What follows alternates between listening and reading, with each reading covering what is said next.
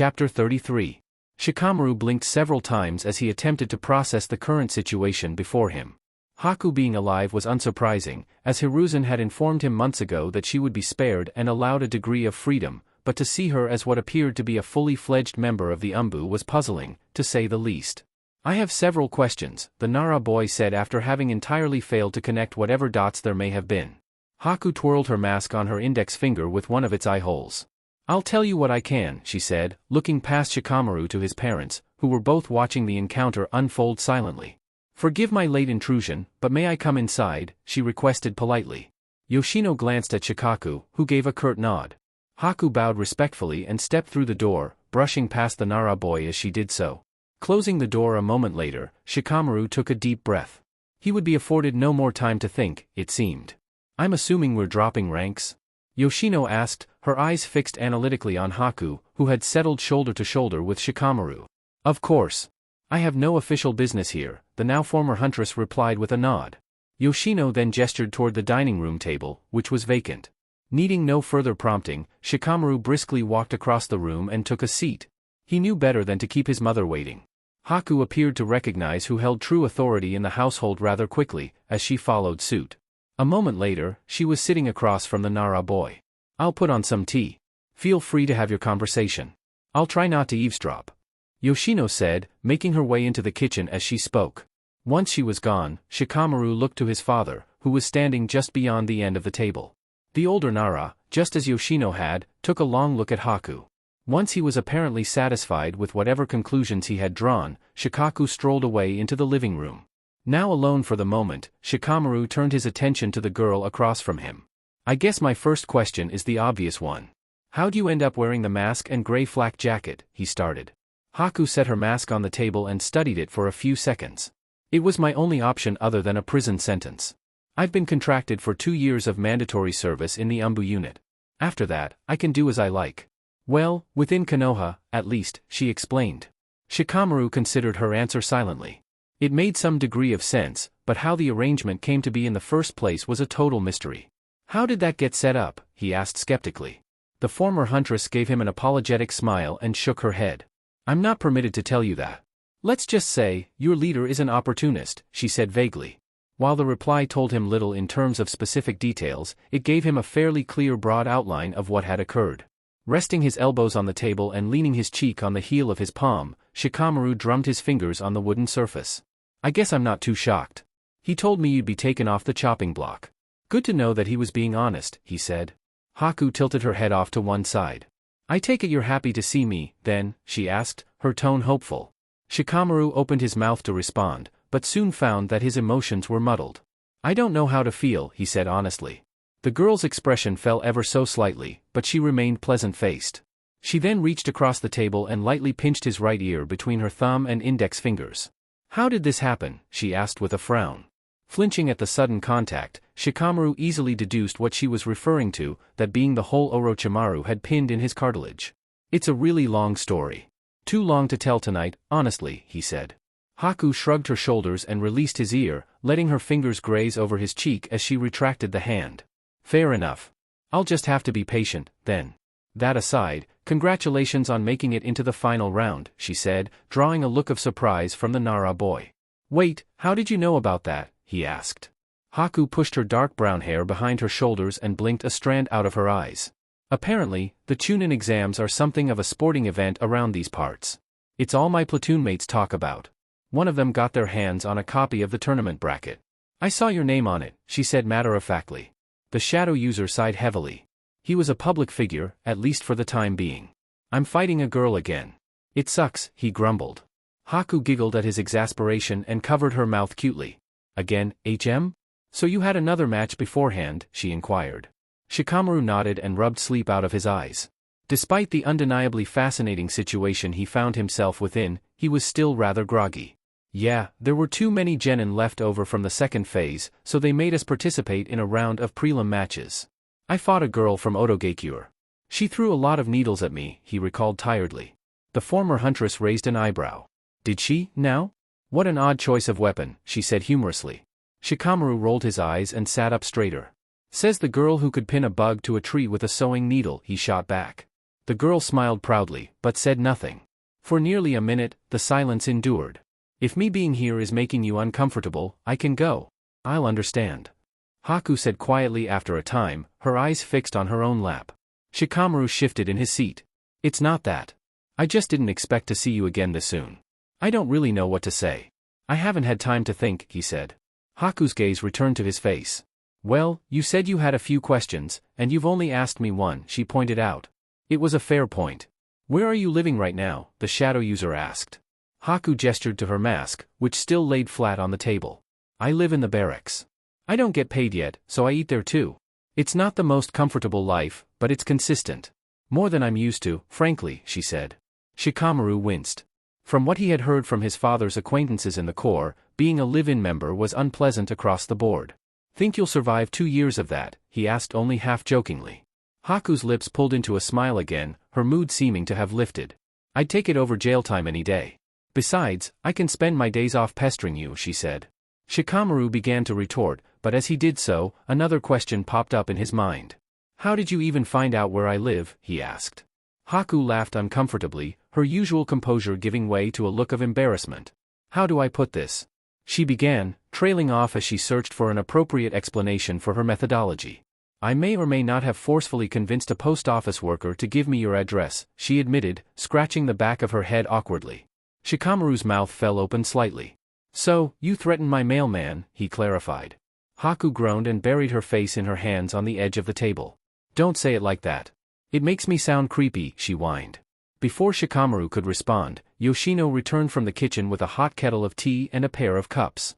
Setting it all down, Shikamaru's mother put her hand on Haku's shoulder. Naruto pushed down his unease as he made his way through the slightly ajar gates of what was once the densely populated Uchiha complex. Though he had initially resisted the task of delivering a bottle of antibiotic pills to his raven-haired teammate, the reward of a free meal had been far too exciting to ignore.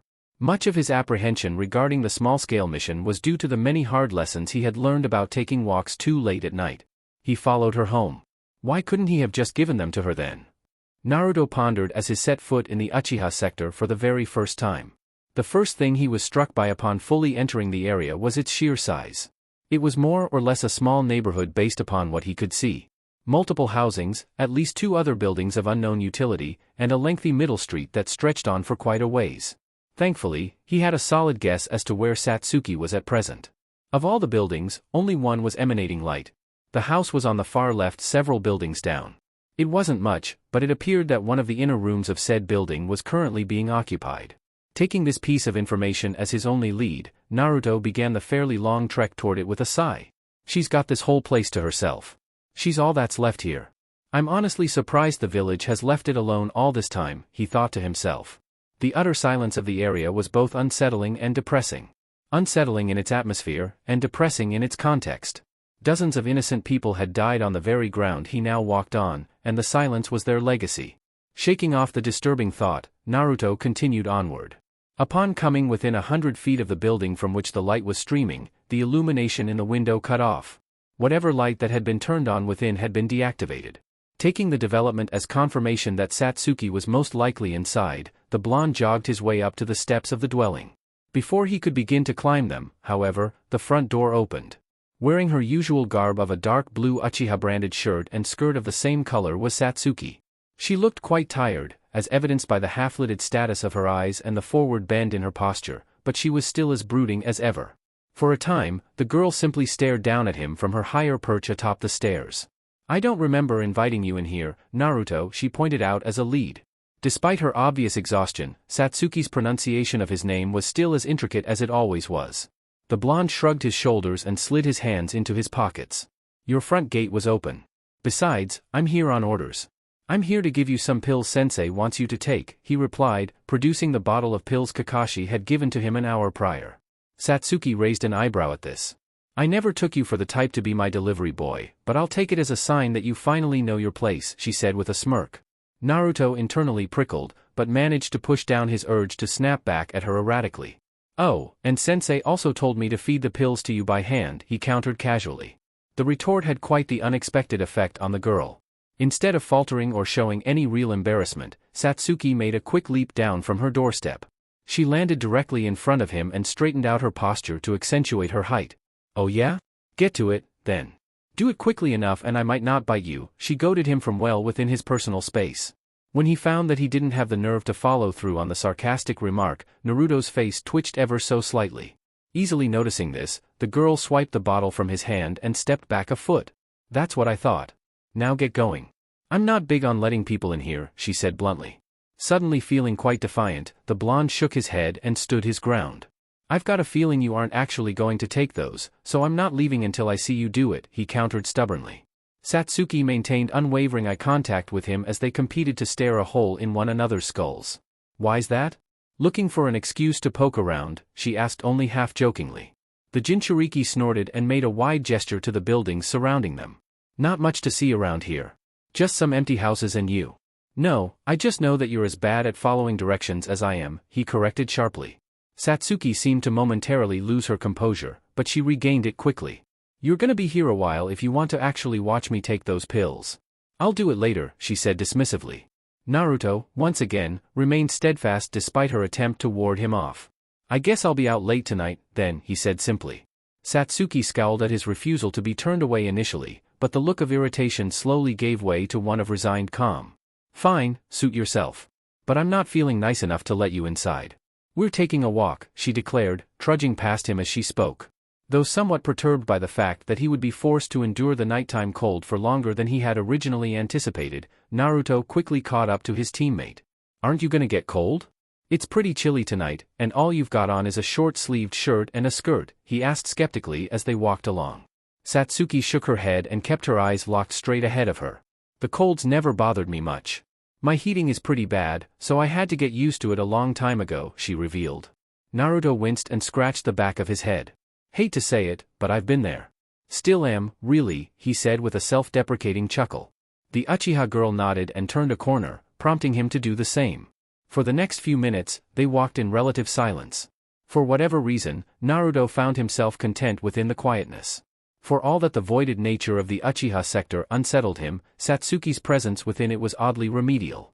Throughout their unplanned, unrouted journey, Naruto had taken several glances at her face. He had quickly noticed that the usual antagonistic smugness that had occupied her features only minutes before was gone, and had been replaced by a look of something resembling reminiscence. The emotion didn't appear to be entirely positive, but it was something of an improvement either way. Are we going anywhere specific, or are we just walking in circles? Naruto finally asked after nearly 5 full minutes of silence. Satsuki glanced at him out of the corner of her eye and stopped walking. They had halted in front of the largest building they had encountered in the area so far. I didn't really plan on going this direction, but here we are. My old house, she said vaguely. Naruto blinked at the revelation and looked the house up and down. Despite its apparent status as Satsuki's former abode, it looked to be the most run-down of all the buildings. Before he could respond, his teammate made her way over to the front steps and climbed them. Just as it appeared that she was going to enter through the front door, she recoiled slightly. A moment later, she turned her back to the entrance and descended the steps again before seating herself at the base of them. Why did she stop? Naruto wondered to himself as Satsuki kicked absently at the dirt on the ground. She then glanced up at him from her seated position. You can sit down, you know, she said strangely. Snapping out of his thoughts, Naruto did as he was told and sat down a few feet to her left on the same step. Once again, they said nothing to one another initially. Apparently sensing his lack of will to lead the conversation, Satsuki took the reins herself. The silence bothers you, doesn't it? She asked to break the streak. Naruto pursed his lips and drummed his fingers on his bent knee. A little, yeah. Knowing how it all got this way is what makes it feel so eerie to me, he admitted carefully. A soft laugh then escaped Satsuki as she gazed up at the rising moon. Imagine being in my shoes. I slept with those bodies for a week before the council got off their asses and came in to clean it all up, she said quietly. Naruto stared at her with wide eyes. A week, with corpses? How'd you not go insane? He asked in sheer disbelief. Satsuki turned her head back toward him and cracked an odd smile. Maybe I did. They say that insane people don't tend to realize they're insane, she suggested. The Jinchuriki opened his mouth to respond, but closed it when he found that he had no clue what to say. He then turned his gaze to the ground at his feet. It's funny. I used to think that losing them was what hurt so much. But over time, I think it just opened my eyes to the idea that, no matter how many friends you make, how much family you have, you're just a human being. All alone. Satsuki said vaguely, earning a furrowed brow from Naruto. What do you mean by that? He asked skeptically. The Uchiha girl then held her hand up to the moonlight as though she were studying it closely. In reality, no matter how much I cried, I'm still who I was the day before they were all killed. I haven't changed. Friends, family, relationships, it's all just stuff you bolt on to cope with just how lonely you are in and of yourself. When it all goes away, you're just stuck with who you really are. That's what hurt me, I think. Having to deal with myself on my own for once, she explained ponderously. The Jinchuriki considered her logic for a moment before sighing. You definitely used to smile more. Before it all happened, I mean. I never knew you back then, but you used to play with the other kids and laugh. That all went away. Maybe you didn't become a different person, but you definitely changed a little, he said. Satsuki glanced at him and lowered her hand back to her waist. I didn't know you paid that much attention to me, she replied. Naruto kicked a small stone away from his feet. I usually like to pick a person to pay attention to for the day. When you're totally friendless like I was back then, you've gotta come up with something. I picked you a few times. You looked happy back then. Then that just stopped. Not that I don't understand why, he explained quietly.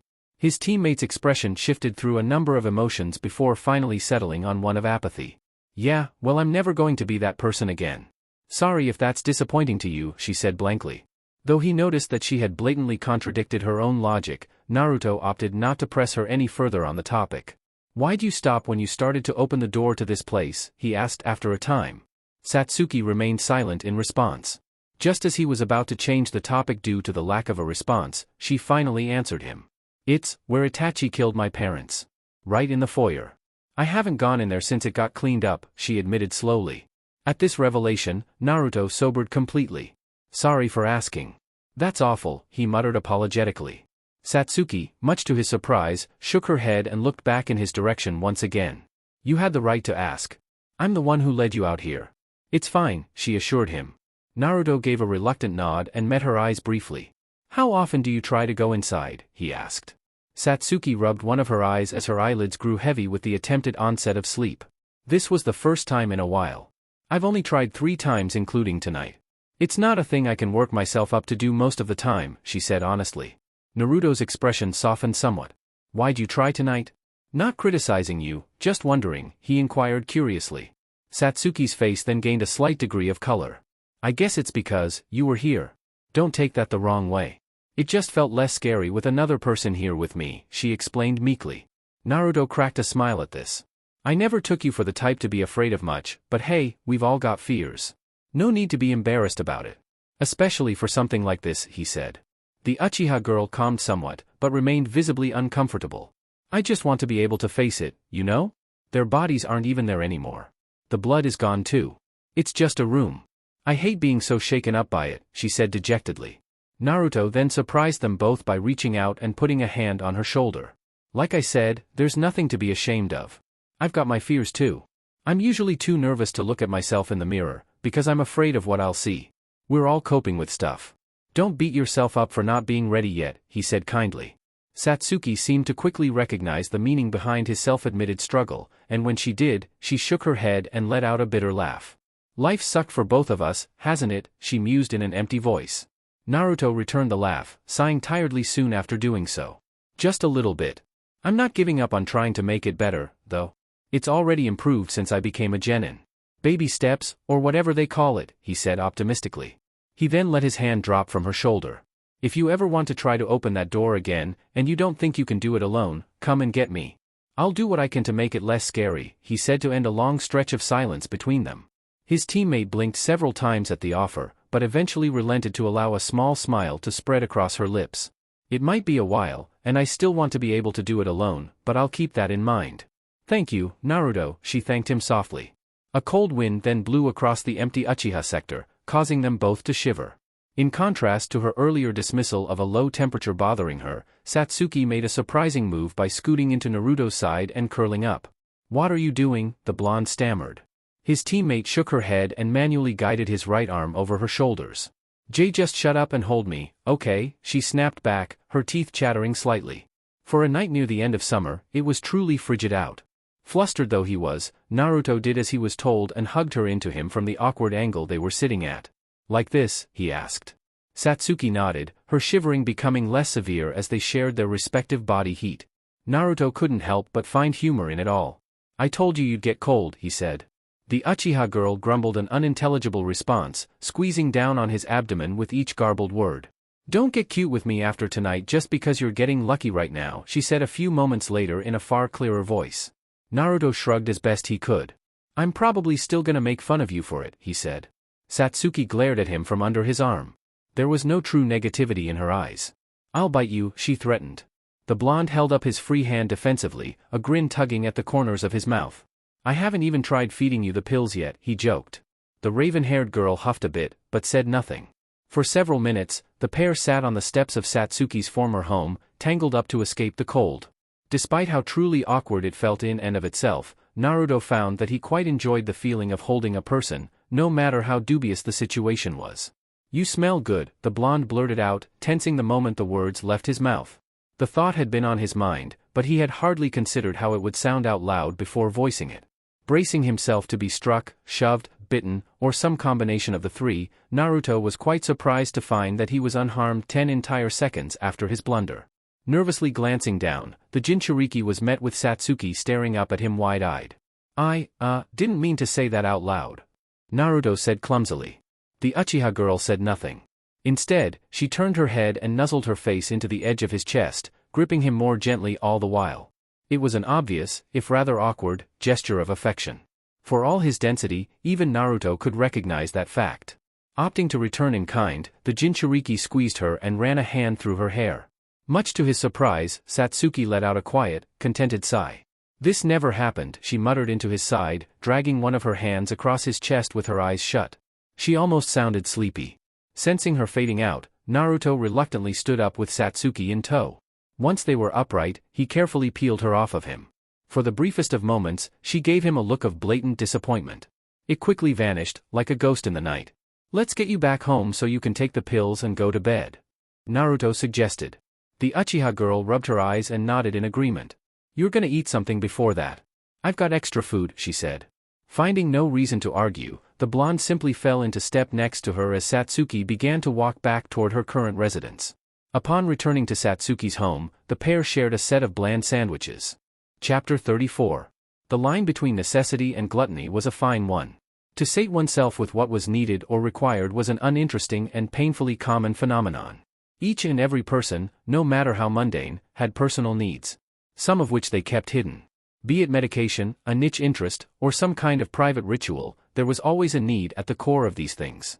There was nothing intrinsically wrong with feeding this silent beast should it be a condition for stability. However, stepping too far into a need nearly always resulted in addiction. In overindulgence. In gluttony. In the case of Gaara of the Sand, he had crossed that line a decade ago. In fact, he could scarcely remember a time before his nightly excursions. They had become an ingrained part of his daily routine.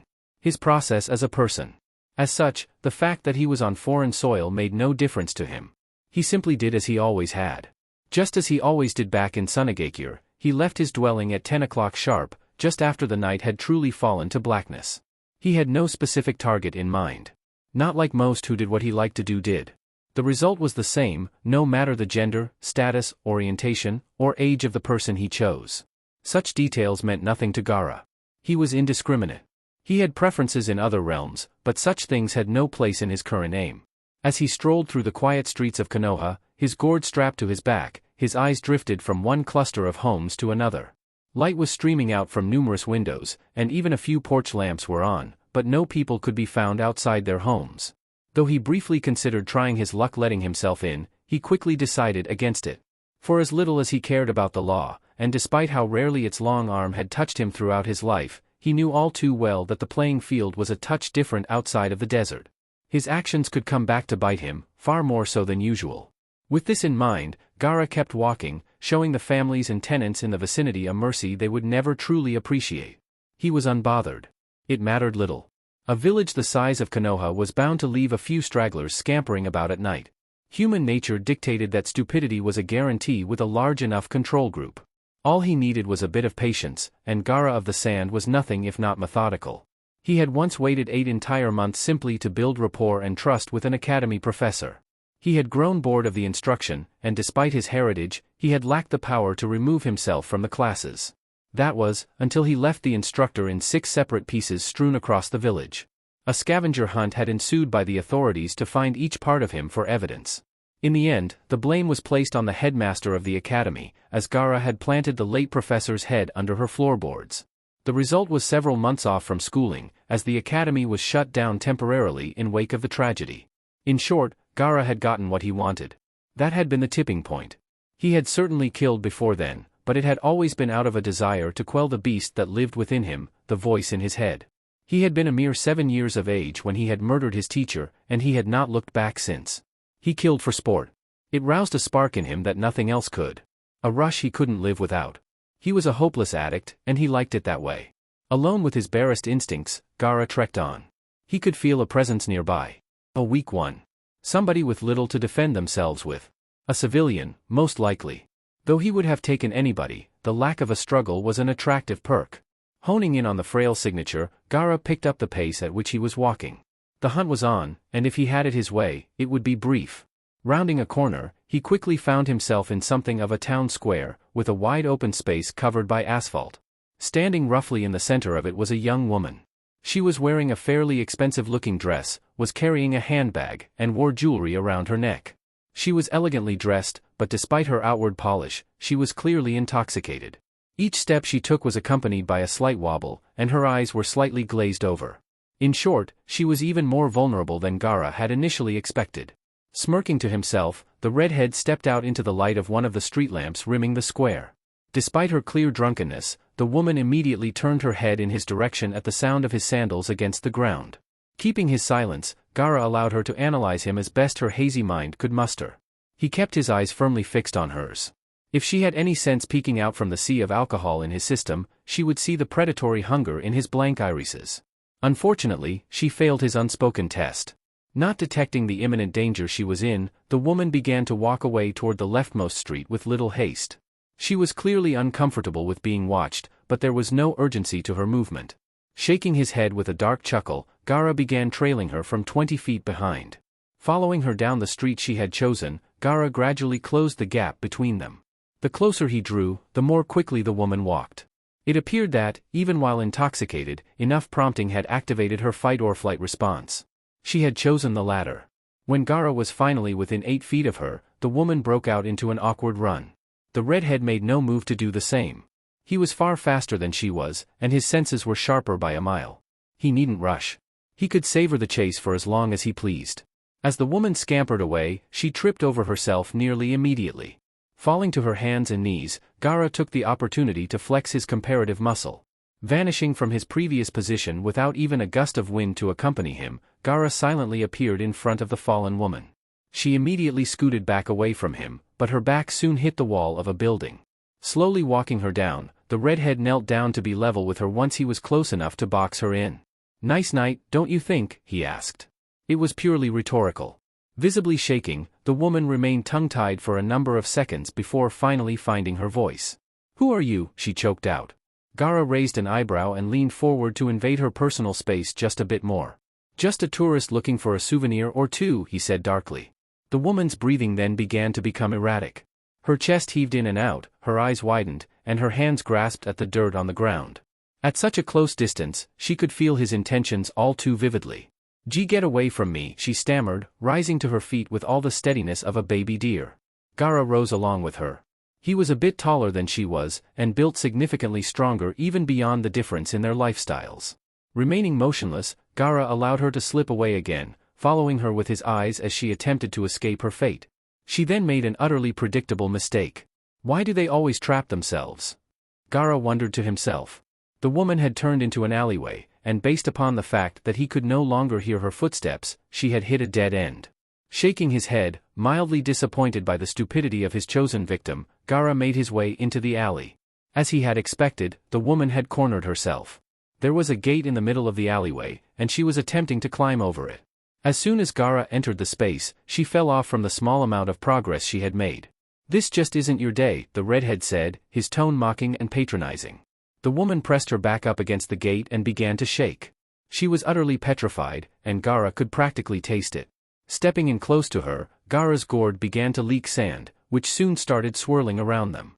"Please don't." The woman simpered, her eyes wide and filled with tears. Gaara stared right through her. She wasn't a person to him anymore. Only an object. A toy to be played with until it inevitably broke. Sorry, but I play for keeps. Gaara replied coldly, sand quickly enveloping her entire body up to her neck. Struggling fiercely, the woman was soon bound in place as Gaara tightened the grip of his sand.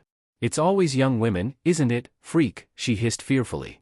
The redhead placed his hand on the gate to the left of her head and leaned on it. Her brittle words of defiance had not shaken him in the slightest. Oh, it has nothing to do with who you are, what you look like, any of that. It's nothing personal, really. You were just in the wrong place at the wrong time, he said, not a shred of empathy in his voice. He then stepped back again, extending out his left hand in front of himself. Though she had no way to know what exactly he was doing, the sand encasing her body gave the woman enough context for her drunken mind to deduce what was coming next. If it's not about who I am, then you could let me go and find somebody else. I swear I won't tell anybody, she reasoned, stuttering multiple times as the sand crept up around her neck and face. Gaara tilted his head off to one side. If you're thinking that way, then you're really no less of a freak than I am, he shot back.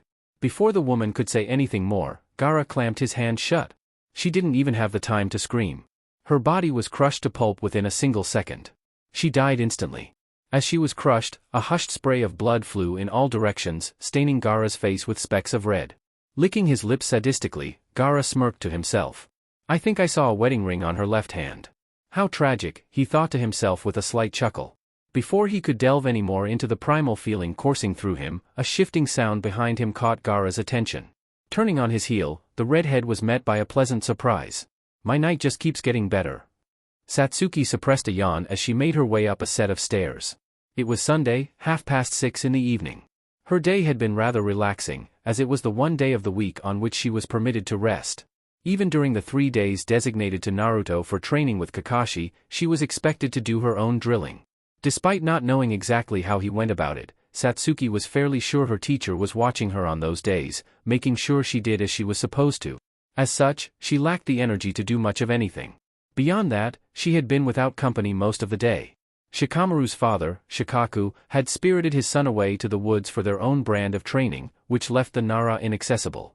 Naruto had not shown his face all day, despite having seemed in good spirits the night before at the dinner she and the blonde had attended with the Nara family. At present, the Uchiha girl was taking it upon herself to solve the mystery of his absence. Naruto was many things, but a recluse was not one of them. Stepping out onto the second floor of the blonde's apartment complex, Satsuki glanced down the hallway. She was in search of door 236, as it was the label of her teammate's residence. It took her little time to find it, as it was only the fourth door down on the right side. Stepping up to it, the Uchiha girl rapped her knuckles on the wood several times. When no response came, she tried again. More silence. I know you're in there, dead last. Satsuki called, not bothering to keep her voice down for the other tenants. Though she did not hear Naruto's voice in response, she did hear a shift within the apartment. A few moments later, the handle turned, which was then followed by the door opening. Standing beyond it was, predictably, Naruto. His appearance was concerning, to say the least. His hair was disheveled and messy, there were circles under his eyes, and he appeared to be wearing exactly what he had been at the Nara household the previous night. Alongside how scruffy he looked, his reaction to her was odd as well. He simply said nothing. At his silence, Satsuki snapped her fingers in front of his face. Anybody home, she joked. Naruto blinked and pulled his head back an inch. He then looked at her directly and rubbed his eyes. Sorry, I'm kinda out of it right now, he muttered. The Uchiha girl looked him up and down. He appeared steady enough, so sickness was out of the question, but he was certainly off kilter. Have you even showered since last night? You smell like sweat and ramen, she asked. Naruto shook his head tiredly and sighed. My night got pretty rough after I left Shikamaru's place. It's kinda bled into today, he admitted. Satsuki took a preliminary step into his apartment and leaned against his doorframe. Well, you're gonna have to be up early tomorrow. Your 3 days start at 6 tomorrow morning. You should at least try to pull yourself together, she said. The Jinchuriki gave a slight nod and walked back into his home without bothering to close the door. He then flopped down on his couch. Now bordering on genuine concern, Satsuki stepped all the way inside his apartment and shut the door behind her. Kicking off her sandals, as she sensed that she was in for something of a long conversation, the raven-haired girl made her way over to his kitchen and retrieved a chair from his table. She then brought it into his living room and set it down across from the couch. Sitting herself down, Satsuki folded her right leg over her left. What happened after you left the Naraz? You were fine when dinner ended, she asked. Naruto, who was lying on his side, slowly sat up straight. Once he was upright, he took a moment. He was clearly exhausted, and it was dulling his receptiveness. I ran into Gaara, he finally said. Satsuki internally winced. She herself had not spent any meaningful time in the presence of the boy from Suna, but everything about him was off-putting. His presence alone was unsettling.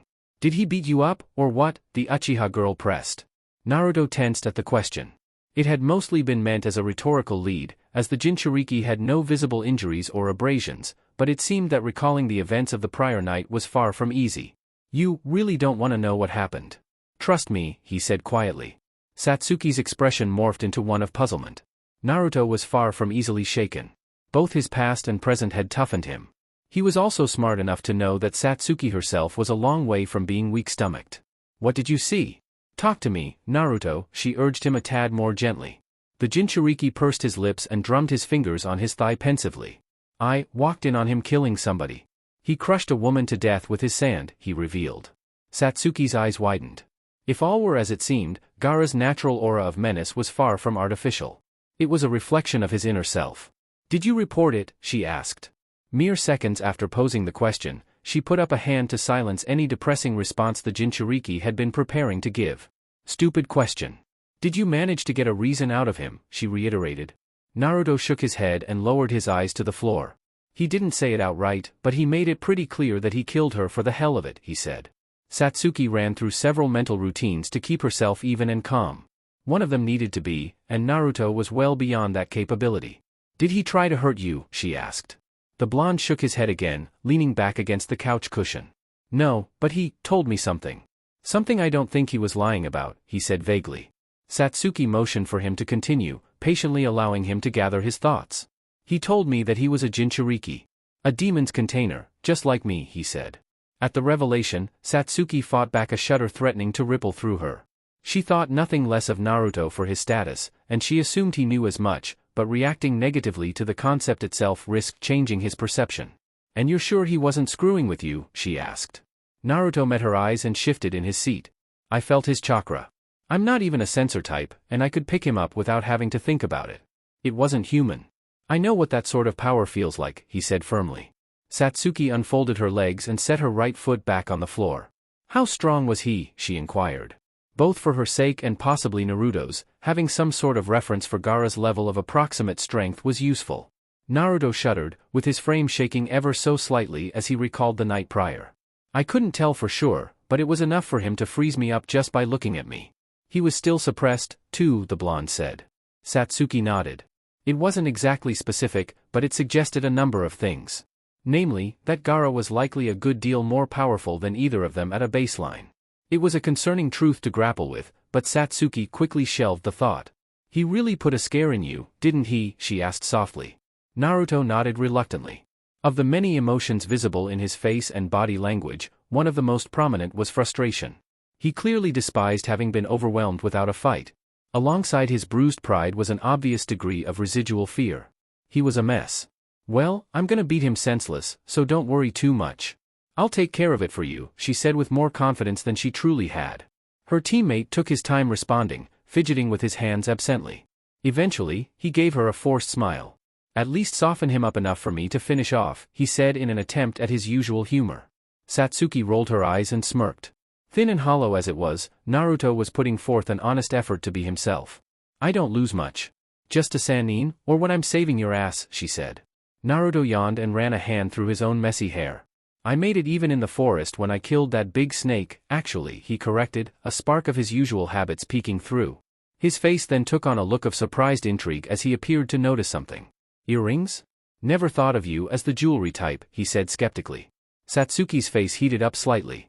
Indeed, she had tried on a pair of earrings she had bought many months ago that day. They were small, with a tiny, simple ornament hanging down from each of her earlobes. I'm allowed to try stuff sometimes, she shot back, suddenly feeling rather self-conscious. Naruto shrugged his shoulders and stood up from the couch to stretch. Wear more. They look nice, he commented. He then trudged off toward his bedroom. Staring at his back as he walked away, Satsuki clasped her hands tightly together in her lap as her legs drew inward. Keep talking to me like that. You'll like where it gets you, she silently projected to the Jinchuriki. Doing a double take at her own thoughts, Satsuki shook her head rapidly and slapped her cheeks lightly. No. Bad, she muttered to herself. She then rose and followed after her teammate. He had shut himself in his room. Not bothering to knock, Satsuki cracked the door open and peeked inside. The blonde had retreated under his covers and shut off the lights. Going to bed? She asked. Naruto rolled over on the mattress to face her, giving a tired nod in response. Sleep deprivation had finally caught up with him, it seemed. Yeah, like you said, I don't get to sleep in tomorrow. I'm just gonna make up for lost time, I guess, he replied.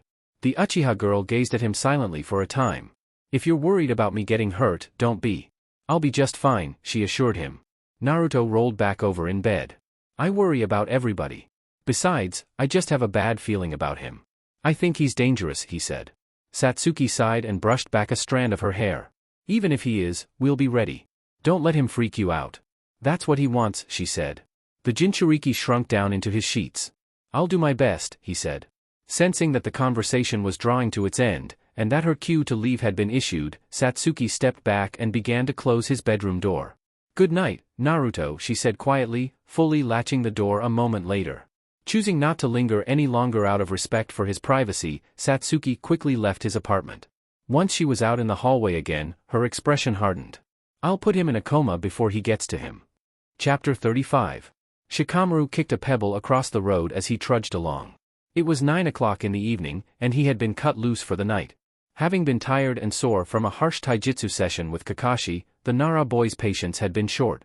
He had snapped back at his mother after being nagged to clean his room, and the insolence had gotten him kicked out of the house until sunrise. It was a frustrating predicament, but it was a bed he'd made for himself. Now, he was sleeping in it. It was far from the first time he had been kicked out of the house. Yoshino Nara was a harsh disciplinarian when the mood struck her, which was quite often. Shikaku was less harsh, but he also didn't dare oppose his wife. Both he and Shikamaru usually knew better. Usually being the operative word. Thankfully, if nothing else, it was a warm night. Even if he could not find shelter, Shikamaru likely wouldn't freeze to death. Satsuki's not an option. She always locks her gate after she goes home, and she's been back in the Uchiha sector since 7. Naruto, might be. He lives all the way across town, though, the shadow user thought to himself. His options were very limited, but he was in no position to be choosy. Sliding his hands into his pockets, Shikamaru set out for Naruto's apartment complex. It was a 4-mile walk, but shelter would be worth the exercise. As he passed by a multitude of closing shops and stands, the Nara boy's mind drifted to other topics. A week and a half into his month of preparation, and he felt largely no different. His taijutsu was stagnant as always, and while Shikaku was making an effort to expand his repertoire with his shadow, it was a slow process. If his current pace was any indication, he was bound to be largely who he currently was by the time the final round arrived. It bothered him very little, as the promotion was unimportant in his eyes, but the lack of progress was aggravating. I'm not a genetic freak, unlike the other two, he grumbled mentally. Satsuki and Naruto were both tremendous talents. That much had become perfectly clear to him during his time on Team 7. Satsuki fought with a natural fluidity and grace that could only be God-given, and Naruto was brutally strong in a far cruder way. Even then, the blonde picked up skills with ease when shown. They're both dumb in their own ways, though. Shikamaru qualified. Naruto was reckless and hot-headed. He cared very little for his own safety no matter the situation, and it had come back to bite him more than once. Satsuki was less traditionally boneheaded, but she was prone to lapses of judgment, and she had a fiery temper when pushed. They were surprisingly similar when broken down to their specific traits. That's probably why they can't get enough of each other, whether they know that or not. They feel at home together, he mused. It was almost wholesome. An unlikely pair they certainly were, and a long way from where they seemed poised to end up eventually, but Naruto Uzumaki and Satsuki Uchiha were Siamese twins. Turning a corner to get onto the main road that would eventually lead him to Naruto's side of the village, Shikamaru was met with an empty street. It was a strange sight for a number of reasons. First and foremost, while Konoha tended to be rather quiet by the time night was in full swing, the streets were almost always still teeming with life before 10:30. Shops closing down early was weird, but this is creepy. Shikamaru thought to himself. Glancing to both sides, the Nara boy spotted a street bulletin. Making his way across the asphalt to reach it, Shikamaru began scanning the flyers pinned to it. What he found was unsettling, to say the least. 2 local women found dead. both unidentified. Culprit still at large. That very headline was plastered all across the bulletin. A further search through the contents of the flyers revealed no details of the crimes. Only a declaration of their occurrence, and of the danger still present in the area. It certainly explained why the streets had emptied out so quickly, and why the shops had closed. Murder was far less common than it should have been, but cases were still relatively rare in Konoha. A pair of dead bodies found so close together was a shock. Doesn't say anything about a curfew. People are just being cautious. Shikamaru thought to himself. His mother had not left the Nara property in several days, as she had been present to attend to both Shikaku and Shikamaru during their constant drilling. Shikaku rarely read the weekly news, and much of his focus had been on his own family recently. They really picked the worst possible time to kick me out. Not their fault, but still. Shikamaru lamented. Murders tended to happen at night, and while being a shinobi likely helped his chances of not being a target, it did not guarantee them. The odds were that he would not be harmed, but there was now a distinct possibility for the contrary to be true. I need to get moving, he thought, nodding to himself firmly. As he turned around to continue his journey to Naruto, he was met by a sight that made him flinch. You just found out, huh? Asked Kankuro of the Sand, who was standing in the middle of the street. His approach had been silent. Such a detail would not have bothered the Nara boy under normal circumstances, but his current situation was far from commonplace. Instinctively, Shikamaru's hand drifted toward a kunai concealed in his vest pocket. Noticing his defensive posture and move to arm himself, Kankuro put up a hand and shook his head. If I wanted to hurt you, I would have already, he assured the Leaf Genin. Kankuro's words did little to quell Shikamaru's apprehension, but the shadow user let his hand drop to his side regardless. What are you doing out here, anyway? Shikamaru asked. Kankuro shrugged his shoulders and adjusted the straps holding his oversized puppet to his back. I could ask you the same thing. Everybody else took the hint, he shot back. The Nara boy's eyes narrowed momentarily. He was aware, and his wording suggested greater knowledge of what was afoot. There were questions to be asked, but the timing was not ideal. Nor was the setting. My mom kicked me out of the house. I got mouthy. Shikamaru replied, opting to be honest. Kankuro cracked a sympathetic smile through his face paint. I've been there. It's usually Temari kicking me out, though, he said with a chuckle. His expression then shifted to seriousness once more. Do you have a place to go? He asked. Shikamaru furrowed his brow. What reason a foreign shinobi would have to care about his struggles was a mystery. A puzzling one, at that. Gesturing down the long road on which they stood, the Nara nodded. One of my teammates lives a few miles down this road. I should be fine, he said. In another odd twist, Kankuro shook his head rapidly at the revelation. That's too far of a walk, he said immediately. A full-fledged frown took root in Shikamaru's features. What's that supposed to mean? I could probably run it if I felt like it, he questioned. The puppeteer began to respond, but soon closed his mouth to consider another answer. Just, trust me. You don't want to roll the dice tonight. You need to get inside, he said carefully. Taking a deep breath to calm his growing irritation with Kankuro's vagueness, the Nara boy slid his hands back into his pockets. Well, I'm kinda short on choices right now, so I think I'll take my chances, he said, beginning to walk away as he spoke. He hadn't taken 10 steps before he was stopped by Kankuro's hand gripping his shoulder. Come back to the motel, my team and I are crashing in. We'll take you in for the night, he offered. Turning to face him, Shikamaru gave him a skeptical look. What are you so afraid of? He pressed. Kankuro dropped his hand from his shoulder and pursed his lips. Just listen to me. You don't want to be caught out in the open right now. Not after dark, he said. His eyes held no contempt or deceptiveness. If anything, he looked genuinely concerned. Not in a personal way, but as though he was extending basic decency. Finally cracking to the pressure, the shadow user sighed. Fine, but if I think for even a second that you're playing me, I'll break your nose, he relented. Without another word, Kankuro motioned for the Leaf Genin to follow him. Doing as he was instructed, Shikamaru joined Kankuro at a brisk pace. Soon enough, they found themselves at the entrance of one of Konoha's many inns. A brief journey through the lobby quickly led them into the halls of the inn, with doors lining each side. Home sweet home. Kankuro muttered as he inserted a key into the handle of a door labeled with the number 146. A moment later, the puppeteer pushed the door open and beckoned Shikamaru inside. As awkward as he felt stepping into the dwelling of a group of people he knew absolutely nothing about on a personal level, the Nara boy stepped through the door frame. He was immediately followed by Kankuro, who shut the door behind them. The lights were still on, so the contents of the room were visible right away. How the hell did this happen? Turning to face the voice that had addressed both he and Kankuro, Shikamaru was greeted by a view that made him immediately feel out of place. Temari was laying across one of the two beds in the room, hair down, wearing a nightshirt that extended past her knees. "I'm as lost as you are," Shikamaru said tiredly. The Sand Kunoichi raised an eyebrow and looked to Kankuro, who sighed heavily. He got kicked out of his house, and he was headed across town to crash with his friend. He said it was a few miles, he explained. Interestingly, the brief summary seemed to quell Temari's skepticism instantly, as her expression shifted to one of understanding. "Makes sense, I guess," she said with a shrug. The puppeteer then stretched his arms and yawned. "I'm gonna take a shower." "Try not to kill him," he said, grabbing what appeared to be his travel bag and disappearing into a door on the left side of the room that Shikamaru could only assume led to the bathroom. The moment Kankuro was gone, Temari threw her legs over the side of the bed she was laying on and crossed the gap between herself and the shadow user. When she stopped, she was well within 3 feet of him. "Hi," she greeted him, a smirk on her face. Shikamaru's face twitched.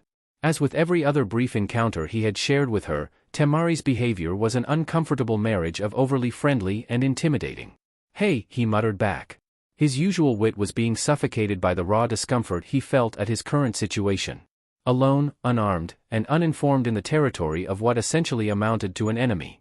Worse yet, the girl standing so uncomfortably close to him was set to be his opponent come next month. "Looks like you got lost, little boy," she jeered at him. Shikamaru prickled instantly. He was far from thin-skinned, but both her tone and her specific choice in words had pierced right through his tolerance. "Look, I don't want any trouble. I'm not here because I want to be," he said defensively. Temari reached out and planted her hand on the wall next to his head, effectively boxing him in. "What if I do?" she proposed. The Narabao scowled and forced himself to meet her patronizing eyes. He was in no mood for her antics, no matter how far from home he was. "We can take this outside, then," he challenged. Temari's expression remained totally unchanged by his weak threat. "Not what I meant, Bright Eyes," she said, her tone suggestive. She then backed away from him and sat down on the bed again, folding her legs over each other once she was settled. Shikamaru flushed red in an instant. "You don't even know me," he choked out through his embarrassment. Temari tugged on the front of her bangs, revealing what appeared to be an unconscious tic. "I'm surprised you care," she said simply. Shikamaru inhaled through his nose, held the breath in for a moment, and then released it. "Making a lot of assumptions, there," he said. Seeming to sense that her tactics were not working, Temari rolled her eyes and climbed fully onto her bed, laying on her side and facing him with her head propped up on her palm. "Fine, be a wimp. Doesn't matter anyway.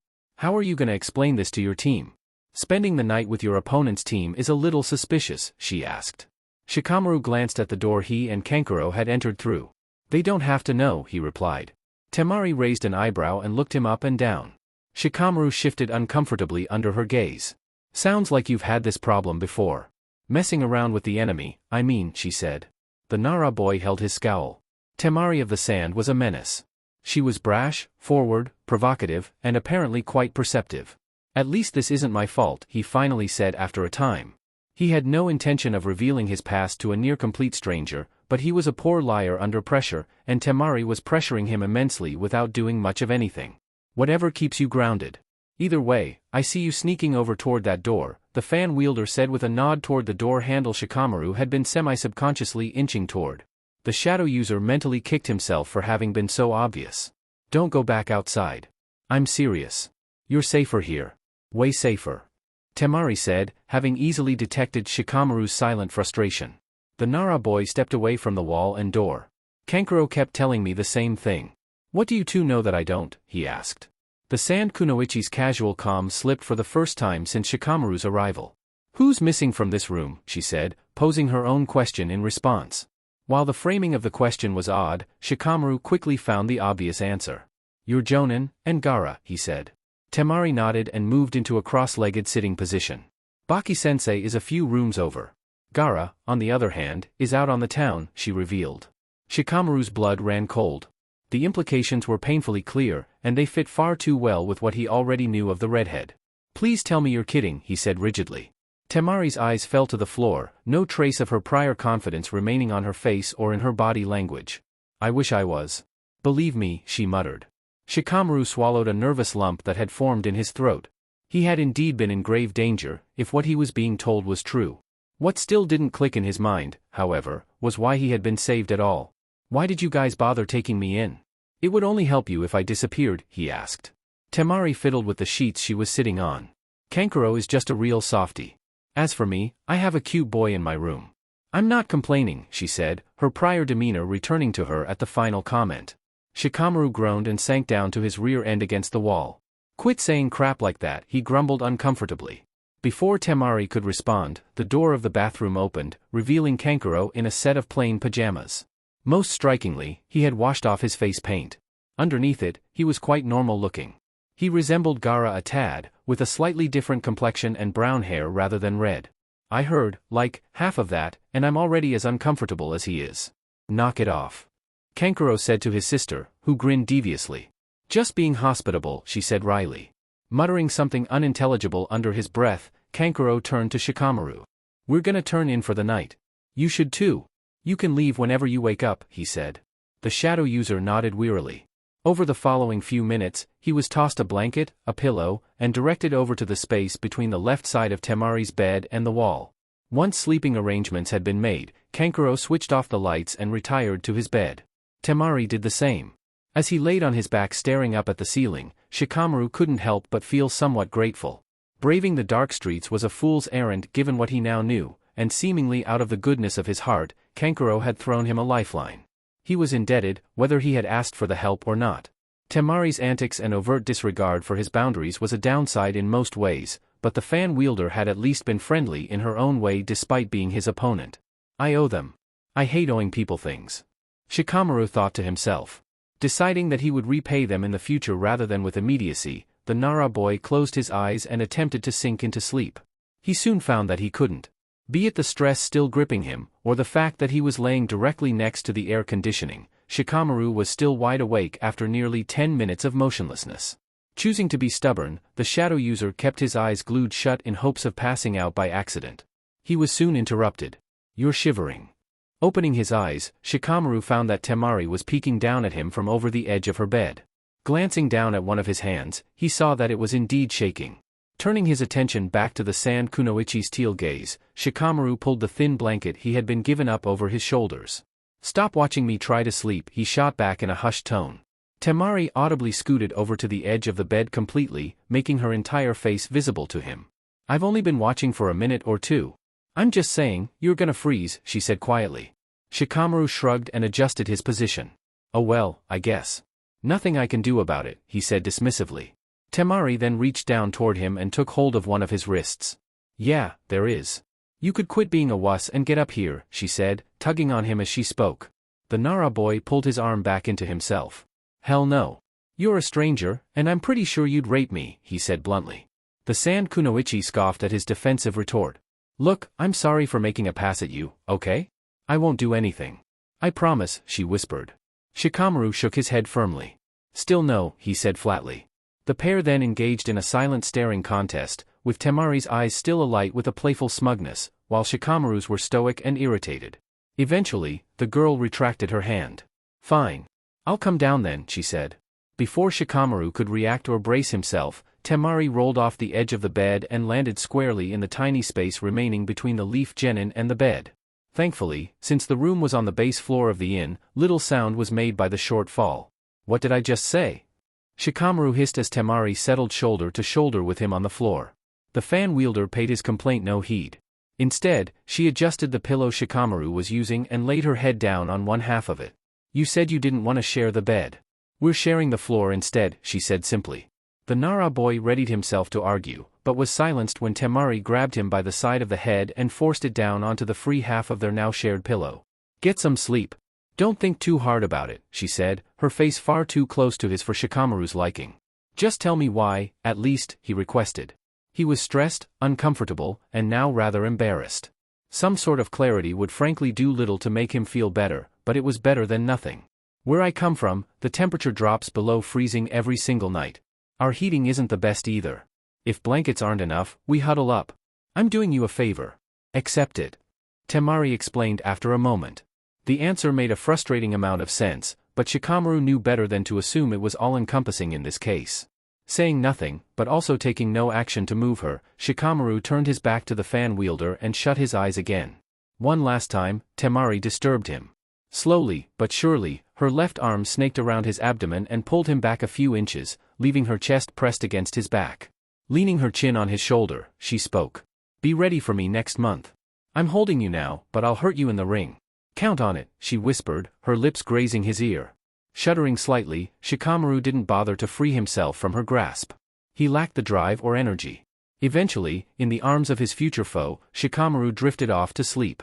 Naruto's chest heaved in and out as he was finally given space to breathe. Kakashi had worked him ruthlessly since they had begun their drilling today, and they were currently 4 hours in. It was only noon, and the blonde was already close to being spent.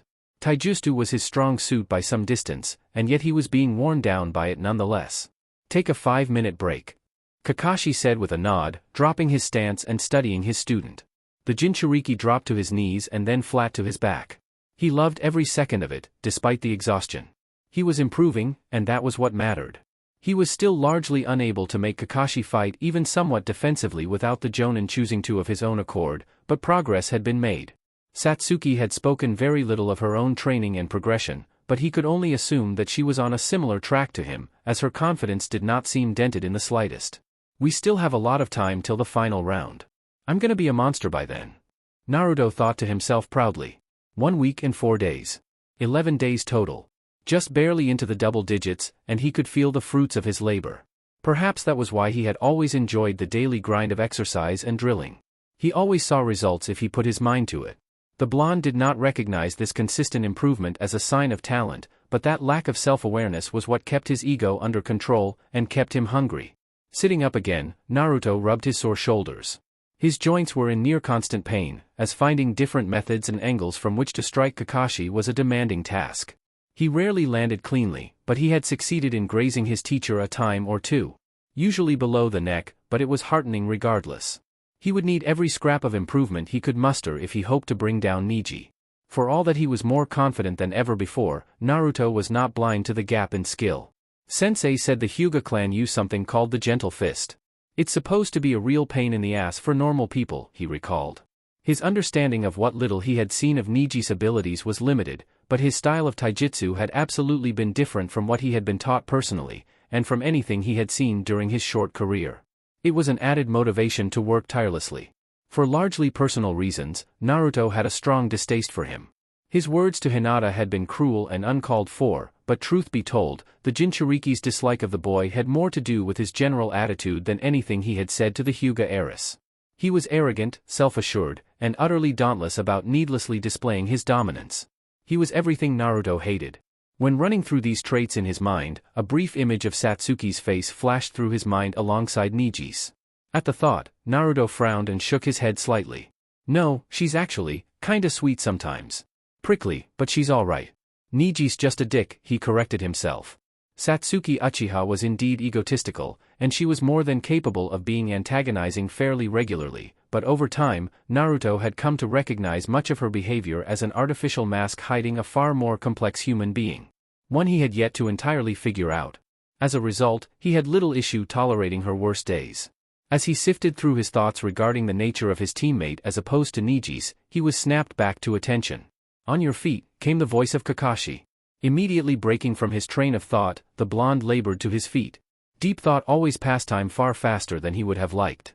Once he was standing again, Naruto assumed his taijutsu stance and prepared himself for another grueling round of sparring, footwork drills, and harsh cardio. Much to his surprise, and quiet relief, Kakashi did not mirror him. Actually, I've decided that we're going to start you off on ninjutsu today, he revealed. The Jinchuriki's heart soared. He had been awaiting the chance to learn a technique or two since the formation of Team 7, and his chance had finally arrived. It was likely to be something basic, but it was exciting all the same. What am I gonna be learning? He pressed excitedly. Kakashi held up 3 fingers and put away the orange book he had been reading during the brief break. 3 things. One of them should be a walk in the park for you, one should be pretty middling, and the last one is definitely gonna be a headache. We'll be starting with the headache, he explained. Naruto nodded eagerly. Kakashi then held out his right palm and turned it up toward the sky. Then, slowly at first, chakra began to spiral in the older ninja's hand. Within moments, a glowing blue sphere of rapidly rotating chakra formed in his palm. The small orb emanated a low humming sound, and appeared to be self-sustaining. With wide eyes, Naruto pointed to it. That looks really hard to do, he said, pointing out the painfully obvious. Kakashi gave him a thumbs up. He then turned around and faced the forest behind him. A split second later, he vanished and reappeared in front of the trees and slammed the sphere into the trunk of one of them. The tree was decimated on impact, with splinters of bark flying in all directions. Naruto's jaw dropped. Kakashi quickly rejoined his stunned student in the middle of clearing. The speed was all mine, but the destructive force comes with the territory. That jutsu is called Rasengan, and it was a favorite of the 4th Hokage, he explained. The Jinchuriki gave him a look of unbridled glee. That's so cool. How did you get your hands on the 4th's jutsu, he asked. Kakashi smiled under his mask. He just so happened to be my Jonin instructor before he took over as Hokage, he replied. Naruto whistled and shook his head. Explains why you're so good at this stuff. So, when do we start? He pressed. Kakashi reached into his pocket and fished around for a moment. He eventually produced what appeared to be a deflated balloon. Right now, actually. Chapter 35. It was the same dream again. A dark street, a pale moon, a bleak silence. School bag over her shoulder, stuck in a child's body. The circumstances were always the same. They never changed, no matter how much time passed. She was almost used to it now. She didn't panic. She didn't question why or how. She already knew. As such, the deep breath Satsuki took upon finding herself back at the gates of the Uchiha sector once again was purely to prepare herself for the final act. The only part of the dream that still hurt. With her eyes veiled by hair falling in front of her face, Satsuki began to walk forward. Every 10 steps, she passed over a body. Some of them, she knew all too well. An aunt here, a cousin there. An uncle once in a while. Others, she hardly recognized. Just faceless corpses adding to the bloody tapestry painted on the streets. Stumbling over a lifeless arm splayed out from one of the bodies, the Uchiha girl tripped forward and caught herself on her hands before she could fully hit the ground. Working her way back upright with blood staining her palms, Satsuki continued on silently. Her pace was painfully slow, as her stride was short. For minutes on end, she wordlessly maneuvered her way through the mass grave. She knew the route, she knew the steps to take. She knew how little it mattered if she wasted her energy running. She never made it in time. No matter how quickly she sprinted. She had long resigned herself to the sight she was numbly approaching. It was truly incredible how efficiently they had all been killed. Well over 36 people, and not a single one left alive. Not a single twitch amongst them. Lifeless and inert. He was as skilled as he'd always been hailed. He had silenced an entire neighborhood in less than a night. A few hours at most. In the worst way, this was his finest display. His magnum opus. Soon enough, Satsuki found herself standing less than 100 feet from the steps of her old home. The largest house in the sector. The home of Fugaku Uchiha and his family. Staring up at the frame of the building, the raven-haired girl tossed her bag aside and allowed autopilot to take over. Thinking too hard about any of it would only make it more painful. There was no point in suffering more than was necessary. With robotic posture and a blank expression, Satsuki made her way to the front steps. Briefly, the dream diverged from its usual pattern. Upon climbing the first step, Satsuki's trance was broken by a separate memory. A cold night, wrapped up in the arms of a demon's container. It was a warm thought. Horribly out of place in the icy hell she was trapped within. Jay, just hold me, okay? I told you you'd get cold. Another step. Don't get cute with me after tonight just because you're getting lucky right now. I'm probably still gonna make fun of you for it. A third and a fourth. You smell good. Didn't mean to say that out loud. This never happened. The memory then faded to black as Satsuki climbed up onto the front deck. The main door was slightly ajar, with evidence of a break-in. As always, the foreshadowing of the scene to come was ominous. Pushing the door open and stepping inside, the Uchiha girl internally braced herself. A short walk down the hallway led her to another open door. Entering through it, Satsuki was met with the greatest horror she had ever known. For what may have been the 1000th time, a rush of grief and agony crashed through her.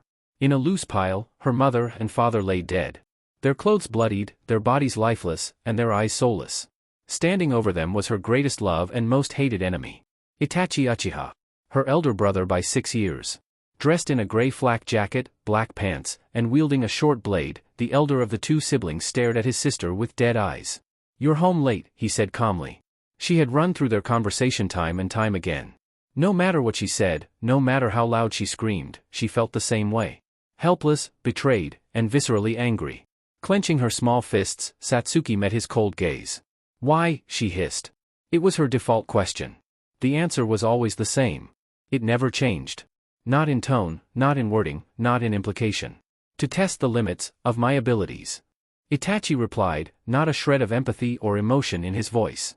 Satsuki bared her teeth and dug her nails into her palms as burning tears streamed down her cheeks. She hated herself for bothering to ask yet again. It was the definition of insanity. To make the same mistake repeatedly, expecting a different result each time. Gripping a kunai she had pulled from a corpse, Satsuki stepped forward. It's already done. You came too late. You're too weak, anyway. Itachi said as his sister approached him shakily. Satsuki ignored his discouragement. Time seemed to slow down as she charged forward in a desperate attempt to reclaim the family she had lost in blood. Each step took an eternity. In between it all, a muffled voice pierced the veil. Satsuki, what's wrong? Her eyes widened slightly as the distance between her and Itachi closed in slow motion. She couldn't quite put a face to the voice, but it was familiar. Her mind was too clouded by rage to process coherently.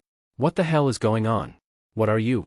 The world around Satsuki then began to crumble away. The house, the bodies, Itachi, it all melted into darkness. Said darkness then shattered as well. What she found at the end of the breaking of her lucid dreaming was confusing, to say the least. Staring up at her with wide, fearful eyes was Naruto. She was pinning him to the floor by his throat, with a kunai in her free hand. She was holding the knife by the blade itself, and her palm was sliced open as a result. The only thing keeping her from stabbing the Jinchuriki, it seemed, was the tight hold Naruto was keeping on her wrist. She was mounted on his stomach. Slowly releasing her vice grip on his neck, Satsuki retracted her hand and dropped the kunai. Where am I? She asked in confusion, struggling to process the situation she had awoken to. Naruto, who was breathing heavily, took several moments to answer her. We're in your room. Today was supposed to be your first day this week to train with Kakashi-sensei. You didn't show up, so he sent me to get you, he explained shakily. The Uchiha girl slowly turned her head, glancing at her clock. It was nearly noon. Well past her time to report to their teacher. Returning her attention to Naruto, she saw that there were specks of blood dripping down onto his face from somewhere. After a moment of puzzlement, she felt a pulse of pain run through her skull. Reaching up and touching her forehead, she found that it was bleeding. When I walked in, you were hitting your head against the wall. Cutting it with a kunai, too. I tried to pull you away from it. You attacked me. Naruto said, breaking her from her shock. It explained their current position, but it did little to assign a reason to it. Despite the lack of clarity, Satsuki's confusion was rapidly replaced by a fearful guilt. I'm sorry. She muttered, lowering her head and hiding her eyes behind her bangs. Naruto squirmed under her weight and rubbed his throat. It's fine. I'm just glad I made it before you seriously hurt yourself, he said. The blonde then struggled a bit more. Satsuki quickly realized that she was still sitting on him. Standing up and freeing him, the Uchiha girl stepped back and allowed him to stand under his own power. Once he was vertical again, Naruto averted his eyes away from her. You might want to put some clothes on, he said awkwardly. Looking down, Satsuki was horrified to learn that she was wearing nothing but her underwear. It was what she'd fallen asleep in the previous night, but it was no less embarrassing for that fact. Shoving her teammate out of her room, Satsuki slammed the door shut. Alone once more, the Uchiha girl took a long look around the room. Her leftmost wall, as Naruto had informed her, was covered in crude cutting marks and dents from her kunai and skull. She had never been a sleepwalker, and she remembered absolutely none of what she had been told despite the evidence. As she turned toward her dresser to retrieve an outfit, Satsuki was sent down to her knees by a sharp pain on the left side of her neck. Gripping the site of the ache, the Uchiha girl took little time to realize that the sealed tattoo was the source of the agony. Fuck you. She growled to the Sannin that had bestowed the accursed marking to her, rising stubbornly to her feet again. Perhaps in response to her refusal to be crippled by the pain, the tattoo's sting waned quickly. Able to move freely, Satsuki found herself a copy of her usual outfit. A blue shirt with her family's emblem on the back, and a skirt of the same color and shade. Once she was fully clothed, Satsuki took a deep breath and made the short walk to her door, opening it slowly. Naruto was leaning against the opposite wall, seeming to have been waiting for her. A fairly strong part of Satsuki was surprised that he hadn't just up and left. After all, he had been rather viciously attacked by her only minutes prior. How are you feeling? He asked as the raven-haired girl closed the door to her room. Satsuki pursed her lips and held up her cut palm. The blood had dried, and it was no longer bleeding, but it was uncomfortable nonetheless. She still had a headache as well. Better than I could be, I guess, she said. Naruto gave her a look of concern. His neck was marked by bruises in the shape of the hand that had strangled him. Her hand. We need to get you cleaned up, he said firmly. Before she could give her own opinion, Satsuki was taken by the wrist and pulled down the hall. She was still in a daze. Still shocked by what she had apparently done without being even slightly aware of her actions. Even more than that, she was perplexed by Naruto's utter lack of caring for what had been done to him. "Where are we going?" Satsuki mumbled. Her question was answered soon after she had posed it, as they emerged into her kitchen. Naruto led her over to her dining table and sat her down. "Do you have any bandages or gauze?" he asked. The Uchiha girl took a moment to clear her head and gather herself. Her mind was still a muddled mess. She couldn't think straight. Eventually, she sorted herself out enough to answer. "In the bathroom. Second door on the left. Top shelf of the cupboard behind the mirror," she replied numbly, her eyes glued to the wood of her table.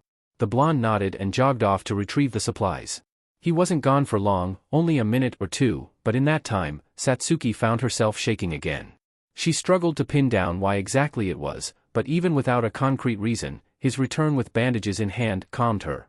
Setting it all down on the dining table, Naruto made another short trip, this time to the kitchen sink. He quickly wet a few paper towels from the roll Satsuki kept to the left of her oven. Moments later, he was sitting next to her again. "Can you look at me real quick?" he requested gently. Hesitantly, Satsuki raised her eyes up from the table to meet his eyes. They held the same concern they had before. If anything, it had intensified. "Try to hold still. This might hurt a little bit," he said, reaching forward and grazing his fingers over the gash on her bruised forehead.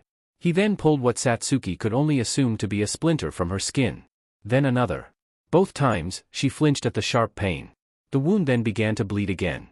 "Good going, dead last," Satsuki muttered as the plasma dripped down between her eyes. Naruto ignored her jab at him and used one of the wet paper towels he had brought with him to clean the blood from her face. He then brushed back her hair and slowly cleaned out the gash itself. "You're just loving this, aren't you?" Satsuki said sarcastically.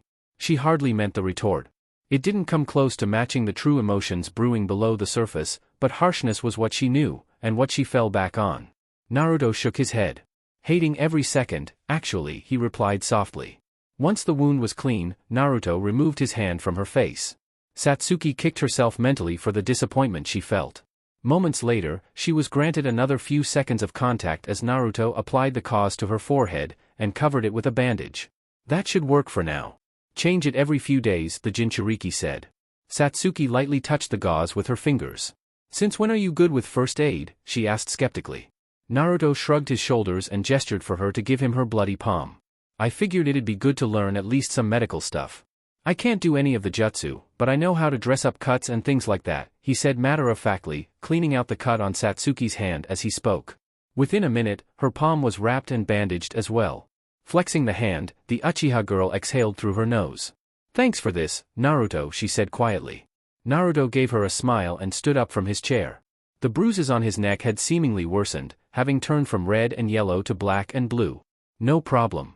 You're okay, and that's what matters," he said in response. Satsuki, despite making every effort to harden herself to his words, felt a small piece of herself break off and melt. "I know you don't like visitors much, so I'll leave you be. I'll tell Sensei you're on your way. Try to take it easy if you can," the blonde said, turning to leave. Before he could even exit the kitchen, Satsuki shot up to her feet. Wrapping him up from behind, the Uchiha girl pulled him back and held him in place. "Could you stay a while, please?" she asked meekly. Naruto remained motionless and silent for a time. No doubt, the request was unexpected. "He's gonna get mad if you skip a day," he pointed out. Satsuki shook her head, her face pressed into the back of his shoulder. "I'm not gonna skip. I just need a minute, and I don't want you to leave yet," she said honestly, her voice slightly muffled. The Jinchuriki carefully turned around in her arms. "Why's that?" "You're usually rushing me to leave you alone," he asked skeptically. Satsuki separated from him, but kept a grip on the front of his jacket with her uninjured hand. "You're making me feel safe," she admitted, not daring to hold eye contact as her face burned crimson. Satsuki saw him blink twice from her peripheral vision. "Oh, thank you," he replied, tripping over his own words clumsily. Opting not to torture them both with further attempts at conversation, Satsuki tugged him along by his jacket and led along. It soon became clear that, despite her desire to keep him close by, the Uchiha girl had not planned beyond the request itself. Aimlessly walking forward, the pair eventually halted in the hallway that contained both the bathroom and the girl's bedroom. Pressing her back against the wall, Satsuki sank down to her rear end against it with Naruto in tow. For a brief time, the genin sat silently just outside of the kitchen. Deciding that attempting to think her way through her actions was no longer worth the effort, Satsuki leaned into Naruto and wiggled under his arm. "Huh?" the blonde asked awkwardly.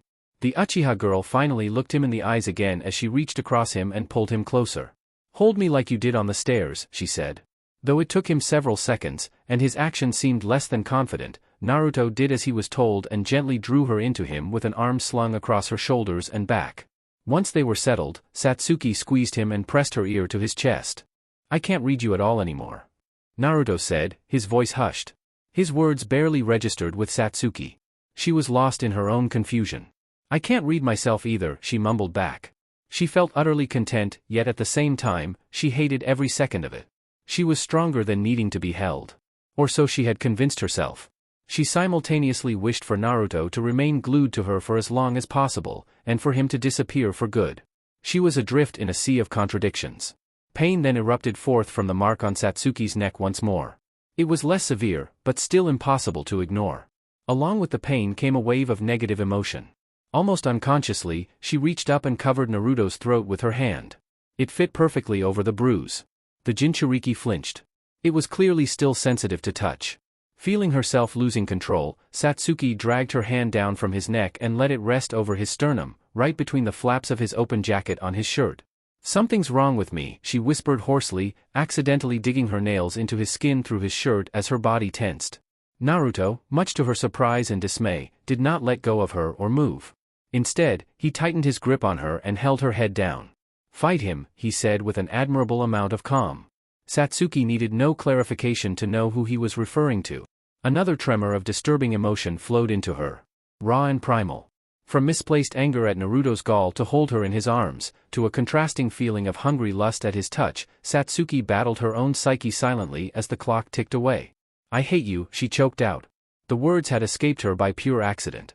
The phrase had been ricocheting around in her brain tirelessly since the second wave of pain had begun. She couldn't even hold her own tongue any longer. "No, you don't." Naruto shot back firmly. Satsuki's breathing then destabilized, with choppy intakes and releases of oxygen racking her frame. "It'll pass. Just breathe. Breath with me, Satsuki," the Jinchuriki urged her gently. With every ounce of her will, the Uchiha girl forced herself to match his breathing pattern. "That's it. Keep it up just a little longer. You're gonna be okay," Naruto whispered, ignoring the fact that her nails had drawn blood from his chest through his shirt. Satsuki slowly felt her senses return to her. It was a long process, but gradually, her breathing returned to normal, and her mind cleared. "See? You're just fine. You're okay," Naruto said, having sensed that his teammate had come back down to earth. Satsuki shifted in his arms and pulled her hand from his chest. Her fingertips were thinly coated with his blood. "You're not," she whimpered, tears finally breaking through to the surface and falling down her face. Naruto shook his head and took hold of the hand she was studying. "It's just a scratch. Nothing to worry about," he assured her. The shaken girl moved again, this time fully separating herself from him. Even with her bout of psychosis temporarily overcome, she was completely scrambled. Shakily standing up, Satsuki backed away from Naruto. "You can go now. My minute is up," she said, breathing heavily. The Jinchuriki stood to join her. "No way in hell. You're not okay." "I'm not leaving you alone," he said stubbornly.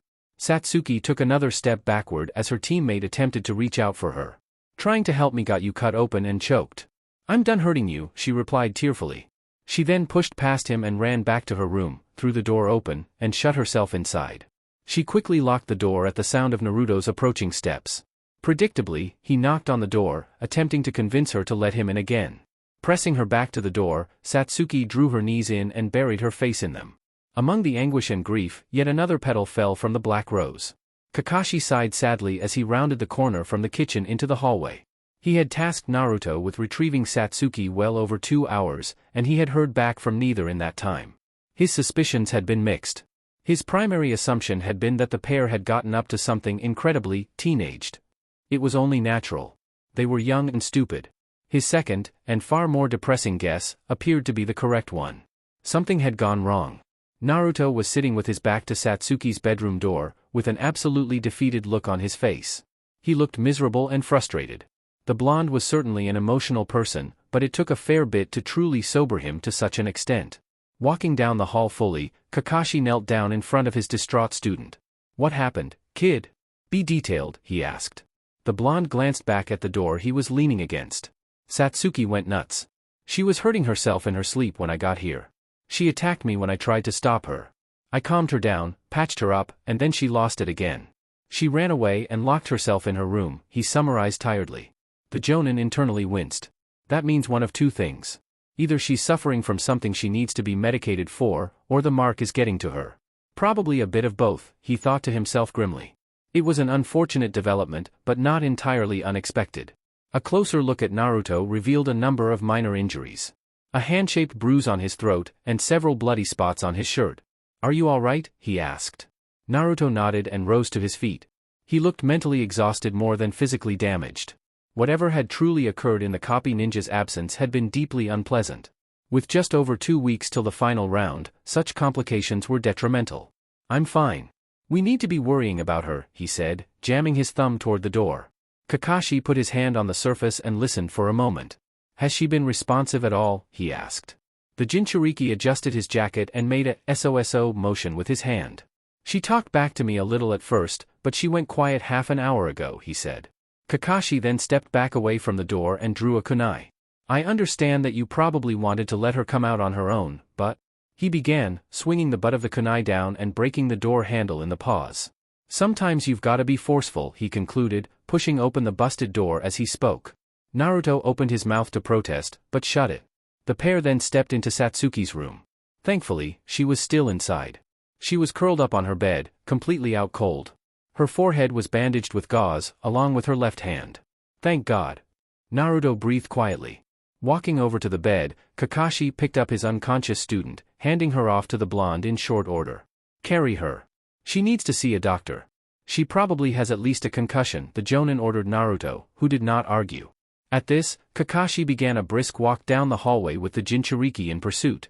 Within minutes, they were at the gate of the Uchiha sector. As they stepped out into the general populace once more, Kakashi took a short look back at Naruto. He was holding Satsuki in a fashion that could only be described as loving. The older man turned his eyes back toward the road ahead. You picked the wrong time to get close. Right now, you'll do nothing but hurt each other. Chapter 37. Satsuki stared up at the ceiling blankly. It was pitch white, with a smooth texture bearing down over her. The room was dim. She was currently laying flat on her back in a hospital bed. It was Thursday night. She had been stuck in her room for several hours since awakening from her unintentional slumber. Her sleep had been dreamless, which was a definite positive, and she had been almost entirely healed by the medical staff at the hospital. Her injuries had not been severe, but being free of them was convenient. She would be released the next morning. Her preparation would not be hampered. Despite the good news, Satsuki's mind was far away from the final round. In fact, the looming competition hadn't been her focus in any way at all since her awakening. That honor went to something else entirely. Or rather, somebody. Curled up in a somewhat uncomfortable-looking fashion on a chair in the corner of the room was Naruto. He was asleep, and had been for at least an hour. His presence in the room had been a constant since Satsuki's awakening, though he had said very little. He had correctly deduced that the Uchiha girl was in no mood to talk. His ability to read the room, so to speak, was improving. Even with their conversations having been limited, Satsuki had grown silently tense each and every time he had gotten up to stretch. Perhaps it was because she had feared he would leave the room, or perhaps she simply feared having to discuss what had occurred earlier that day. She had made a burden of herself, and she was deeply ashamed. Her own instability had derailed a day of training, and Naruto had suffered for it. They wouldn't even heal him. The bruises are still there, the Uchiha girl lamented, her eyes momentarily shifting off toward her teammate's throat. Naruto had changed his shirt since noon, so there was no way to know for certain, but Satsuki was utterly convinced that the cuts from her nails were still raw on his chest. He had not complained. Not once. Not even while she was hurting him. Every word from his mouth had been one of support. Shikamaru had been more right about the Jinchuriki than Satsuki ever could have predicted. As it turned out, Naruto's lack of self-care extended far past combat. He had flatly ignored the pain he had been dealt by her. All being strangled and cut open had done was convince the blonde that his help was needed. Bruises, blood, emotional confusion, Naruto ignored it all. His only goal had been to help her any way he could. You promised me you'd try to care about yourself. Satsuki whispered bitterly. She was angry. Both with Naruto and herself. At the end of the day, it was her own fault for lacking the strength to control herself, but the Jinchuriki's refusal to leave her to her pain was infuriating. I've dealt with it on my own for years. I don't need you or your help, she internally hissed. 1,000 nightmares had plagued her before today. She had come to the very same hospital she was in now for accidental injuries to her arms and legs more than once. She was still alive, and she was still functional. Naruto had no right to invade her quiet world of dull aching. It was an insult. If only she were so easily convinced. It was true that she despised the feeling of being coddled, but she couldn't put that label on Naruto's actions in good faith. There had been no pity. No ulterior motive. Naruto had stayed because he cared. She had been completely honest when she had told him that his presence brought her a feeling of safety. Her request for him to stay with her had been genuine. She had feared her own mind. She had been spiraling. If anything, Satsuki herself was to blame for Naruto's refusal to leave when told to do so. I pulled you in 1,000 different directions. First, I attacked you, then I made you stay and hold me, then I tried to kick you out after making you bleed. Satsuki listed off in her head. When laid out in order, her actions were utterly disgusting to think about. Abuse, reconciliation, ungrateful introversion. As it all set in, a fresh set of tears dripped out of the corners of her eyes. What the hell is wrong with me, she whimpered quietly, biting back a sob. Tears were a rarity for Satsuki Uchiha, but she had cried more in the past 3 months than she had in the 7 years prior. In reality, the only reason she had been able to remain so very stoic for so long was because she had cut herself off from the outside world. No contact, no conflict. No conflict, no new pain. Her abrasiveness was born of fear, and that fear was being realized. Turning onto her side to face Naruto, Satsuki looked inward regarding him and his place in her psyche for perhaps the first time. At what point had he become more important than a simple teammate? At what point had she begun to seek him out rather than avoid him?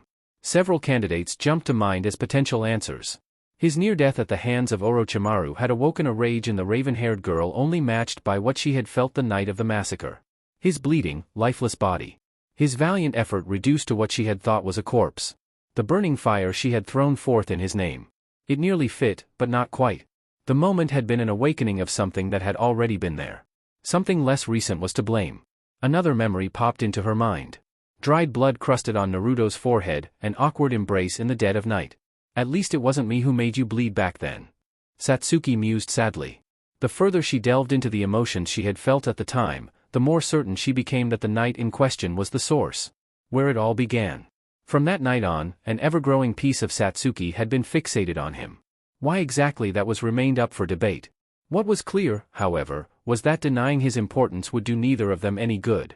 With her tears now dried up, Satsuki sighed and studied her sleeping teammate from across the bland room. He was still out cold.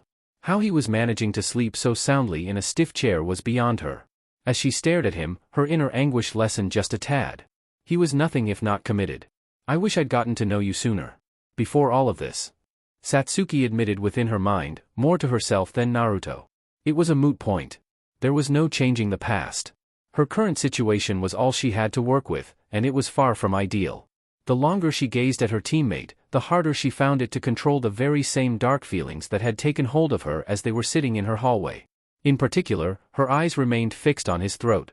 Guilt was her instinctive emotion at the sight of his bruises, but beneath the surface, something far more crude was boiling up. With a shaky inward breath, Satsuki dug one of her canines into her bottom lip. She could make out the shape of her hand across his windpipe. She could so easily recall the sensation of his hot skin against her palm.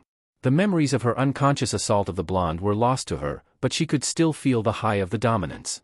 Before the unsavory fantasy could take hold of her completely, Satsuki snapped back to reality. Fully aware again, she found that her left hand was gripping her upper thigh, drifting inward. Pulling the hand back with a flinch, Satsuki slowly slid out from under her covers and sat up against the frame of the bed. I really am fucked up, aren't I? She thought to herself grimly. Whether what she had nearly done was a result of the tattoo on her shoulder, her own repression, or a combination of both, the truth remained that she wasn't healthy. Not physically or mentally. Taking this fact to heart, Satsuki threw her legs over the edge of her bed and stood up. Hospital staff can bite me. I can't stay. Not with him in here, she thought to herself firmly. Making her way over to the dozing Jinchuriki in the chair, Satsuki cupped the side of his face and planted a soft kiss on his cheek. A gesture of warm gratitude.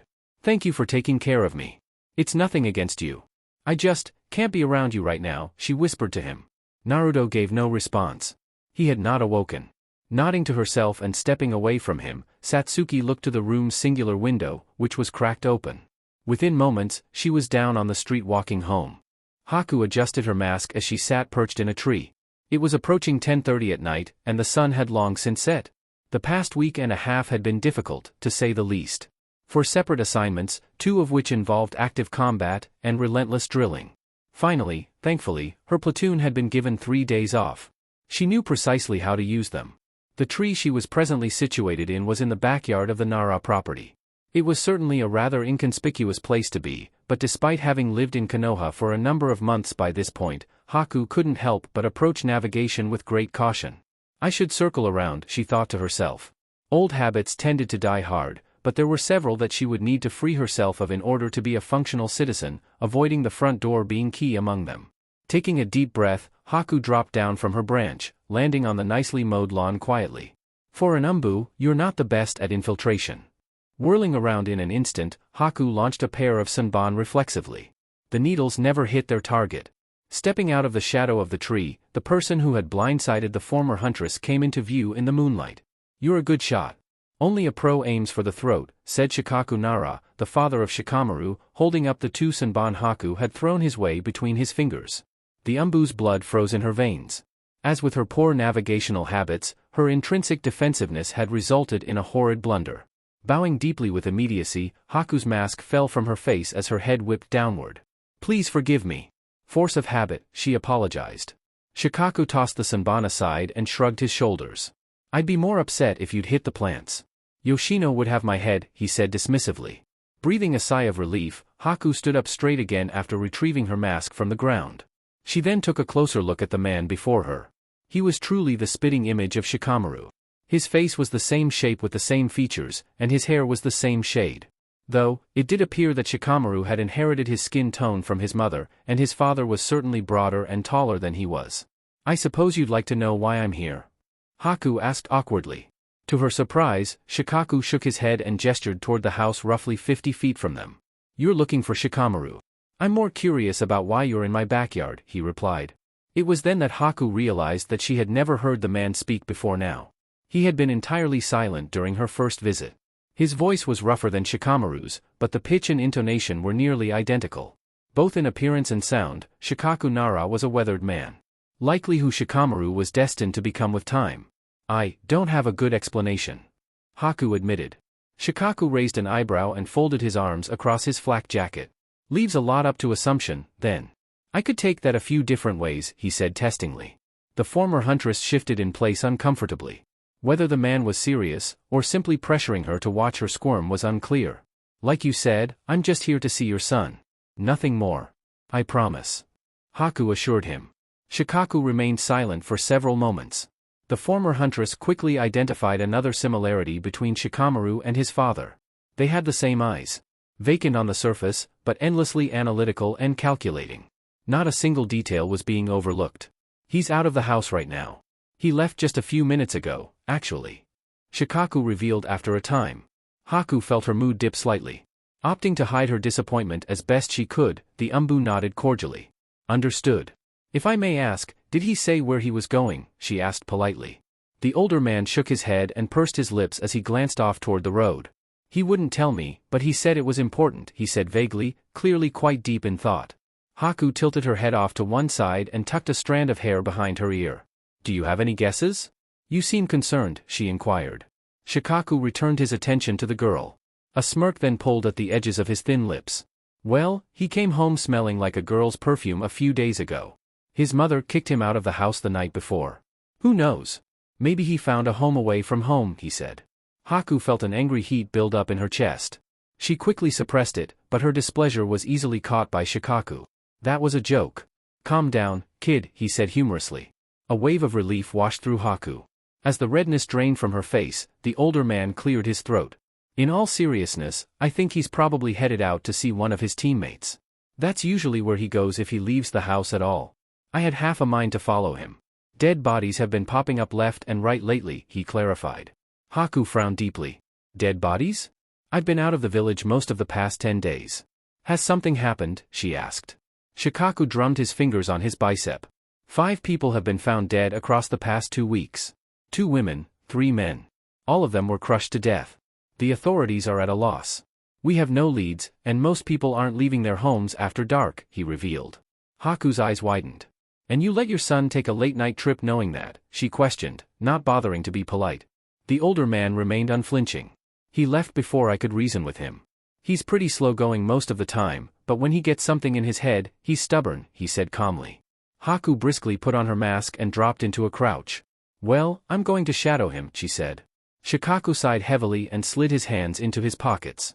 He can handle himself just fine, you know. He doesn't need a bodyguard, he pointed out tiredly.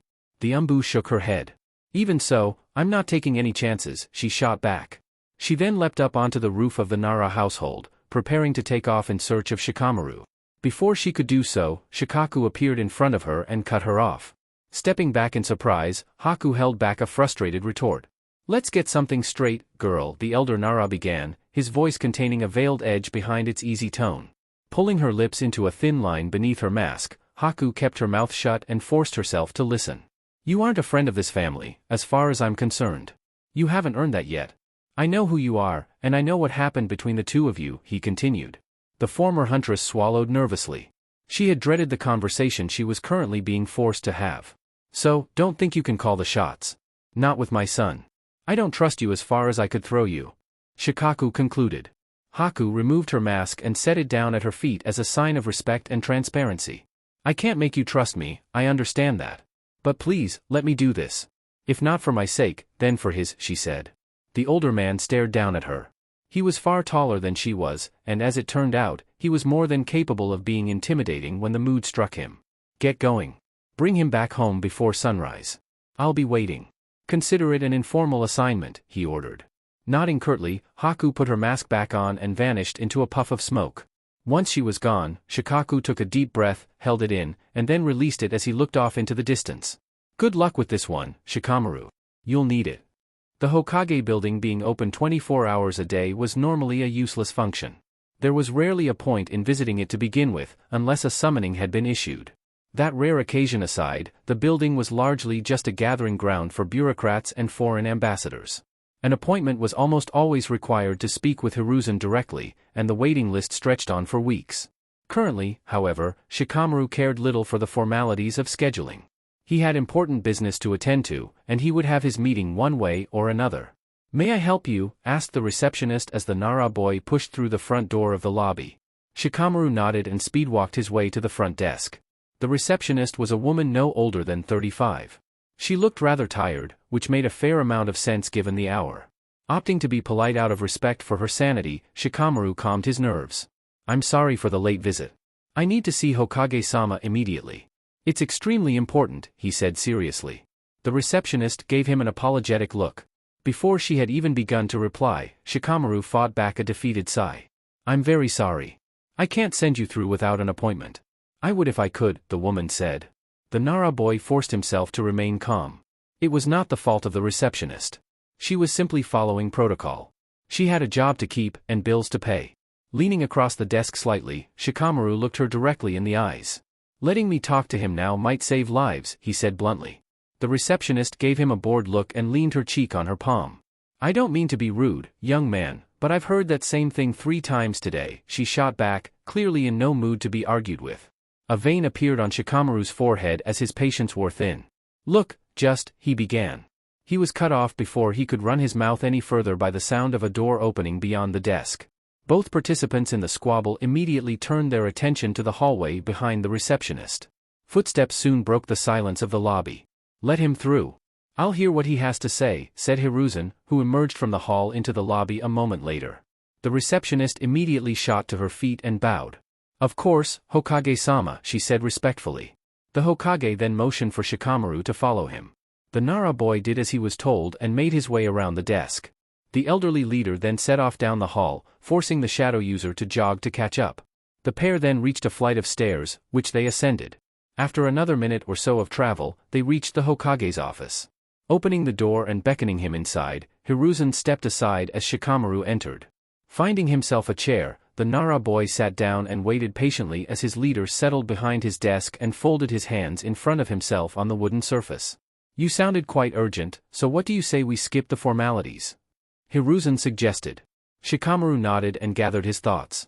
He had waited several days to pull the trigger on reporting the information he now had, but the time for hesitation had passed.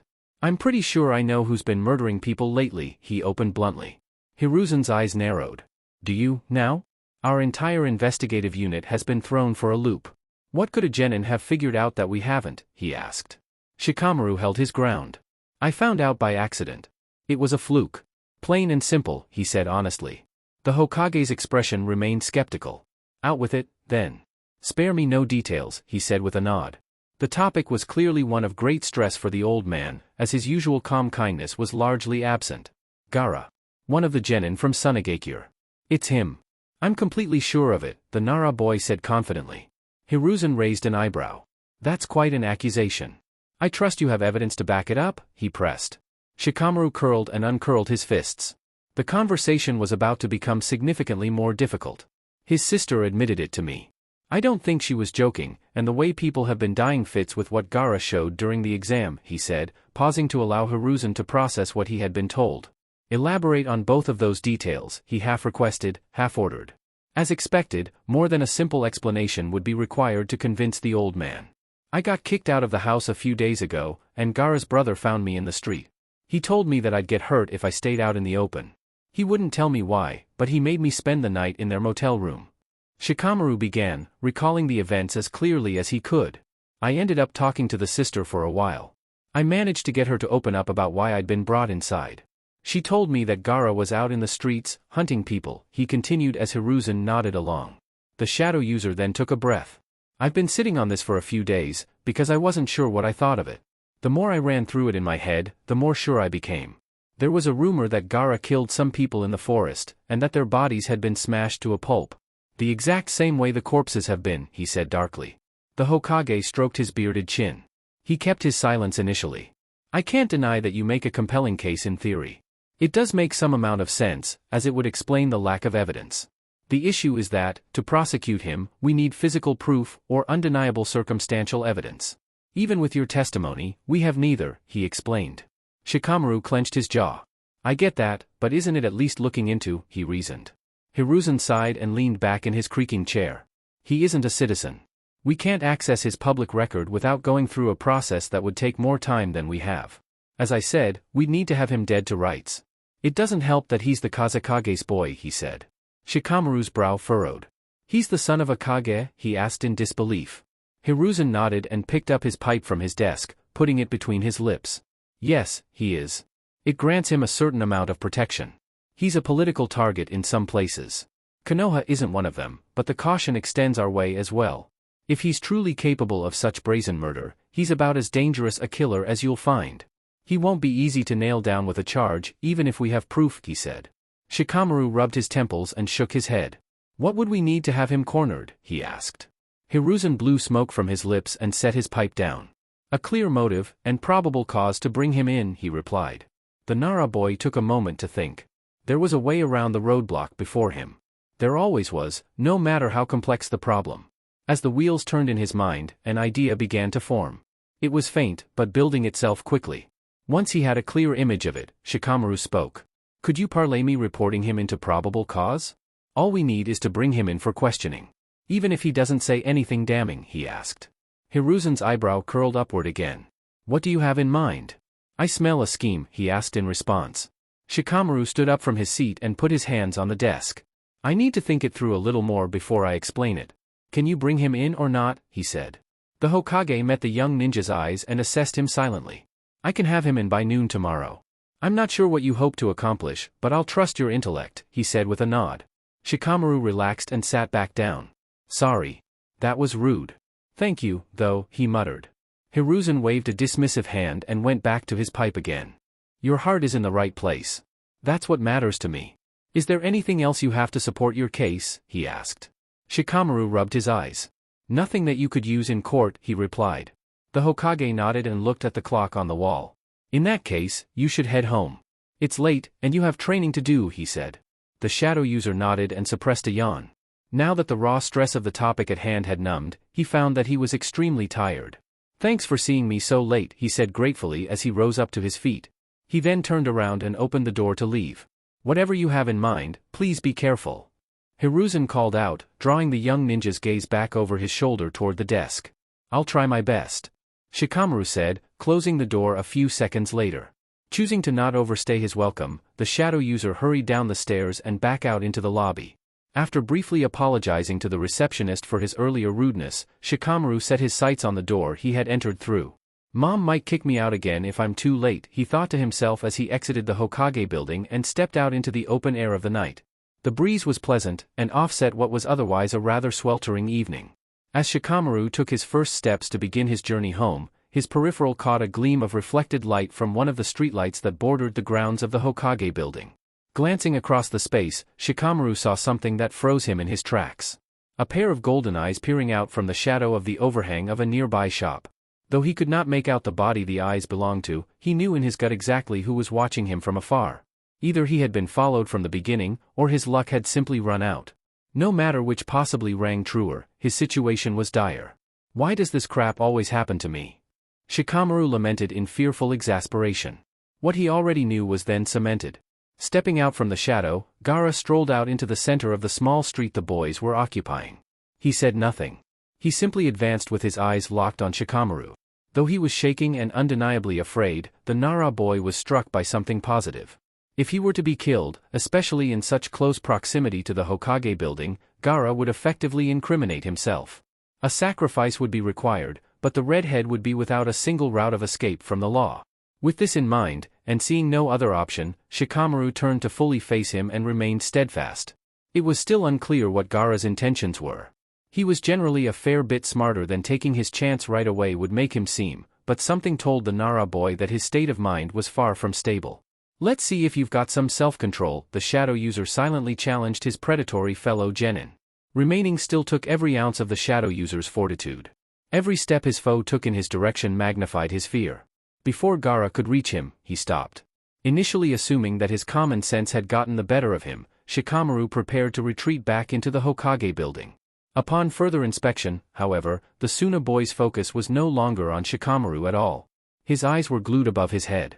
Cautiously craning his neck to take a look back toward the Hokage building, the Nara boy discovered what had likely halted Gaara. Standing on the middle ledge of the building's roof was a shadowy figure. He was afforded little time to analyze, as before Shikamaru was able to get a solid look at the entity, it jumped forth from its perch. Landing between the two boys, the light of the street quickly revealed the identity of the new arrival without the need for any guesswork. Though she was wearing her mask, Shikamaru instantly identified the person as Haku. Her hair in tandem with her uniform was a dead giveaway. Stumbling back a step, the shadow user looked on nervously as Haku faced off with Gaara. Not a single word was spoken, but the murderous intent in the air was thick enough to be cut with a knife. Somehow, Haku's aura was equally disturbing in its contents to Gaara's. The former huntress' hands were each loaded with Senbon, and her posture was a forward lurch that indicated a readiness to strike at a moment's notice. She had come to fight, and perhaps kill, if necessary. For an unbearable stretch of time, Gaara and Haku waged a war of silent threats. Eventually, just as Shikamaru's nerve was about to give out, the Suna boy backed up a few inches. The victory was small, but it was decisive. Sensing that he had been beaten, Gaara took a full step back and vanished into a swirl of sand. The moment he was gone, Shikamaru found that he could breathe comfortably again. The same seemed to apply to Haku, who visibly relaxed and retracted the horrific bloodlust she had been projecting. She immediately turned around to face him. Dropping her Senbon to the ground with a high-pitched clattering noise, the Umbu made a beeline for him. Having half expected to be hugged, Shikamaru was unprepared for the harsh slap across the face he received. "What was that for?" he demanded as he rubbed his stinging cheek. Haku pulled her mask from her face. She looked extremely upset. "Why didn't you even try to run?" she asked rigidly. The Nara boy quit nursing his raw face. "What point would there have been? He'd have tracked me down if he really wanted me dead," he shot back. The former huntress held her stern gaze and shook her head. "You could have made it back inside. You had a way out," she insisted firmly. Shikamaru exhaled through his nose. It had been an exceptionally long night, and it was threatening to drag on even further. "Can we not do this? I'm already tired, and arguing is giving me a headache," he said. Though she hardly seemed quelled by his suggestion, Haku put her mask back on and seized him by the wrist. Without warning, she leapt up onto a nearby roof with Shikamaru in tow. "Avoid going out at night from here on out. I don't need you getting yourself hurt." Tonight was far too close for comfort. Haku said as they landed. The Narabao frowned and tugged against her grip to no avail. You sound like my mom, he grumbled. The former huntress sighed and released him from her grip before turning to face him. Maybe you need a second mother if you're going to be so reckless. You'd be dead right now if I hadn't followed you, she said bluntly. Shikamaru quickly formed a snappy retort, but withheld it when a more prominent topic came to mind. How'd you even know where I was? He asked skeptically. Haku gestured off in the direction of the Nara household, far in the distance. I'm off for the next few days, so I came looking for you back at your house. I found out you were out on an errand, so I followed you out of caution, she explained. Her wording strongly suggested that she had been aware of Gaara ahead of time. Details were missing, and that fact was not lost on Shikamaru, but he saw little reason to press her further. As she had pointed out, she had saved his life. Thanks for that, he muttered quietly. Haku removed her mask again, tucking back a strand of her hair as a gust of wind blew across the rooftop. We're even now. You saved my life, now I've saved yours, she said strangely. Shikamaru met her now visible eyes. She was exceptionally difficult to read at face value. Does that mean you're gonna leave me alone now? He asked in response. The former huntress irises momentarily gleamed with visible emotion. I wasn't aware you wanted me to, she said, her tone slightly dejected. Shikamaru kicked himself mentally. His wording had been poor. No, that's not what I meant. I was actually asking, he clarified awkwardly. Haku seemed to relax at his words. Of course not. I like being around you. I figured you knew that already, she said. Oddly, despite his decidedly mixed feelings regarding the girl in front of him, the Nara boy found himself comforted by her intact dedication. I'm glad you feel that way, Shikamaru said under his breath. While his tone had been hushed, Haku heard him regardless. For the first time since their encounter had begun, the former huntress smiled. Let's get you home. You look like you're about to pass out, she said, sweeping him off his feet and slinging him over her shoulder. Squirming slightly, the shadow user was forced to trust her hold on him when she began to bound from building to building. I did not consent to this, he complained. Haku laughed a bit at his discomfort and patted him on the back. We'll talk about consent some other time, Shikamaru-kun, she said, a suggestive undertone clinging to her joking words. Shikamaru groaned and rubbed his temples, which were growing sore from the whiplash. No matter where he went or why, he was afforded no peace, it seemed. Regardless of his complaints, he was grateful to be alive, and by extension, he was grateful for Haku. Chapter 38. Ibiki Marino was a patient man. Interrogation was a process that could, and usually did, take a fair amount of time. It was professionalized mental warfare. Different people had different things that made them tick, and finding those things was key to forcing them into errors they couldn't simply paper over with a rushed qualification. Some were more difficult to break down than others, and Ibiki had solved thousands of different mental puzzles during his tenure as lead interrogator. Despite his experience, Gaara of the Sand was decidedly different from the rest. Even now, well over 2 hours into what had essentially become a full-scale interrogation, the genin had not faltered even slightly. He was calm to the point of being disturbing, and yet, he maintained just enough outward emotion to avoid sacrificing appropriate reactions to certain prompts. His narrative was consistent, as were his alibis. By all reasonable metrics, Gaara was passing his questioning with flying colors. No matter how many times the redhead flawlessly maneuvered his way through or around Ibiki's questions, the interrogator could not shake his suspicions. You're loving this, aren't you? You get a kick out of this crap. Ibiki silently projected to the Suna boy, who was sitting calmly in a wooden chair across the dimly lit room. In truth, Gaara was far more in control than Ibiki was. He had been since the very start. His utter lack of any outward stress painted him as nearly robotic at times, but at the drop of a hat, he could conjure up convincing shows of emotion. Ibiki had been entirely unable to build a base from which to start, and now, he found himself feeling the pressure. Nara was right about one thing, at least. This kid's not normal. Whether he did it or not, he needs to be watched. Ibiki thought to himself. Just as he began to think up another approach to try, his train of thought was interrupted. I suppose I haven't been entirely honest with you, Marino-san. Gaara said out of the blue, leading the verbal dance for the very first time. Ibiki's eyes narrowed at the redhead's odd tactics. He was up to something, that much was clear. Speak up, then. We don't have all day, the interrogator said gruffly. Gaara nodded and refolded his hands in his lap. His eyes then dragged up from the floor. When I told you earlier that I hadn't committed a crime in Konoha, I was stretching the truth a bit. I'm not so innocent, he began, drawing a raised eyebrow from Ibiki. The redhead's gaze fully met the older man's. I stole a few packages of dried meat several days ago. I had forgotten my wallet, and I just couldn't help myself. I enjoy trying new things. I'll take any punishment you see fit, he finished, his voice dripping with fabricated regret. Ibiki's hands tightened into fists. He was being openly mocked amid his own operation. You've got some nerve, brat, he hissed within his mind. While his temper was flaring, and his patience was wearing ever more thin, the interrogator maintained a look of calm composure. Any hesitation would render the procedure meaningless. I'll pass that on up the food chain. We'll get back to you in a few days, he said evenly. The redhead gave a sigh of relief. To say he was laying it on thick would have been a painful understatement. He was nonchalant as could be beneath his cold exterior. May I leave now? We've been at this for quite some time. Gaara asked politely.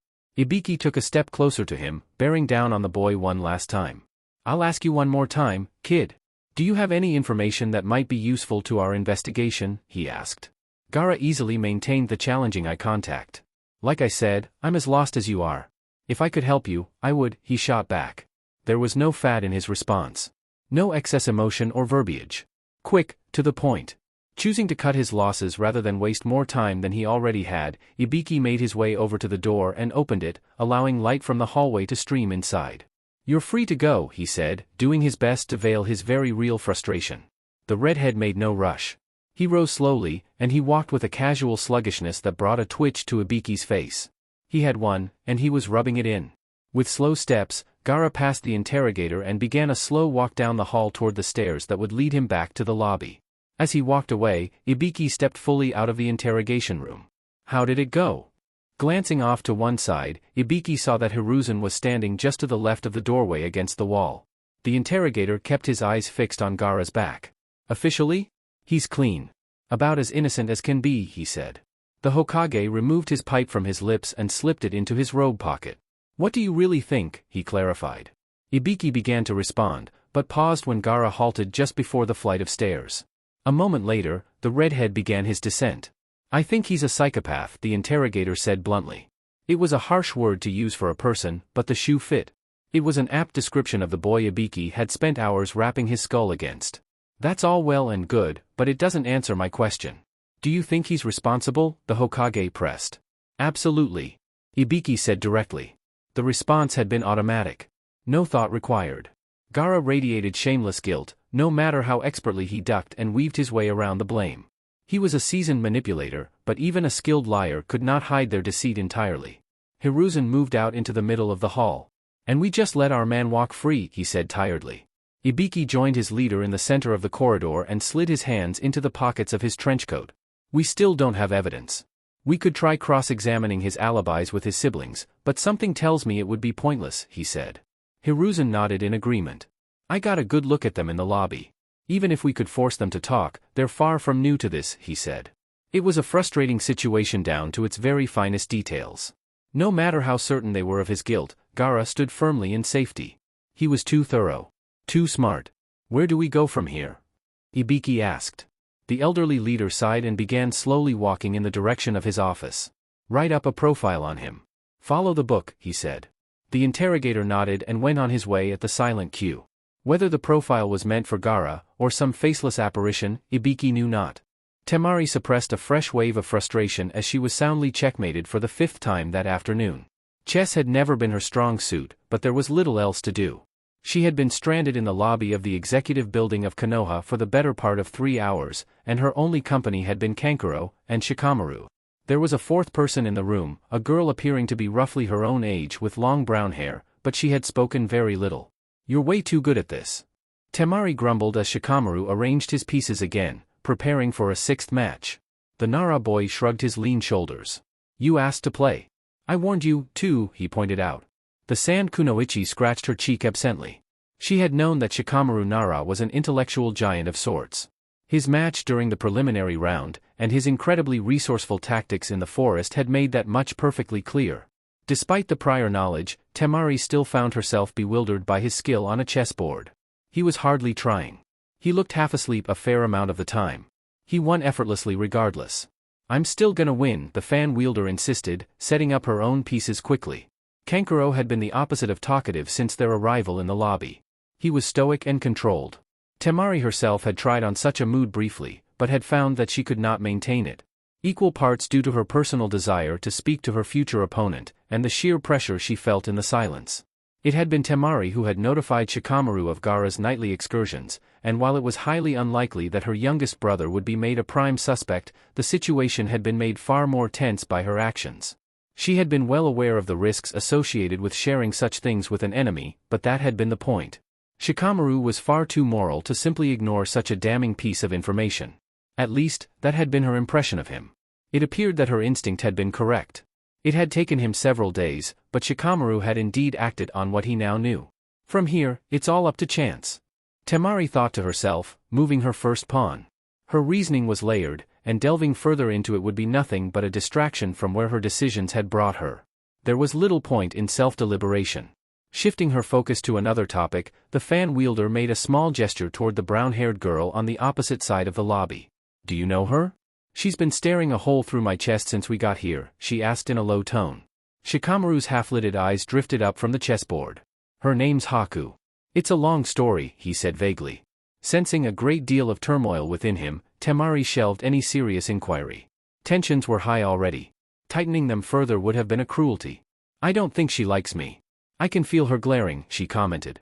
Shikamaru leaned his cheek on the heel of his palm and cut off Temari's maneuver on the board. Try not to antagonize her. Today's already stressful enough, he muttered. The blonde kunoichi suppressed a smirk. She was far from lacking in street smarts. The signals were blatant and hilariously exaggerated. If you don't like me now, you're gonna hate me pretty soon. Temari silently taunted the girl.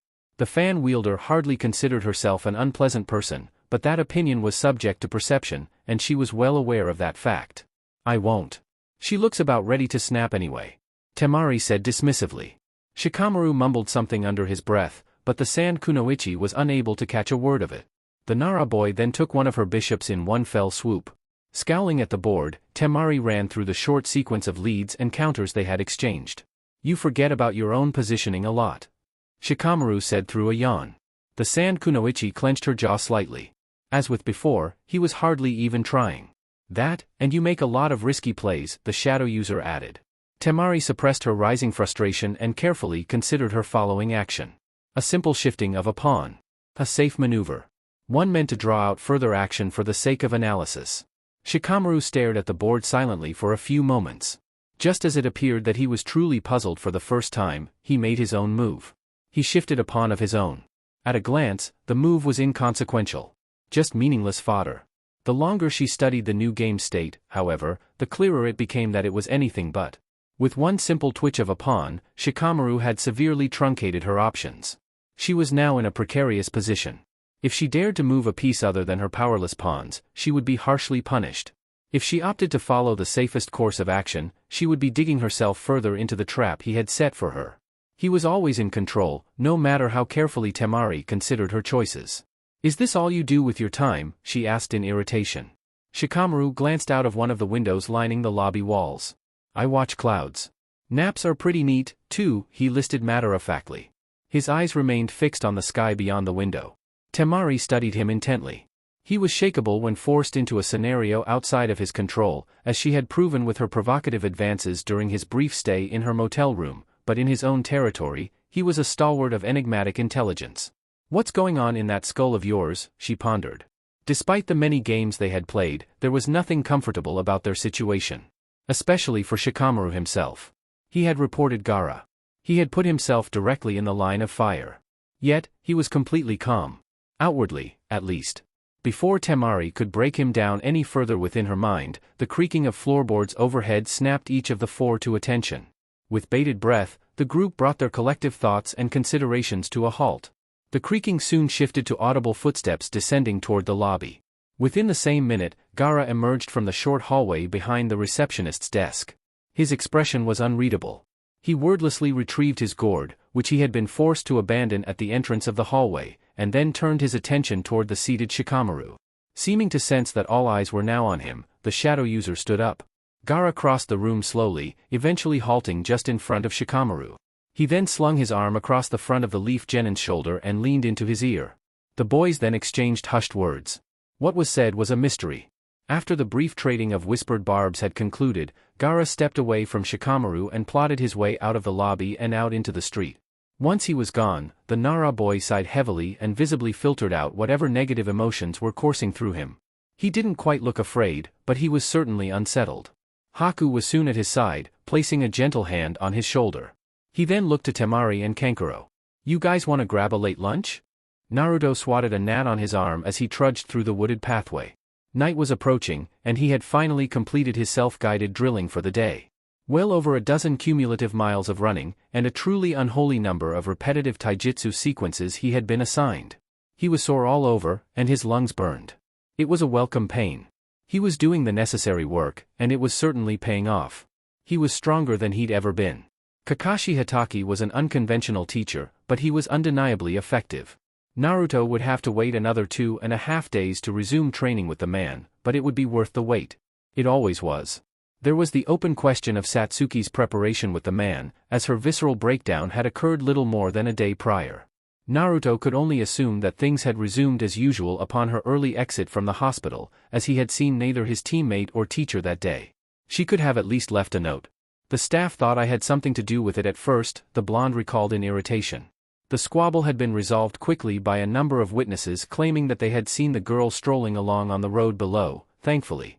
Shifting his focus away from the unpleasant discussion that had consumed his morning, Naruto kicked a small stone down along the path he was traversing. His minor wounds from the previous day had almost entirely healed. His recovery had always been accelerated, especially in his sleep. Despite that fact, he could still feel the harsh grip of Satsuki around his throat. The experience had been a deeply unpleasant one. He had come to Satsuki's dwelling with the intention of entering her home without permission, but upon hearing her strangled cries of pain, he had dropped any notions of etiquette. He had been entirely unprepared for the sight awaiting him.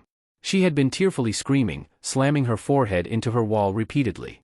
She had cut multiple trenches into the wood with a kunai she had been holding by its sharp edge. Raw anguish. It certainly hadn't helped that she was barely clothed at the time. He had felt as though he were witnessing something he shouldn't. His own feelings had overpowered this discomfort with ease, and he had reached out to assist her. It had nearly cost him his life. With rabid aggression, Satsuki had violently tackled him to the floor and stabbed her blade down toward his throat. His reflexes had saved him from an early funeral. The choking came soon after. Her grip had been ironclad. The most terrifying part of it all had been her eyes. Wide, bloodshot, and feral. Consumed by a dark madness born of something deep-seated. Her return to her senses had come just as Naruto had begun to lose consciousness from the strangulation. Even after Satsuki had regained her faculties, Naruto had sensed her instability. He had never intended to leave, even when he had offered to. It had been nothing more than a test of her reaction to the notion of being left alone. As expected, the Uchiha girl's refusal to let him go had been resolute. No matter how expertly she hid it, Satsuki was fragile underneath her rocky exterior. What had been a surprise had been her reasoning for stopping him. "You're making me feel safe." Recalling her words brought an odd mix of emotions to the forefront of Naruto's mind. At the face of it, he felt joy. Such a statement was a gesture of unwavering acceptance, something he had always desired. Beneath the surface, however, he found her words unsettling. She was feeling unsafe simply left on her own. An implication of self-endangerment. That notion was strongly backed up by her brutal spiral mere minutes after the Jinchuriki had tended to her wounds. Had he not been present, Satsuki's fall down the dark abyss her psychosis had pushed her down into would have been far more precipitous and vile, and even with assistance, the girl had been in absolute shambles. More disturbingly, her bodily control had been seemingly compromised. "She tried to choke me again. She pulled back, but she definitely tried." Naruto thought to himself grimly. Her second grip on his neck had been gentle, but the intentions had been clear as day. Beyond her feeble second attempt on his life, Satsuki's grip had felt distinctly different during her breakdown. Rather than fearful or desperate, the raven-haired girl's hold on him had felt as though she were trying to consume him. To make him a part of her body. Shuddering at the memory, Naruto shook his head. Shaken though he was, the blonde still felt nothing but relief at her continued health. His determination to stay with her had been born of genuine concern and care. If anything, above all else, he was proud to have stuck it out. She had needed him, and he had followed through. Finding satisfaction in this conclusion, Naruto finally relaxed. "I'm just glad she's all right," he thought to himself. He then passed into a clearing. While initially seeming to be quite ordinary, several details quickly stuck out to the genin. First and foremost, the trees and ground were all littered with what targets? Weathered ones, at that. Second, the trunks of the trees in the vicinity were all marked with a litany of cuts and dent marks. Naruto was afforded no time to process the oddities, as a rustling sound from the canopy overhead sent him scurrying behind a tree. Carefully poking his head out from behind the tree, Naruto's eyes widened slightly at what he saw. Flying out from what appeared to be every direction, a swarm of kunai hit each and every target dead center. Even several that Naruto had missed entirely. Just as his mind jumped to the obvious questions of who and how, the first of them was answered. Sailing down from the trees below, Satsuki landed elegantly in the middle of the clearing. By way of sheer, dumb luck and timing, the Jinchuriki had stumbled upon a personal training session of sorts. With his eyes fixed on his teammate, Naruto watched in silence as the Uchiha girl picked her kunai from each individual target. A look of distaste quickly formed on her face. Logic and circumstance dictated that she had likely missed the mark at least once by some margin. Eventually, she had gathered up all of her supplies. Then, with her pouch and hands fully reloaded with blades, Satsuki jumped straight up into the air. Craning his neck to follow her, Naruto looked on in awe as the Uchiha girl sent forth each and every one of her kunai. She twisted, turned, and rotated midair with a grace and ease that left his mouth slightly open. The kunai each flew with an intended purpose. Some flew straight into the center of their target. Others acted as a catalyst for another blade to ricochet in the right direction. When it was all said and done, every single kunai had sunk into the bullseye. Each target was pierced in its center. Perfection was a rarity, especially in combat, but Satsuki had come as close as one could. Landing weightlessly in the clearing once more, the raven-haired girl took several deep breaths with her gaze turned up toward the treetops. Naruto found himself struck by something that had never occurred to him before that moment. Satsuki Uchiha was a beautiful girl. For all her prickliness, antagonism, and inconsistency, she was a sight to behold. Her pale skin contrasted with her dark, midnight hair in almost haunting fashion, and her facial features were deceptively soft. Combined with the fact that she was wonderfully put together physically, Naruto's face quickly gained color. "I hate puberty," he lamented within his mind, pushing away the hormonal rush that had hit him out of practically nowhere. He then took a step back to begin carefully retreating away from the clearing. Unfortunately, he snapped a twig loudly the moment he set his foot down. Satsuki's head instantly jerked in his direction. While she said nothing, Naruto knew he had been caught. Scratching the back of his head sheepishly, Naruto stepped out fully into view. "You're really good with knives," he opened, immediately wincing internally at how pathetically awkward it sounded. Once again, his teammate gave him no response.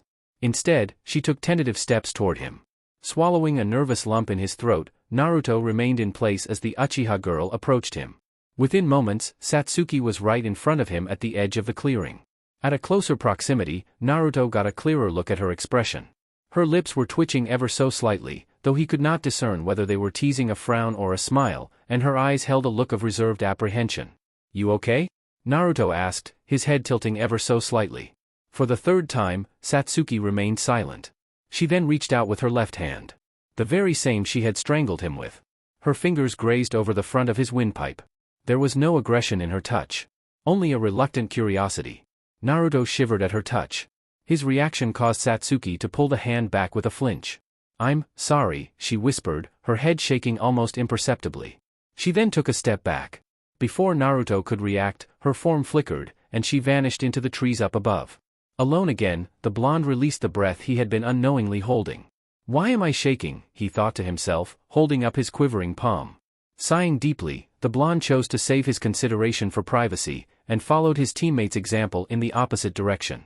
Once both genin had left, a lukewarm wind blew through the trees. Chapter 39. Shikamaru wiped sweat from his brow as he fell to his rear end in exhaustion. Shikaku Nara was hardly an expert when it came to the art of taijutsu, but he was still superior to his son. Rubbing his sore jaw, the younger of the two Nara men glanced up at his expectant father. "What are we even doing this for? Sensei already runs me into the ground on this stuff," he complained. Shikaku folded his arms across his chest and gestured for his son to stand. "That's only once per week.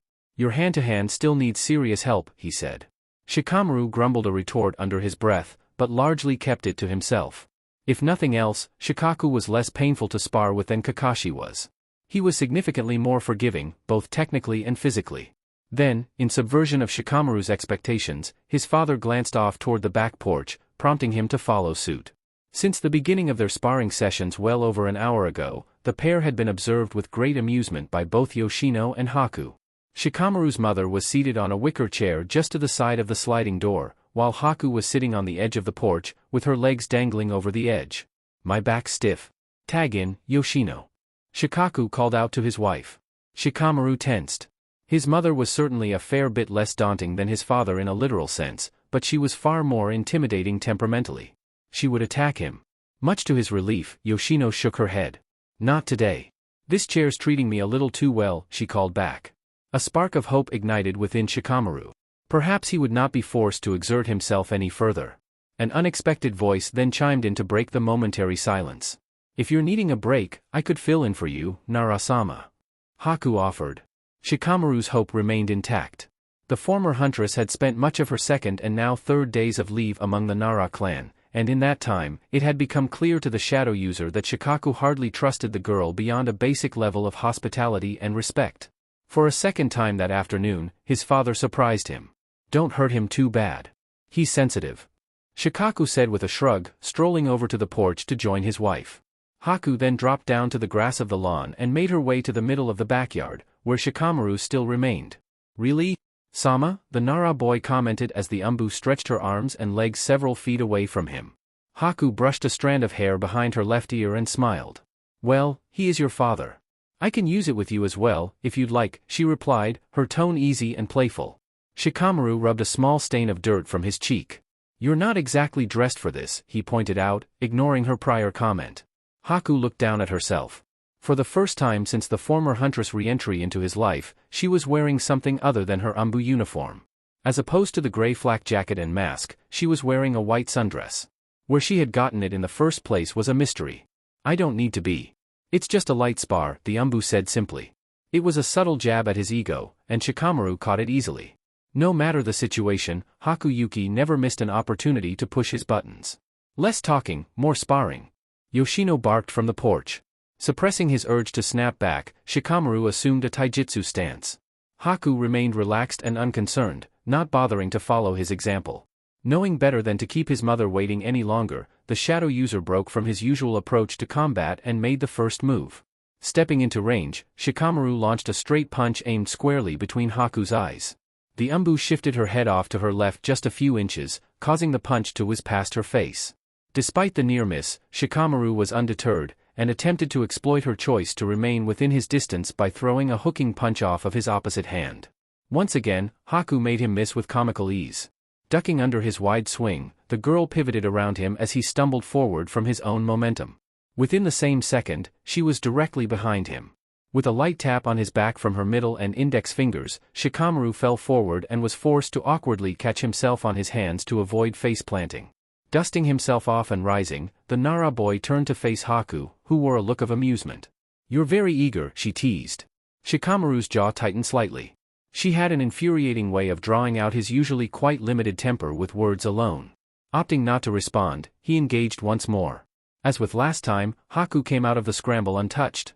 Sliding around him in a manner more akin to a dance than a traditional set of defensive maneuvers, Haku giggled girlishly as Shikamaru futilely attempted to strike her. Can you not laugh at me? The genin grunted as Haku twirled around behind him after making him whiff on a right-handed swing for her head. Your father was right. You are sensitive, she jeered at him playfully. Turning on his heel to face her after having been outmaneuvered for the dozenth time, Shikamaru attempted to kick out her legs. Haku hopped straight upward to avoid being tripped, soaring several feet into the air. She then briefly tapped him on the top of his head with her toes and performed a short flipping motion midair. She landed behind him with casual ease. At least swing back. Shikamaru grumbled sarcastically after being forced to turn again. Haku raised an eyebrow and threw her head back to clear her hair out of her face.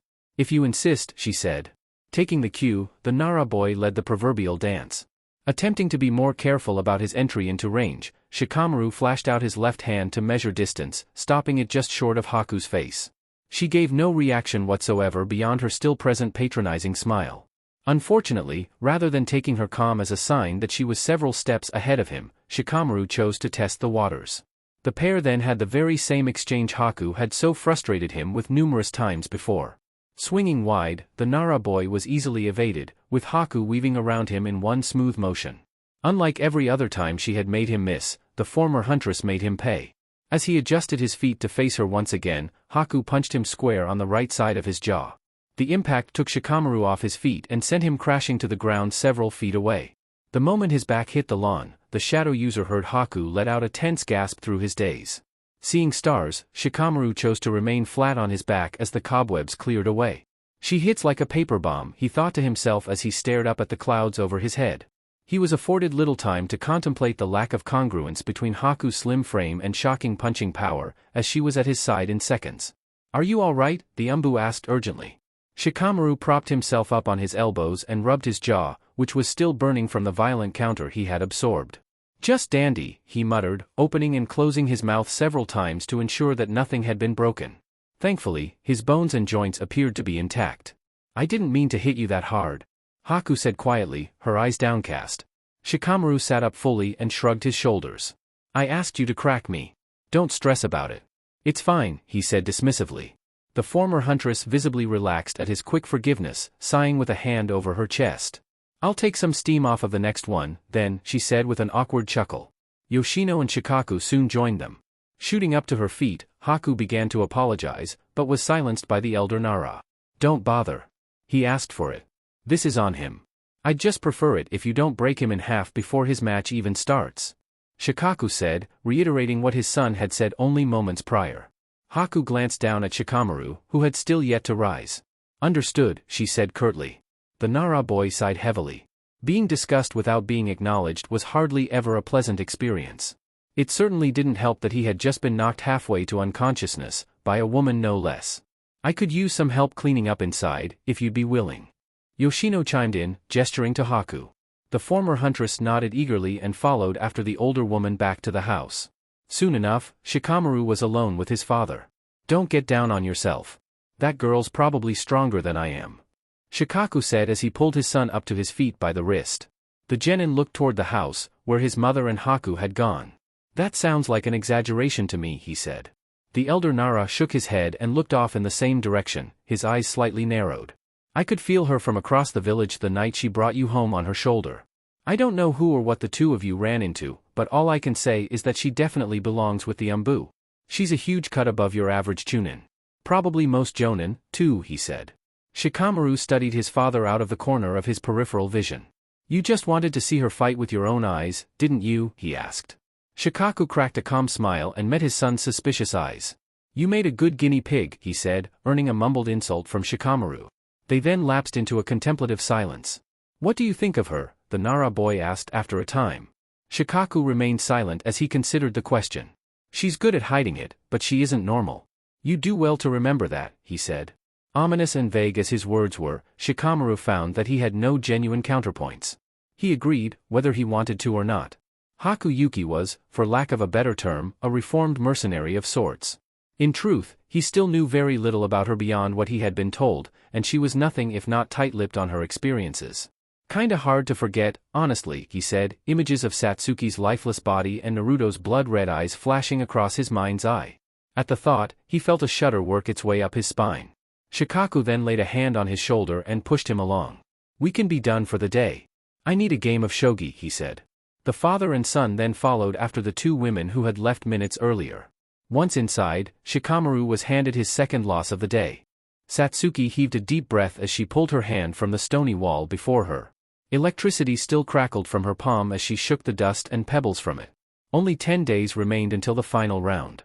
It was currently Tuesday, the second day of the week, and one of the 3 on which she was on her own in terms of preparation. 3.5 days had passed since she had interacted with anybody other than Kakashi, and 2 since she had spoken to any of her team in general. Shikamaru was partially a given, due to his broad absence for the majority of their month of preparation as a result of his differing training schedule with his father. Naruto, on the other hand, was a self-imposed restriction the Uchiha had placed on herself following the prior Thursday.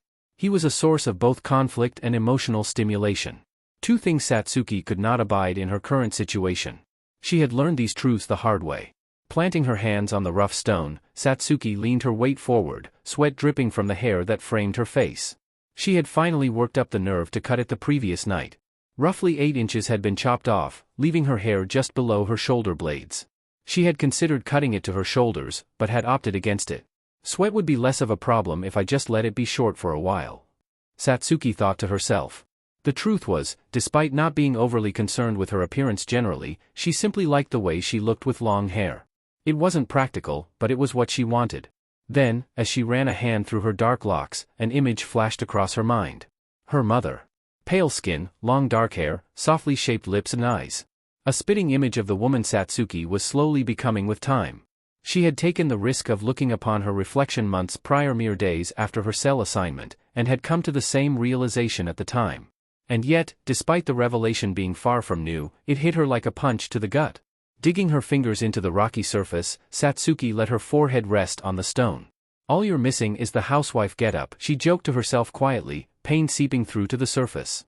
The Uchiha girl had never been blind to the toll losing so very much had taken on her. Her dreams were nearly always memories. When she got lucky, memories of a better time. Most nights, however, they were a theater of horrific bloodshed. Beyond her nightly visions, she had forced herself to master the few recipes her mother had begun to teach her before her passing. She utterly despised cooking. And now, as she matured, she had begun to model herself after Mikoto physically, entirely subconsciously. Dreams, meals, and now even her appearance. In some twisted way, the choice in all of these things had been taken away from her. Manipulated by the unseen hand of Itachi's atrocities. Turning away from the stone wall, Satsuki slowly walked over to a puddle. It had stormed the previous night. The ground and air were still damp from the rain. Reflections were rarely ever kind to the raven-haired girl, but she found herself drawn to them nonetheless in recent times. Why that was, she did not know. She was ready to face whatever the water would show her, or so she thought. Experience was bound to harden her with time. Staring down into the still puddle of muddied water, Satsuki was met with her own face. Cheeks streaked with sweat, circles under her eyes. "I look like hell," she muttered to no one in particular. For several moments, there was nothing but a dull silence. Her reflection remained mundane and normal.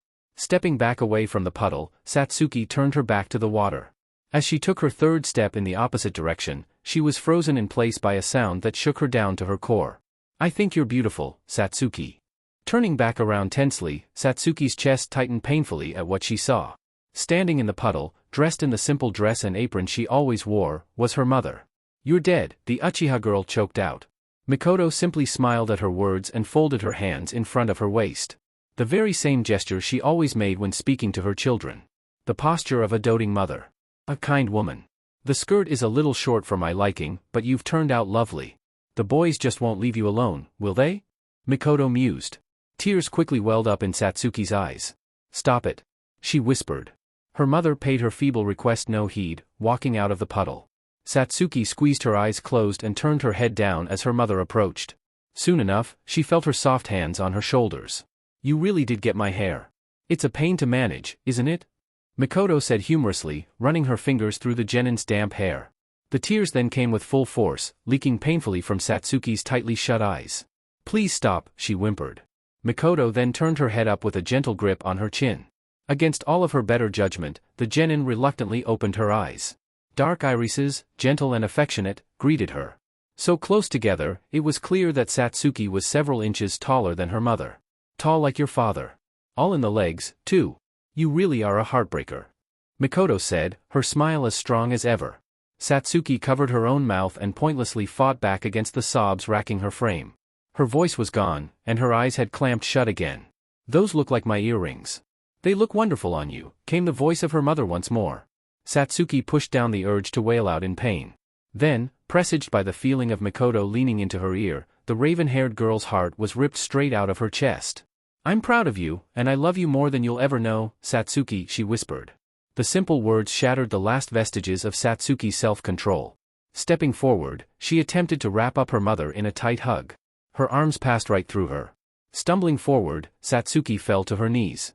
Looking around frantically, she found that she was entirely alone. No sign of her mother existed. No footprints, not even the lingering smell of her perfume. "Why?" she hoarsely questioned. It had all been nothing but an illusion. A cruel hallucination.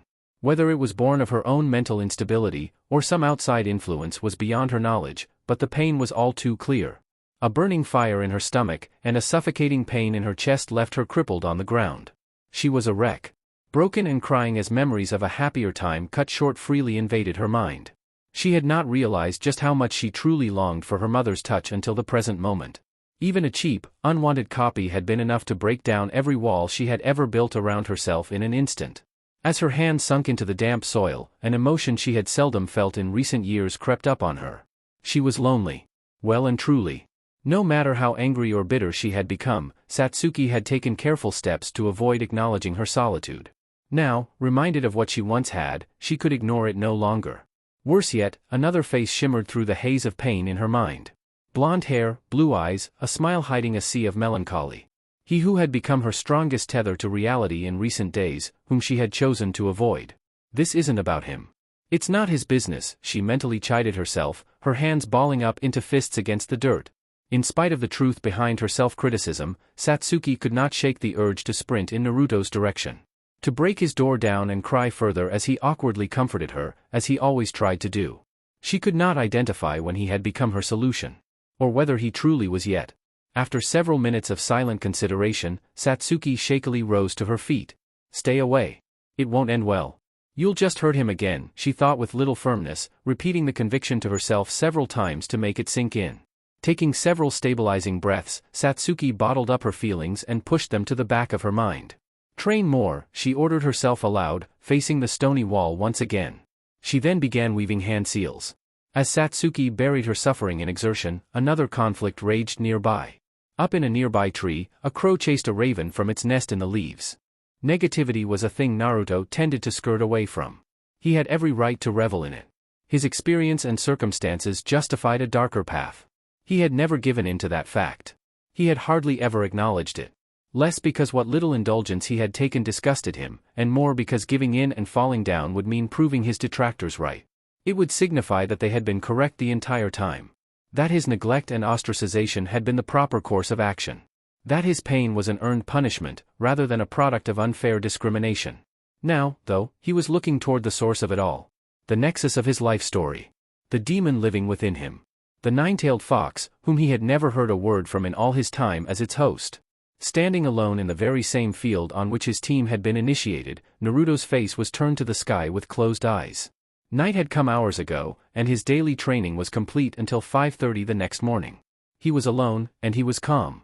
His reasoning for delving into the being he jailed was clouded at best. Logically, it was nothing but a risk.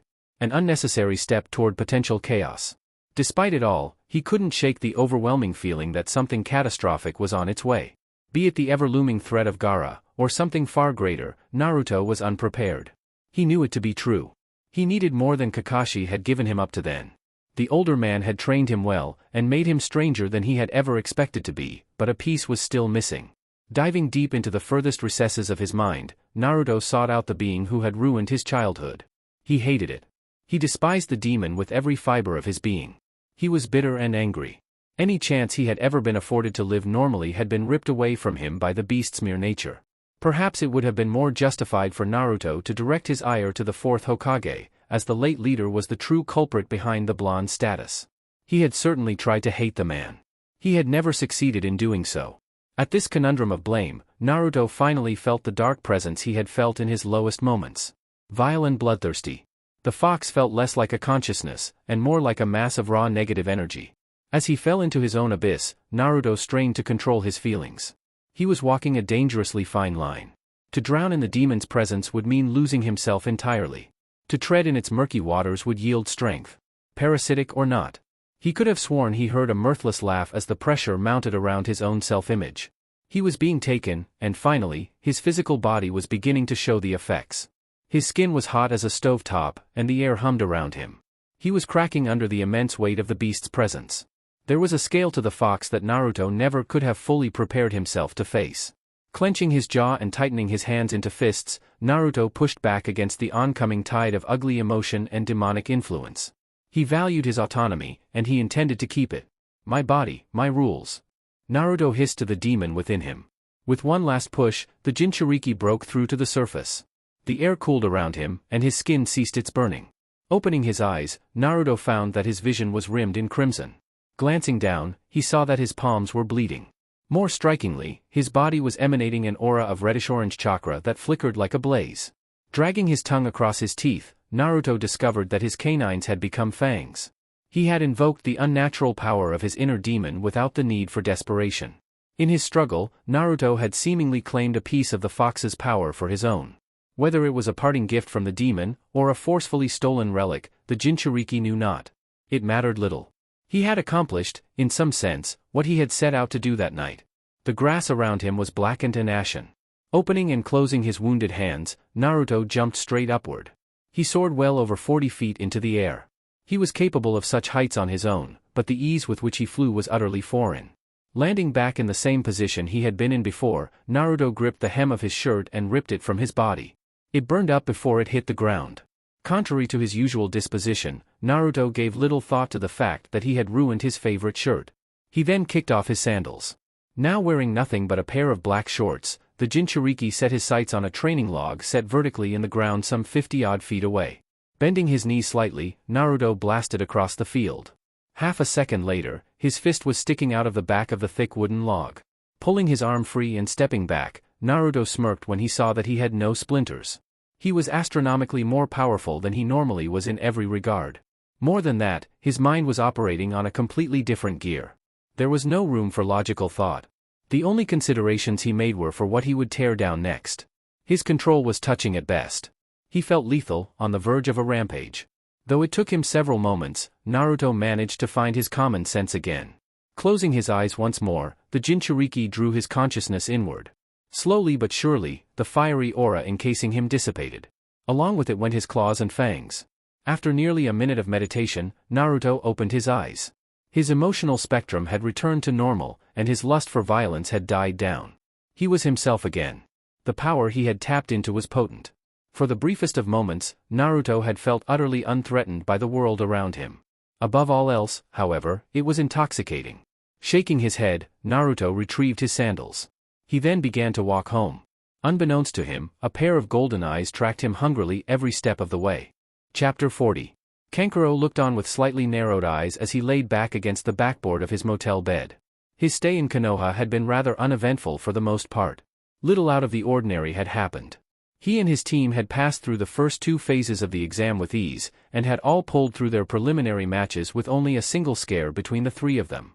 Gaara's nightly bloodlust was as surprising as a heatwave in the summer to the puppeteer. It was part of who he was, for better or worse. Usually the latter. Among the normalcy of their journey, a single nagging disturbance remained. Shikamaru Nara was far and away the most unruly aspect of their current situation, though the word hardly suited the Nara himself. He was nothing if not organized. Everything he did, small or large, served a purpose. Every word he spoke, every action he took. It made him intimidating in a very specific way. He was completely unpredictable. You came willingly this time. Temari didn't even have to heckle you. Kankuro thought as he stared at Shikamaru, who was seated on the floor of the motel room. He was engaged in a game of chess with Temari. The fan wielder had gone out of her way to purchase a board and practice after having been thoroughly thrashed by the Leaf Genin 4 days prior. They were neck-deep into their 7th match that evening, and Shikamaru remained unbeaten. You're here for something. You don't even like her much. Or me, for that matter. You came for a reason, the puppeteer silently projected to his sister's opponent. 2 hours before the present moment, Kankuro and Temari had encountered the shadow user in Konoha's town square. Predictably, Temari had immediately struck up a forward-leaning conversation with the boy. Unlike every other encounter the group had shared with him, Shikamaru had been agreeable. He had accepted the inevitable invitation Temari had sent his way without a second thought. Stranger yet, it had almost seemed as though he was waiting for them. If he was indeed angling for something specific by joining them back at the motel, his patience was admirable, as Temari had given him no time to settle before challenging him to chess. Shifting on his bed, Kankuro crossed his legs and sat up straighter. Observing the current state of Shikamaru and Temari's game, he found a familiar sight. His sister was on the attack, and the Nara was playing the role of matador. He's a bad matchup for her. She's too eager, and he's reading her like a book. Kankuro thought to himself analytically. A quick glance at Temari's face revealed a new wrinkle, however. She didn't look frustrated in the least, despite her numerous losses. If anything, she looked rather enthused by what was unfolding before her. Furrowing his brow, Kankuro stole a look at Shikamaru's expression. As expected, his face bore a look of sluggishness that belied his frightening intelligence. As the minutes ticked away, something unexpected began to take shape. Slowly but surely, on the back of the most minor adjustments, Temari found ways around Shikamaru's defensive shell. Through a clever, albeit risky, combination of throwaways, false entries, and unorthodox piece placement, the fan wielder wormed her way behind enemy lines. Then, in an even more shocking twist, it all ended in a flash. "Checkmate," Temari announced proudly. Shikamaru stared at the board, a look of genuine surprise on his face for perhaps the first time Kankuro had known him. The flash of disbelief didn't last long, as the Nara composed himself quickly. "Huh? That's a first," he said blankly. Temari, who was visibly quite proud of herself, smirked and tilted her head off to one side. "Never lost before? That sounds dull," she inquired. Shikamaru shook his head and scratched his cheek absently, his eyes fixed on the board on which he had been beaten. "No, my dad beats me all the time. You're the first other than him," he clarified. Temari reached out and rubbed the top of his head mockingly. "Better get used to it. We should make bets next time," she suggested. Shikamaru gave her a bored look and shook her hand from his head. "I'll pass," he said bluntly. Kankuro suppressed a sympathetic chuckle. For all that he was personally unsure of what he thought of the Leaf Genin, Temari's antics were relentless. Finding that he was quite bored despite the shocking upset that had just occurred, Kankuro began to volunteer for a game. He hadn't even spoken a single word when the door handle began to twist. All eyes shifted to the door, which promptly opened. Standing on the other side of it was perhaps the last person Kankuro wished to see. "Well, this saves me the trouble of searching," said Gaara, who stepped through the doorway and swept his icy eyes across the room. Kankuro had long since grown used to his brother's natural aura of menace, but something about him was off. Though he always radiated a subtle hint of stability, it was more severe than usual. He was slipping, somehow. "For me, I'm guessing?" Shikamaru asked while rising to his feet. In comparison to both Kankuro and his sister, the Nara was shockingly calm. As though he had been expecting his current situation all along. "What tipped you off?" Gaara asked, slowly encroaching on Shikamaru's personal space with every word. The Leaf Genin shrugged his shoulders and stood his ground. "You've been sulking around my house the past few nights. You're not all that subtle," he said calmly. Kankuro pursed his lips and shifted about uncomfortably on the bed. "Don't talk back to him. You're gonna get yourself hurt," he silently begged the Leaf Genin. Gaara's expression remained as sullen as it had been upon his entrance. For once, he wasn't bothering to put on airs. "I don't need to be. You already know what this is about," the redhead said, a threatening undertone clinging to his words. Shikamaru slid his hands into his pockets. "We already talked about this back in the lobby. If you had something to say, you should have told me when you had the chance," he shot back. He was unafraid, or so it appeared. Gaara gave a derisive snort. "You're in no position to be snippy with me," he said. Tensions were rising, and quickly at that. Glancing over at Temari, Kankuro saw that his sister was as unnerved as he was. She was still seated, and her hands were clenched into white-knuckled fists. "You're not much better off, I'd say," Shikamaru said testingly. Gaara advanced a few more inches. The Jinchuriki had never much enjoyed being challenged, but his composure was visibly cracking far more quickly than usual. "I think you'll find that circumstances don't mean much to me," he countered, his voice dropping a half-octave. The Nara boy held eye contact unflinchingly. "If that's the case, why'd you wait for Haku to be out of the picture before stalking me?" he countered. Gaara's left eye twitched ever so slightly. Kankuro could hardly breathe. The rare occasions on which somebody had dared to give his brother such brazen pushback nearly always ended in bloodshed. "You've got a few screws loose, but the one thing you always like to keep in mind is visibility. Do I have that right?" Shikamaru continued, pressing the redhead with another question. A low humming sound began to reverberate throughout the room. It was a sound the puppeteer had seldom heard, but knew the implications of all too well. Gaara was angry. "You run your mouth an awful lot for somebody in such danger," the Jinchuriki said darkly. Shikamaru's eyes drifted to the gourd on Gaara's back, seemingly to ensure that it was still sealed shut. "I wonder about that, honestly. Couldn't help but notice that they still haven't found another body since you were interrogated. You've been quiet lately," he pointed out. The Jinchuriki hesitated for just a moment. It was subtle, only a half-beat off, but it was noticeable. "Maybe I've just been more thorough," he suggested.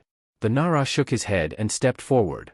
"I think you're feeling just a bit exposed for the first time in a while," he said, stopping toe-to-toe with the redhead. Kankuro's mouth hung open slightly at what he was witnessing. "This is suicide." "What the hell are you doing?" he balked within his mind. If the conversation at hand ended in anything other than Shikamaru's corpse twitching on the floor, it would be an anomaly. "I could snuff you out before you even have the chance to blink. You're making a mistake," Gaara warned, straightening his posture to his full height. "You could, but you won't. Not a whole lot matters to a bastard like you, but you seem like you value your freedom." Touch me or either of my teammates, and we've got probable cause to make you a suspect, the Leaf Genin said. He then leaned forward, his forehead tapping against Gaara's. One step out of line, and you're done. We've got a profile on you. Hurt anybody at all, and the wall's close in, he said. He was openly threatening him. No hesitation, no qualms. It was a shocking sight to behold. Most jarring of all, a small bead of sweat slid down Gaara's forehead. You hide behind your schemes and plans. All because you're too weak to make things happen head-on. You're a rat. You're frail, the redhead growled. Shikamaru refused to budge at his scathing words. And you fall to pieces the minute somebody takes your toys away. If I'm frail, then you're a brat, he retorted. The room fell to a deadened silence. It was painful to breathe, as any action at all felt bound to set off an explosion. Then, just as the pressure was becoming truly unbearable, Gaara backed up a step, took a deep breath, and turned towards the door. As he turned the handle, Shikamaru spoke up once more.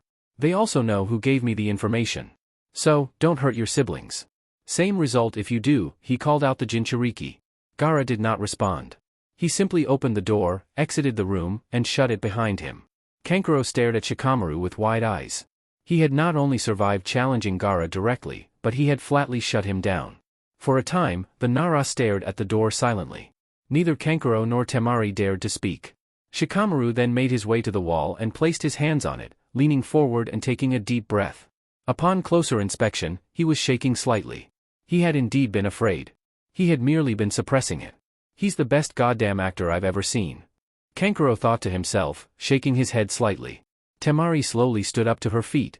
In a rare moment of softness from the fan wielder, she gently wrapped her arms around his waist and hugged him from behind. Kankuro allowed the pair to share the awkwardly tender moment.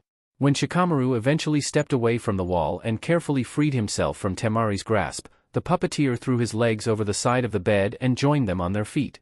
If that worked, you're a hero. I hope you know that, he said directly, looking the Nara in the eyes. Shikamaru's mouth tightened into a thin line. Feels like a big if with him, he muttered. Kankuro shook his head and laid a hand on his shoulder. You did good. Breathe easy for now. You made him angry, but he's not dumb, he assured the Leaf Genin. Allowing himself to relax, Shikamaru cracked his neck and glanced up at the clock. I should probably get out of your hair, he said, looking back toward the door. Temari took a grip on his wrist. Don't think for a second that you're safe out there, even after what you just did. You're staying here again, she said adamantly. Shikamaru tugged against her, though it was clear he lacked the energy to try particularly hard. I appreciate it, but my mom would kill me. She scares me more than Gaara ever could, he said, his tone sounding only half joking. Kenkuo sighed. Let him go, Temari. He's got a life, he said in agreement with the Leaf Genin. His sister began to refute his words, but stopped. I'll walk him home, she reiterated. Surprisingly, the shadow user did not argue. Instead, he opened the door and stepped out into the hall. Temari promptly followed suit. The door then shut again, leaving Kankuro alone. Standing in silence, the puppeteer walked back to his bed and flopped down on the mattress. I hope you survive where this is all headed, Shikamaru. Never before had a walk felt so utterly exhausting. The distance between the motel and the Nara residence was far from daunting. Only a mile and a half or so. Yet, despite the rather small distance, Shikamaru found himself feeling sluggish less than halfway through. He was mentally shot, both on an emotional and intellectual level. The amount of willpower it had taken to control his fear in the face of Gaara had been staggering, as had been the trust he'd placed in his wit to carry him through the conversation. He felt drained, and slightly fearful. The lone positive aspect of where he now found himself was the fact that he was not walking alone. Temari of the Sand would not have been his first choice of company, but she was certainly better than nothing, and truth be told, he found her far more captivating now that she had beaten him fairly in a pitched game of chess. Shikamaru Nara did not lose often in duels of intellect, and never to any other than his father. That was, before their 7th match of the evening. Shelving his mild frustration at the loss, the Nara boy glanced to his left, where Temari was walking at his side. He said nothing initially, preferring to study the brash girl in silence. Her eyes were hard and focused, and her posture was rigid. She was on high alert, and understandably so. As he began turning his attention back to the road ahead, Temari caught his eyes with her own. What ya starin' at? She inquired humorously, her expression lightening somewhat. Shikamaru rolled his eyes and kicked a stone along the asphalt. You were actually being quiet for once. I thought there might be something wrong with you, he replied dryly. Temari let out a short laugh and stepped on his toes. The Nara stumbled forward, but caught his balance before falling. "Didn't know you liked the sound of my voice so much," the fan wielder said, grabbing his arm to stabilize him as they walked along. Shikamaru sighed tiredly. He had poked a bear, and it had awoken. "I've heard worse," he said. Temari blinked twice, clearly quite surprised to have received something resembling a compliment. She then smiled and fixed her gaze straight ahead. For a minute or two, they walked in neutral silence. Just as it seemed that the remainder of the walk would take place in peace, Temari posed a question. "You came home with us because you thought he'd follow, didn't you?" she asked. The Nara boy nodded and swatted a gnat on his arm. "Like I said, he's been stalking around my house at night lately, and I figured he was probably following me around in general. It was just a guess, but I got it right," he explained. An inward breath. "I wanted to get him isolated somewhere. Doing that out in public would have gotten somebody hurt. I also needed to wait for Haku to be back on active duty. There's no way she would have let me play it so risky without jumping in and ruining it," he added. Temari whistled and raised an eyebrow. "You really thought this through." "I'm not surprised, but still," she said. Shikamaru stared up at the moon overhead. It was a sharp crescent. "Getting him arrested was never going to work. It was a gamble, but I figured that scaring him was my best bet. He already knew most of what I told him, but reinforcing his doubts was the entire point," he said. They then turned onto another street, where the Nara residence was visible down at the end. At the sight, Temari stopped walking. Shikamaru halted alongside her. "People really matter to you, don't they?" she asked. For once, there was nothing mocking or joking about her tone. The leaf genin looked to the ground. "I have a lot of selfishness to make up for," he said honestly. He had done his best to leave the answer vague. He was far too tired to delve into his own personal mistakes.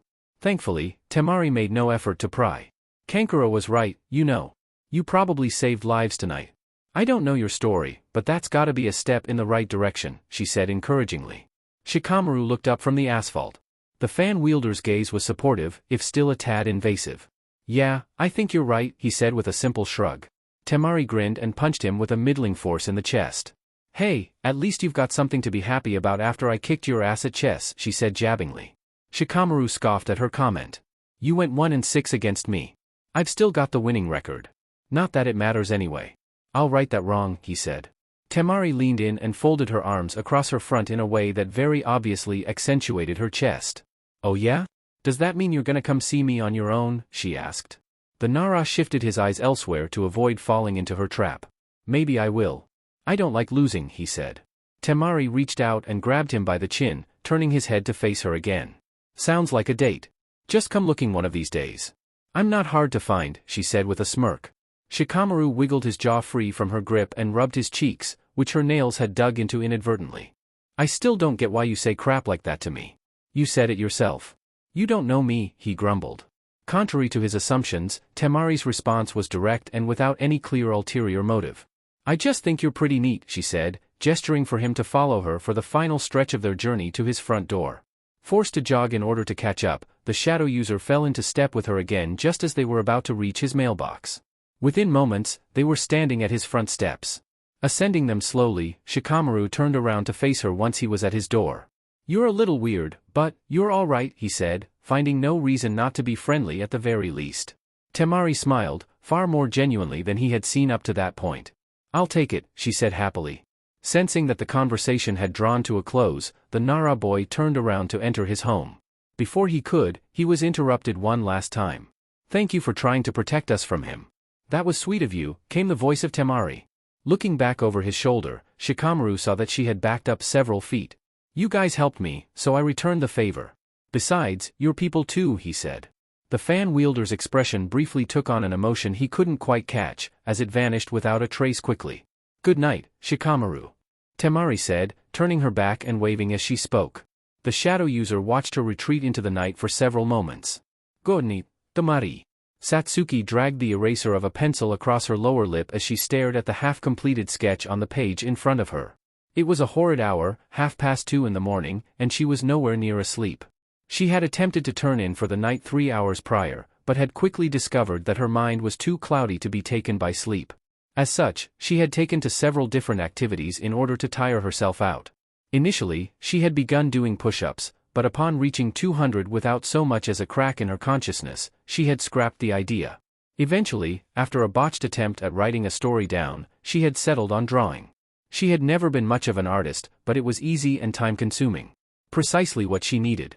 Currently, her perfectionism was slowing her progress to a crawl. Every single detail needed to be precisely as she had imagined it. The image she had chosen as her mental reference for her sketch was far from a conventional one, and putting it to the page was bound to become somewhat uncomfortable as the image formed, but she had come too far to quit. Filling in lines, shading, and connecting certain shapes, Satsuki worked away. It was a slow process, with every minute of active work being interrupted by 5 of inertia. Despite the sluggish pace, the Uchiha girl hardly felt frustrated. In fact, she rather enjoyed the slow metamorphosis of aimless scratches of a pencil to a comprehensive picture. As the details came together, the Uchiha girl felt herself growing rather proud of her work. It was far from flawless, but things were clicking well. I should do this more often, she thought to herself, a slight smile forming on her lips as she shaded a region of her sketch. She was hardly following a set plan anymore. She was drawing purely on feeling. It almost felt freeing. It was open expression, something she was desperately poor at most of the time. With each stroke of her pencil, the closer she came to completion, when she could look upon her art objectively. She was genuinely enjoying herself. As she worked away, the girl's mind drifted to other topics. Come the next morning, just a day over a week remained until the final round. Her preparation was nearing completion, and she felt more lethal than ever. She was in phenomenal shape physically, and her technical proficiency across numerous modes of combat was as sharp as could be. She had even picked up a fair few new tricks during her sessions with Kakashi. I've got to be up early tomorrow, she thought to herself. Technically speaking, it was the earliest hours of Thursday morning, her first weekly day of training with Kakashi. At the rate she was going, she would be finished with her sketch within 15 minutes. After a brief internal debate, Satsuki chose to see the miniature project through to its conclusion. Upping her work rate slightly, the raven-haired girl tightened her focus. In silence, with minimal light from her dull lamp, Satsuki put the finishing touches on her sketch. As she drew the final line, and shaded the final section, the Uchiha girl let out a sigh of satisfied relief. Holding the drawing up to the light, Satsuki took in its entire image for the first time. She had not paid particularly close attention to the product she was creating during the process itself. As she looked upon the completed art, the genin felt a sinking feeling take hold of her. The longer she stared, the more powerful it became. Setting the paper face down, Satsuki shut off her lamp. I really need to sleep, she thought tiredly, making her way over to her bed from the desk she had been occupying. Slipping under her covers, Satsuki shut her eyes. Though she did drift off to sleep successfully in time, a snapshot of what she had drawn remained burned into her mind. A man with an Uchiha-branded shirt, face down in the water, being torn apart by a swarm of birds. Chapter 41. Naruto Uzumaki had encountered his fair share of surprising figures dining at the Ichiraku ramen stand during his time as a regular customer. The stand was small, but it tended to attract people from all walks of life. Homeless and rich alike could be found seated at one of its 4 stools depending on the day. 3 years prior, he had even shared a surprisingly pleasant conversation over the noodle delicacy with Hayashi Hyuga of all people. There was no exclusivity to be found at Ichiraku. Despite his experience, he could hardly contain his shock as he pushed past the curtain. Sitting on the rightmost stool, a pair of chopsticks in her hand and a bowl of miso in front of her, was Hakuyuki. Initially, the Jinchuriki simply stared. He did several double takes. The sight was so unexpected, and so lacking in explanation that he could hardly believe what his own eyes were showing him. Even more confusing was the fact that she was donned in what appeared to be the uniform of the Umbu Black Ops unit, save for the mask.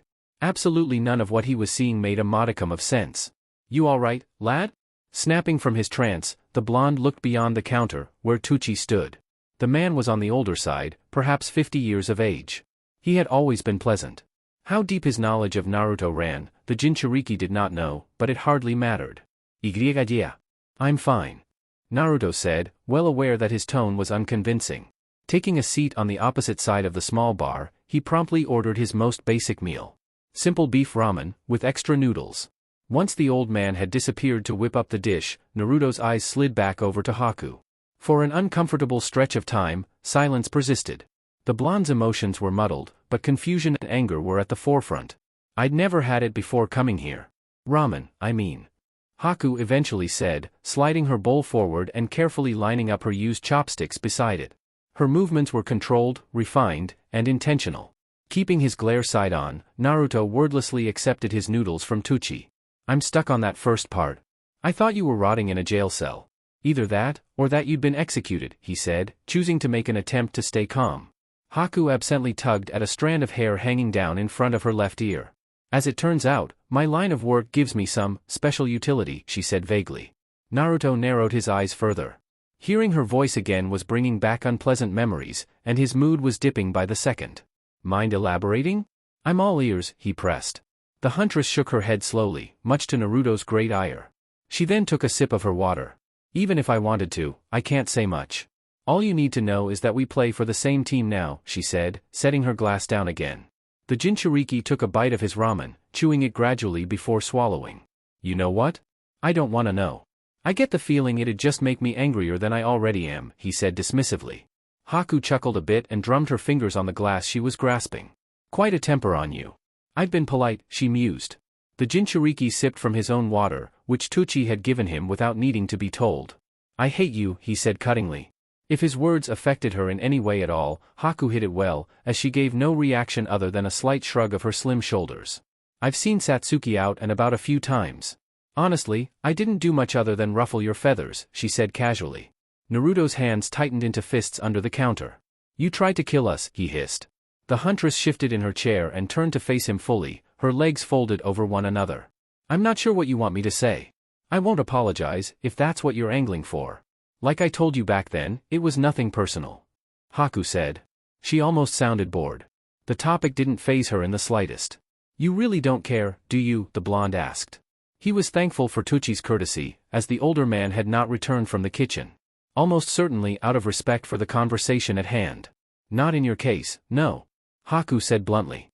Naruto generally appreciated honesty, but the huntress' particular brand had pushed him over the edge. With no forethought, the Jinchuriki leaned forward and cracked her across the jaw with a short punch. There was hardly any real force behind it, but it was enough to turn her head to the side. Retracting his fist quickly, Naruto prepared himself for retaliation. It never came. Turning her head back toward him again, Haku wiped a trickle of blood leaking from her lower lip and cleaned her hand with a nearby napkin. Did that make you feel better? She asked. Naruto clenched his jaw. His loss of control was a mark against him, no matter how easily he could justify it within his mind. Give me another shot and I'll get back to you on that, he said. Haku said nothing, but she leaned forward ever so slightly. She was offering up her chin again, daring him to swing. Whether she would defend herself or not was a mystery, but the longer Naruto hesitated, the less he wanted to find out. If it helps you sleep at night, I still don't have much freedom. I have a curfew, I sleep in the Umbu barracks, and I'm under surveillance most of the time even when I'm not on assignment. I don't even get paid. Haku said once the tense game of chicken had stretched on a bit too long, leaning her elbow on the counter and relaxing her posture. Besides, I never asked to be brought here. I was satisfied with dying in that river. It's not my fault Shikamaru has too much of a heart for his own good, she added. Naruto took another bite of his ramen, which was now lukewarm. You're not even grateful. You suck, you know that, he said, his tone abrasive. The huntress sighed and turned back toward her empty bowl. I've given my thanks already. Just not to you.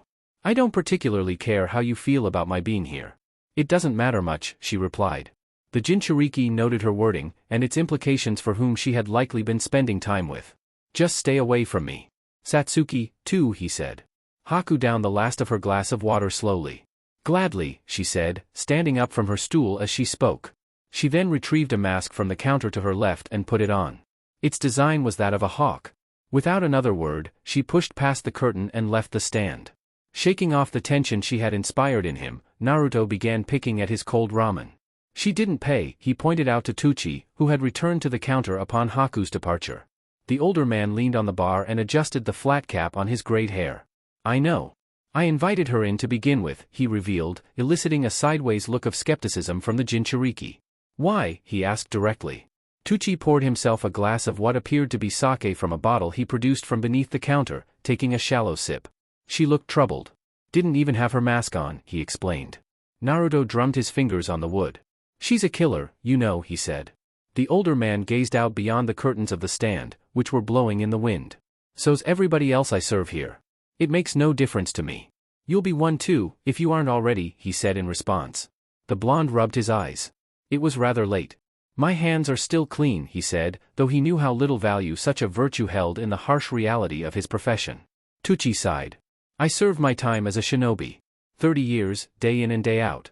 If I could give you any advice at all, it would be to pity those who have lost their warmth, not resent them, he said sagely.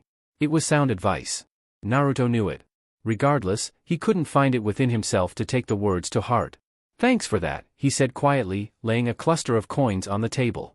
As he stood up and began to push past the curtain, he was halted by the older man's voice. Once you're done knocking that high-class brat down a peg, come back around and bring your team. On the house.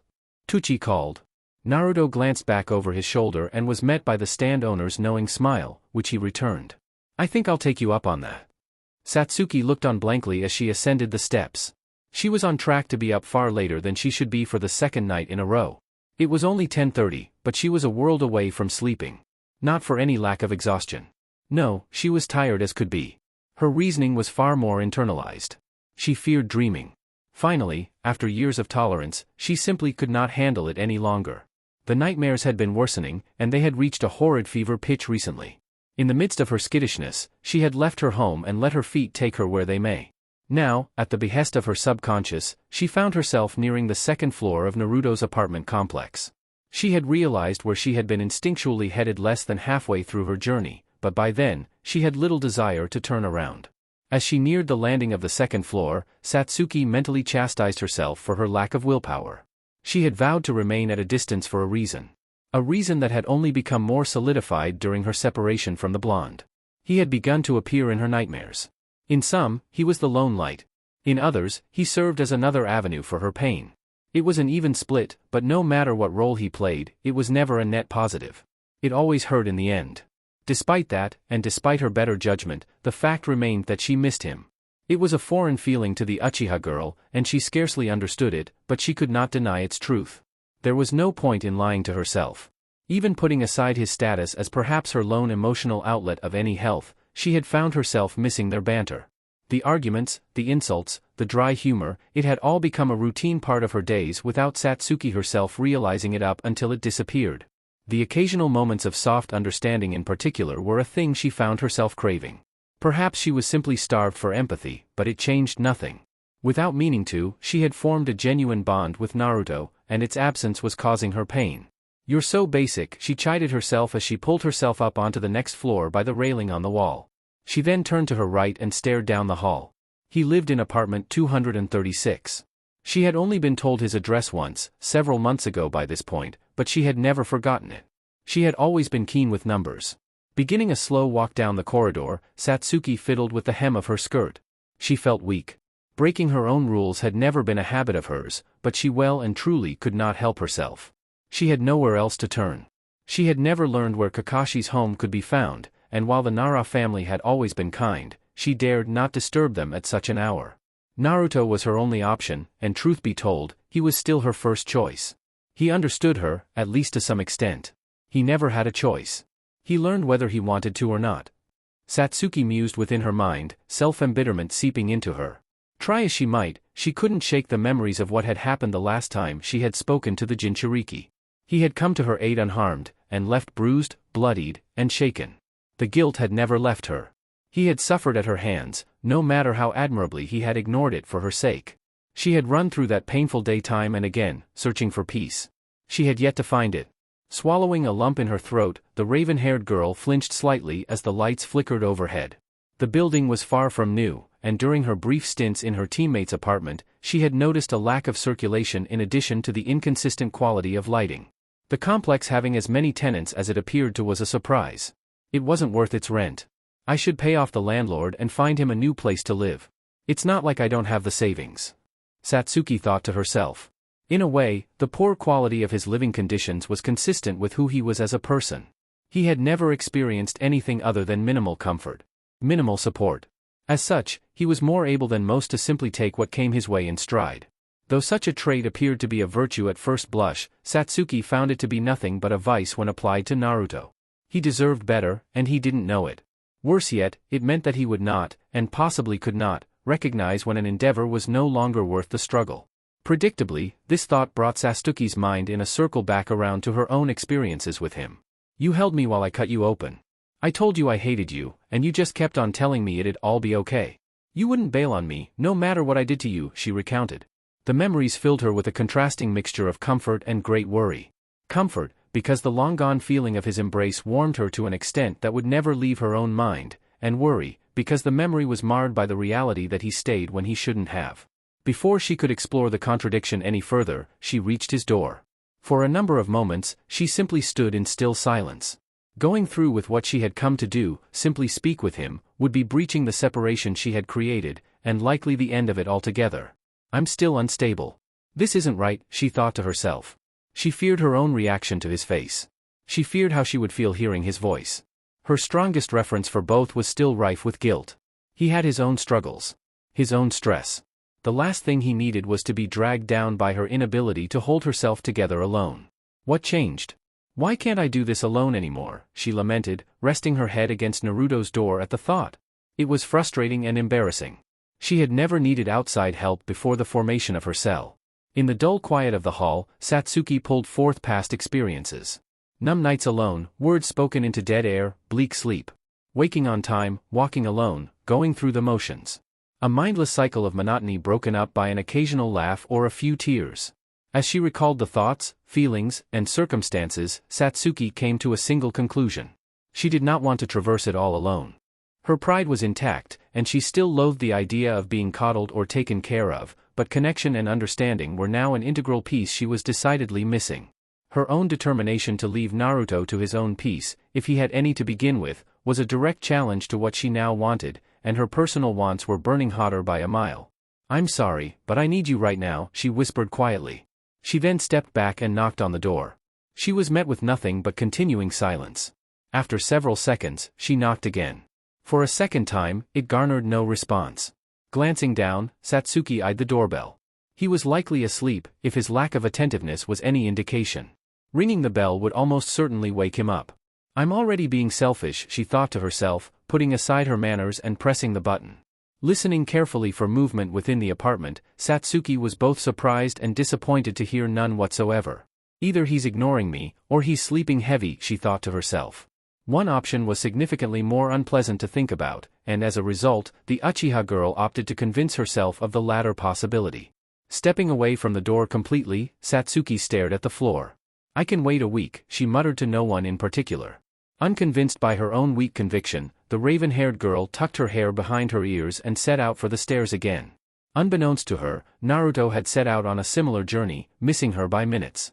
A chilly wind blew across the streets of Konoha as Naruto pulled his jacket collar up to cover his lower jaw.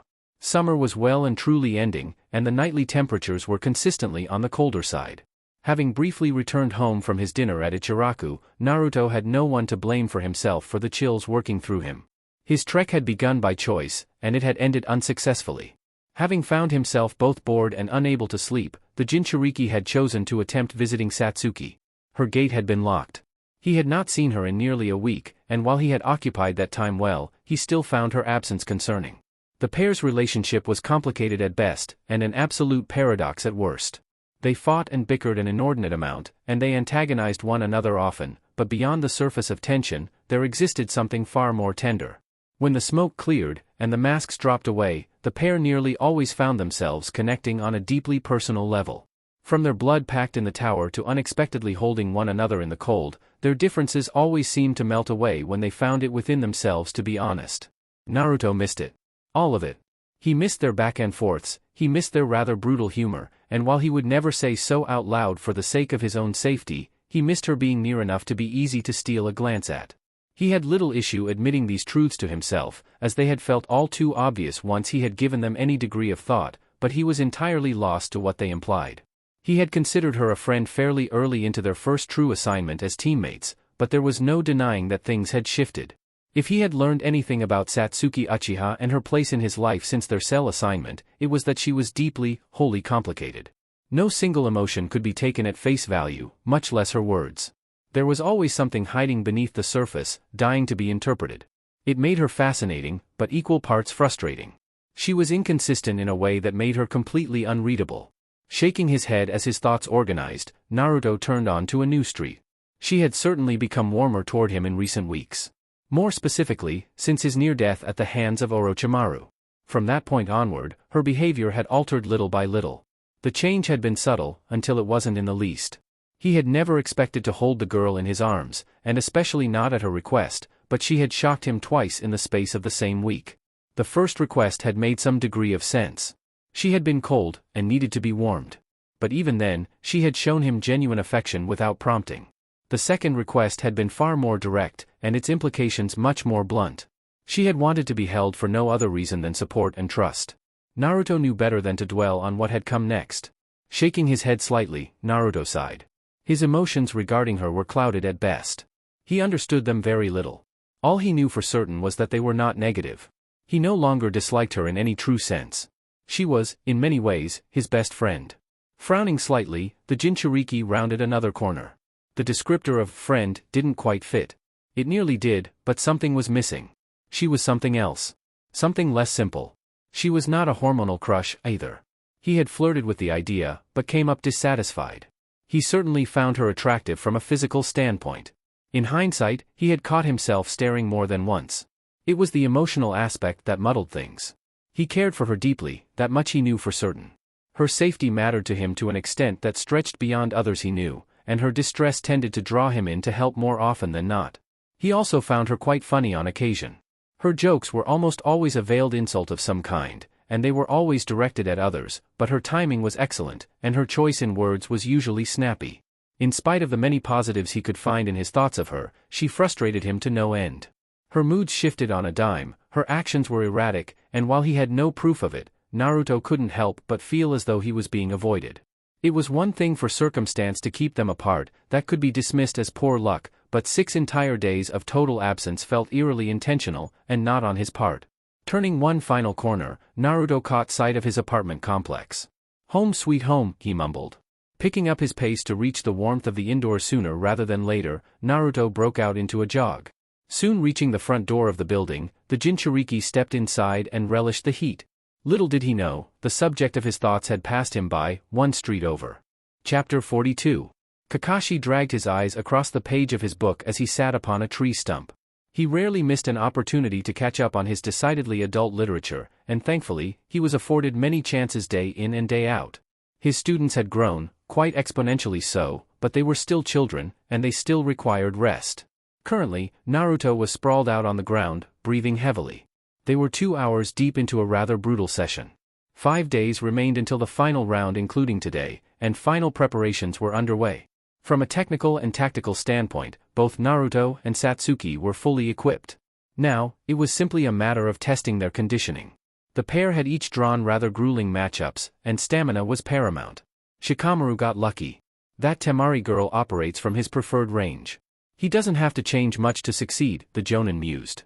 He had seen little of his mellow student throughout the month outside of their once-weekly taijutsu drills. Even with such limited exposure, Kakashi had detected a significant amount of tension in him.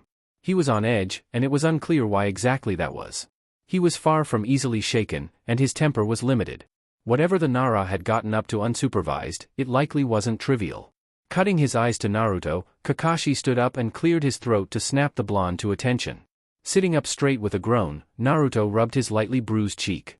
Pocketing his orange softback, the Jonin folded his arms across his chest. "I'll make you a deal," he began, visibly piquing his student's interest. Naruto nodded and motioned for the older man to continue. "We're gonna spar again. You can come at me as hard as you want. If you can hit me clean twice, you can go home early. How does that sound?" Kakashi offered. It was an empty proposition for the most part. For all of his improvements, Naruto had only hit him flush 3 times across the entire month, with each blow being spaced out by at least several days. Regardless of its disingenuous nature, the offer had the intended effect. "You're on," Naruto said, suddenly looking rather revitalized. Kakashi smirked beneath his mask. He was far from lazy, but Naruto Uzumaki was a teenager all the same. Convenience was the ultimate motivator. As the blonde assumed a taijutsu stance, Kakashi remained upright and calm. "You can start us off whenever you like," he said. A moment passed with no further action. Once those brief few seconds had ticked away, Naruto pushed off of his back foot and charged forward. Kakashi easily read his initial movement. Stepping off to the side, the Jonin allowed Naruto to punch a hole through the empty air where his teacher had once been. Before he could fully pass by, Kakashi seized him by the back of his shirt and spun him around twice before tossing him straight up into the air. Naruto recovered well, twisting his body and launching a pair of kunai down at the Jonin. Kakashi easily evaded both while maintaining a stable position. The Jinchuriki wasted little time in attacking once more upon hitting the ground again. Having touched down right in range, Naruto dug a forceful punch down toward the Jonin's liver. Tucking his elbow down, Kakashi caught the punch on his arm and paid him back by spearing his knee straight up into the bottom of the genin's chin. Naruto staggered back a step, but quickly resumed his assault. Measuring distance by outstretching his leading left hand and grabbing onto Kakashi's own left hand, the blonde yanked the arm down and attempted to fire a fully loaded punch over the Jonin's shoulder.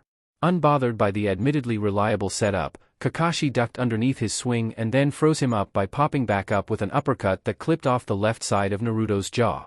Momentarily stunned, the blonde was unable to react to Kakashi reversing their grips and whirling around behind him. Bending his student's arm up into his shoulder blade, the older man shoved him forward and kicked him in the back. "You have to think more than one step ahead. Basics are good, but layer them," he called out to the blonde, who had rebalanced himself and turned back around to face him. Nodding in understanding, Naruto blitzed again. This time, however, he stopped just short of a collision.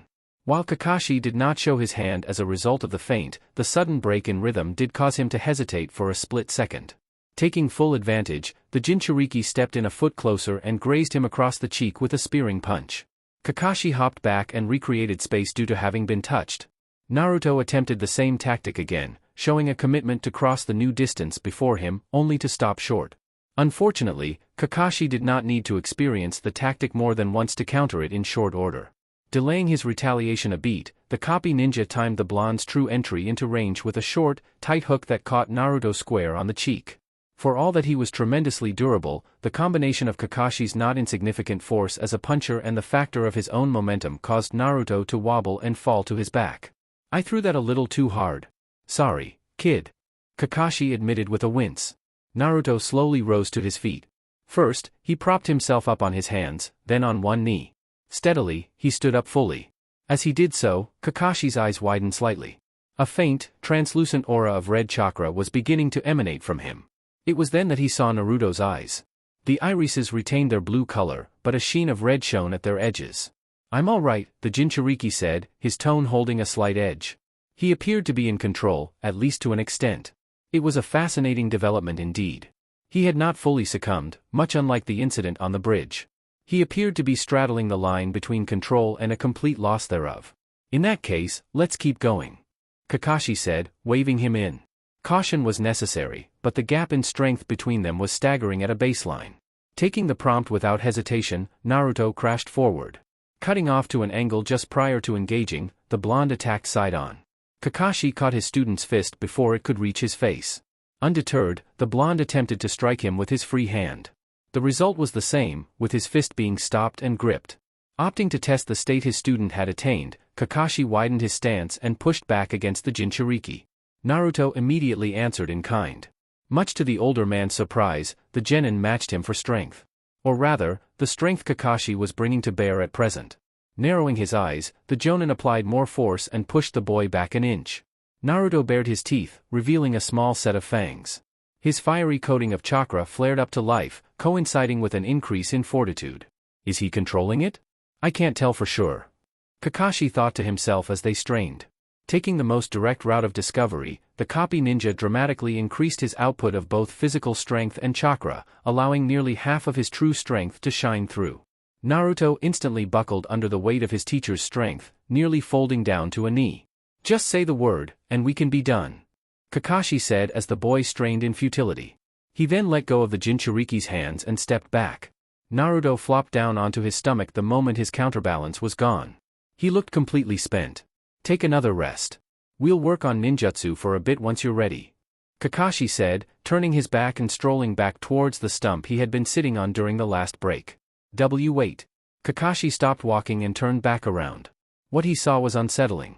Up on his feet again with his eyes downcast, Naruto's body was producing the very same red aura he had attained minutes earlier, but this time, it was far thicker.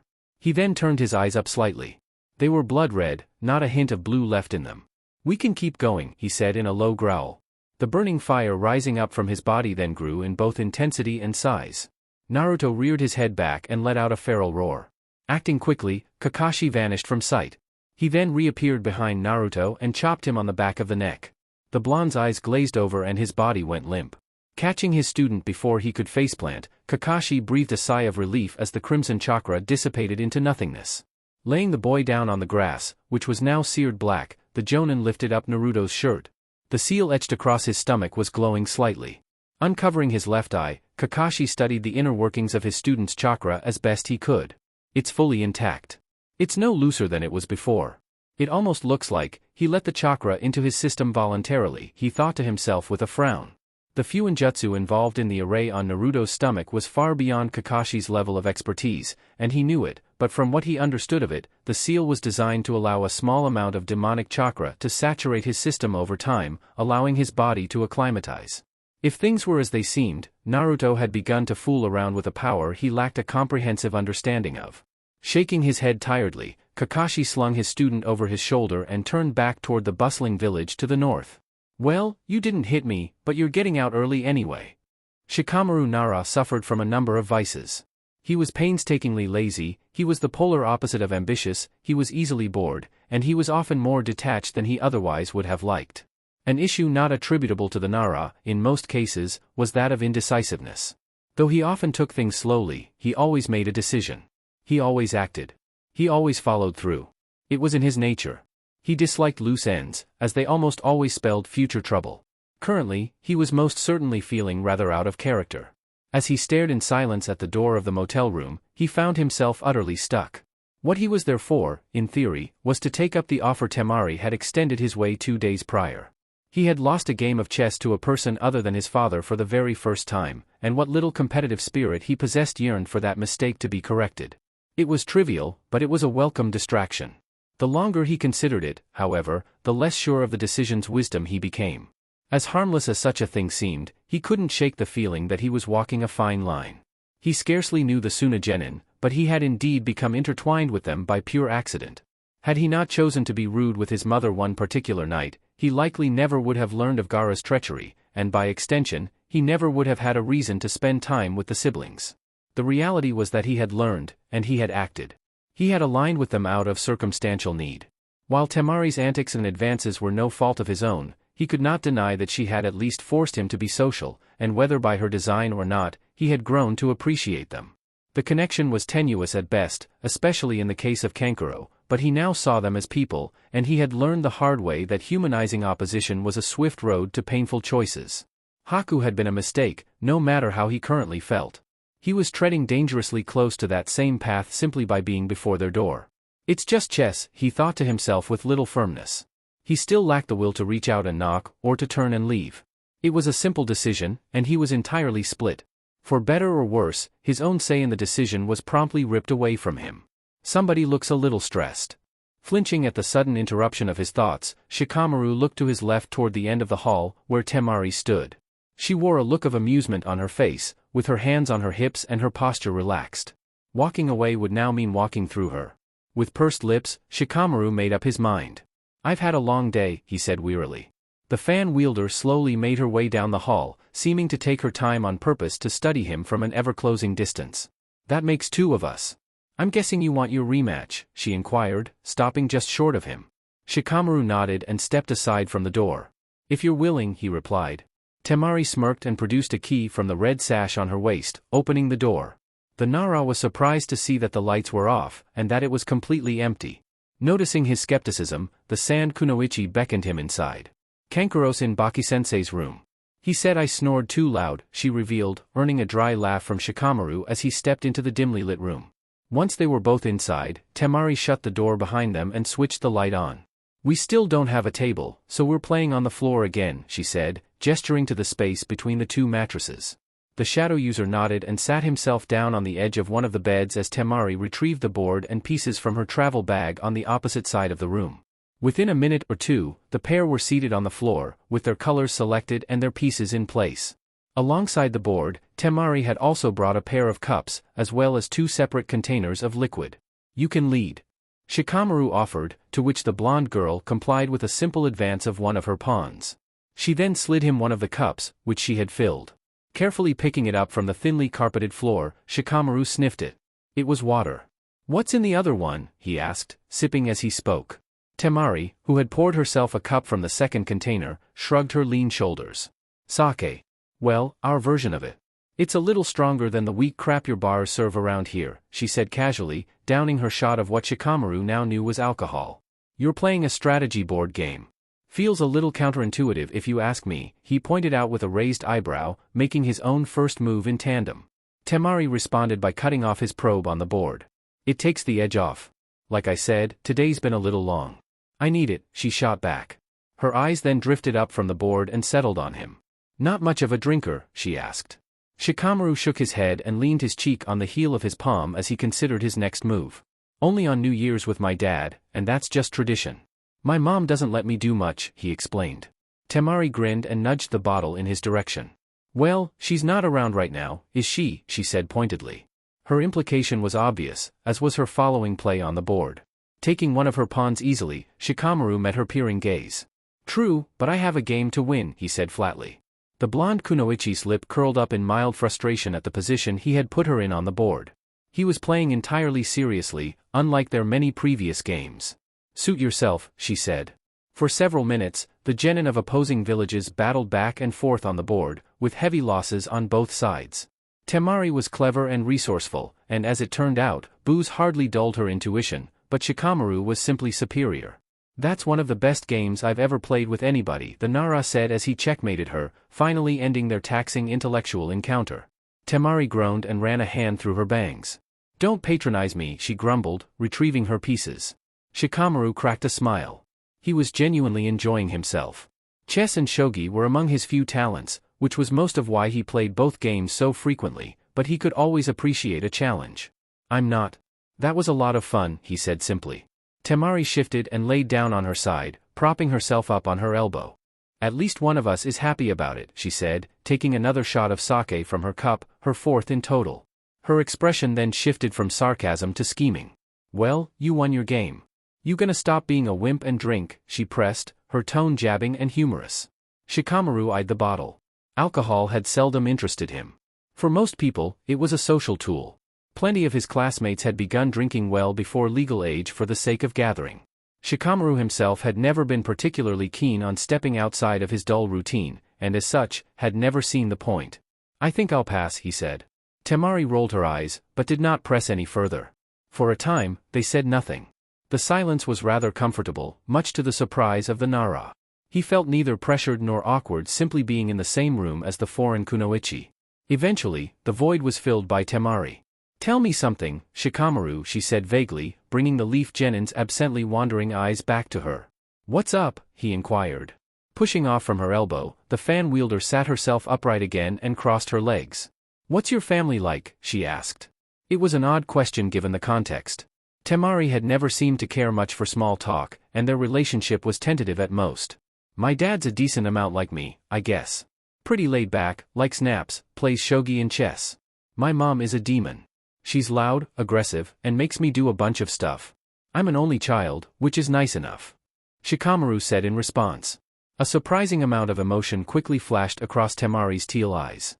That sounds really nice, she said quietly, seemingly lost in thought. Shikamaru's brow furrowed a tad. It was only the second time, but he had caught veiled emotion hidden behind her mask of sarcasm once before. It was true of most people, but there appeared to be more to the brash girl than met the eye. I'd ask about yours, but that wouldn't be a fun topic, would it? He said ponderously. Temari laughed a bit, pouring herself another cup of sake. There's not much to say.